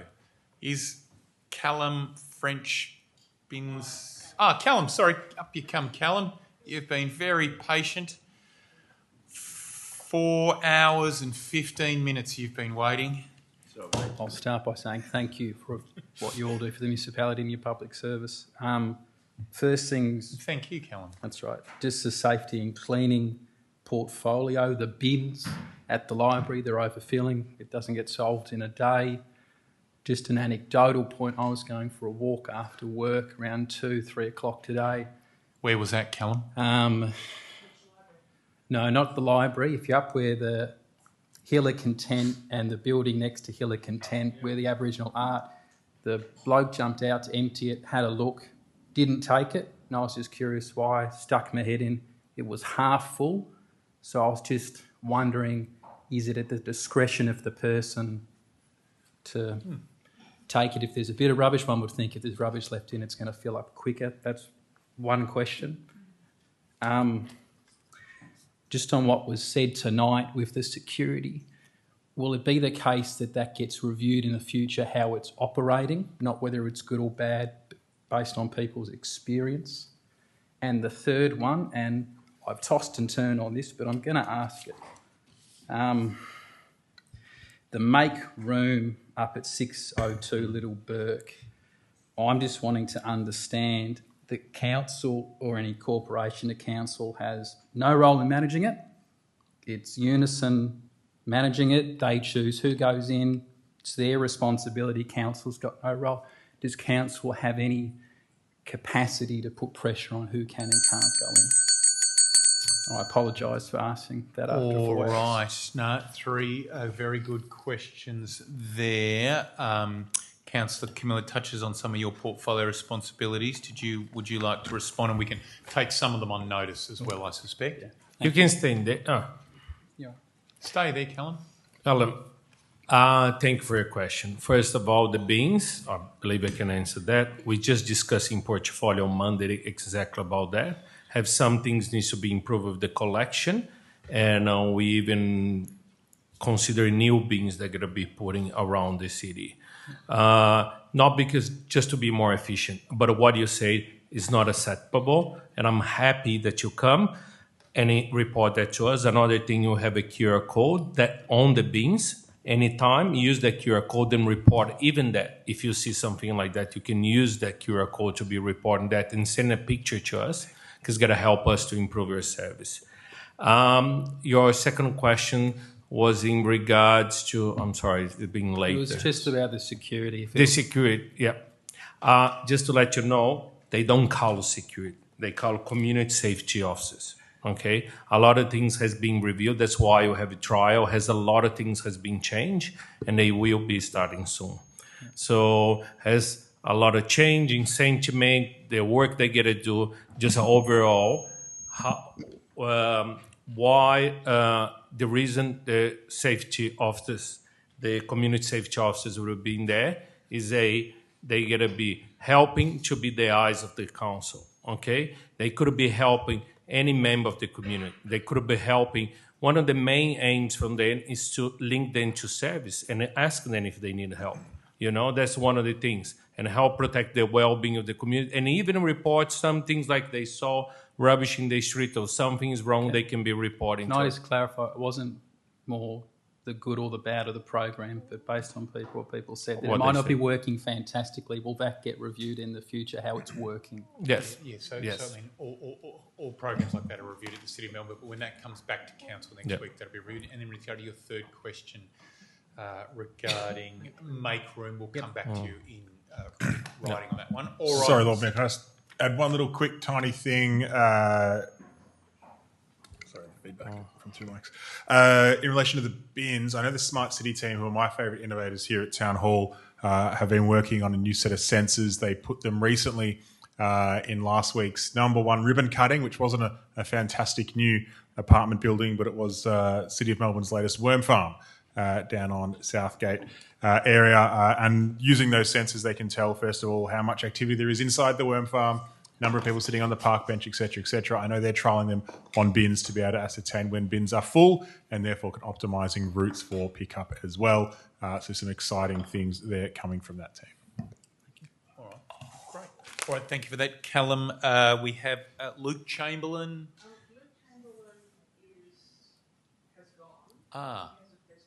Would you like to ask it on his behalf, Kate? Yes, of course you can. Please make your way to the left end. You can have a leg stretch on the way. Yes.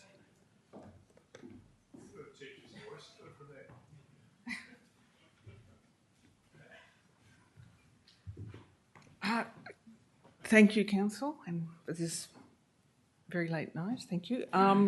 This is from Luke Question. He's a Kensington resident.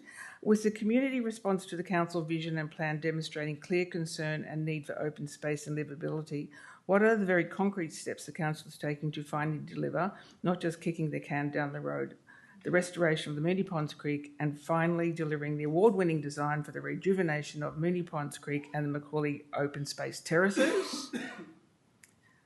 That's Luke's question. And I think we did have a very good response from the residents of Kensington to the plan as well. I think we won that kind of category of response in terms of the action. I might invite Councillor David Griffiths to respond to that question. I would never disagree that the residents of Kensington are winners, so happy to back you up on that one. As you've heard tonight from most of us here, there's a really strong support and desire to see more public open space in Kensington, and the Lord Mayor, I think, in his response, obviously referenced the Moonee Ponds Creek, the Macaulay Terraces spaces, and they are very much on our list. But of course, they're not the only thing that we're seeking to do in Kensington. You heard tonight about Robertson Street. We've obviously got Chelmsford Street Park, some of the designs for that coming along. There's a lot of work that's happening in that space. And I know I've met with Luke a few times, and I'm happy to do so again and talk him through where we're up to on all of those plans. Okay, thank you. Now, my next question is just, and thank you, Lord Mayor and councillors, for the urgent business which you took on tonight. We appreciate that. But my question is also about the process between now and next Tuesday.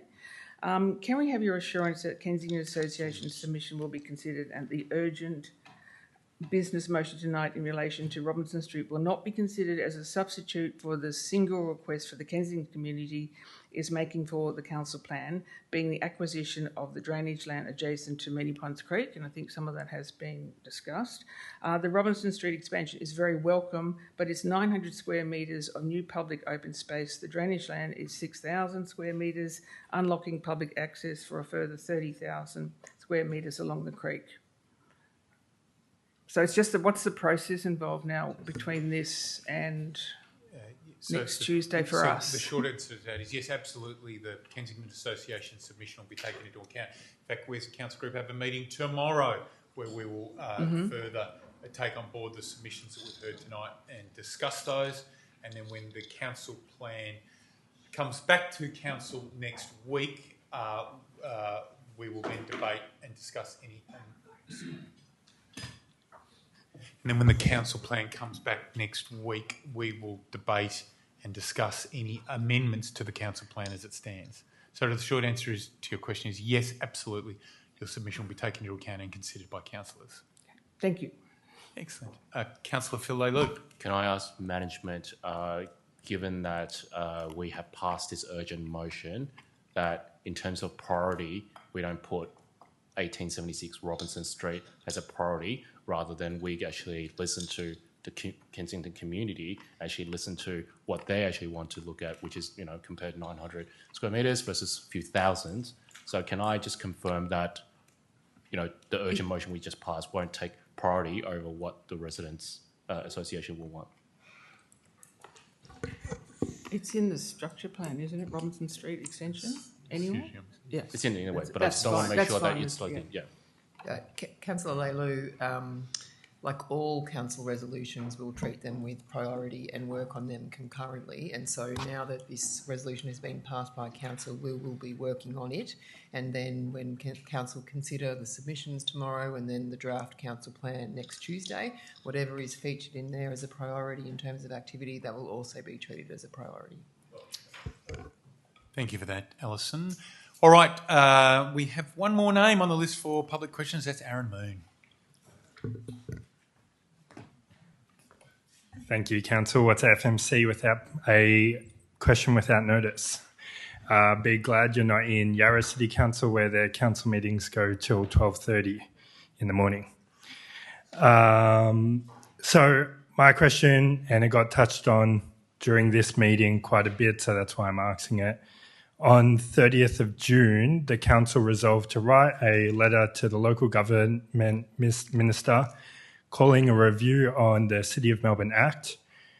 Did that happen, and has the council received a response from him? The letter has absolutely been written, Aaron, and sent. I'm happy to make that. I don't know of any reason why that can't be made public. I believe it has already, so we'll make sure that gets sent to you. I do not believe we've received a response, but I will double check on that. Cool. Thanks. That's it. All right. Well, that concludes public questions, unless there's somebody else here who's got another question. Just joking. And therefore we move to agenda item 10. For some, it'll be the best moment of the night. Closure of open meeting. I wish to thank members of the public for their interest and attendance and declare this meeting closed at 9:57 p.m. Thank you, one and all. Thank you, Melbourne.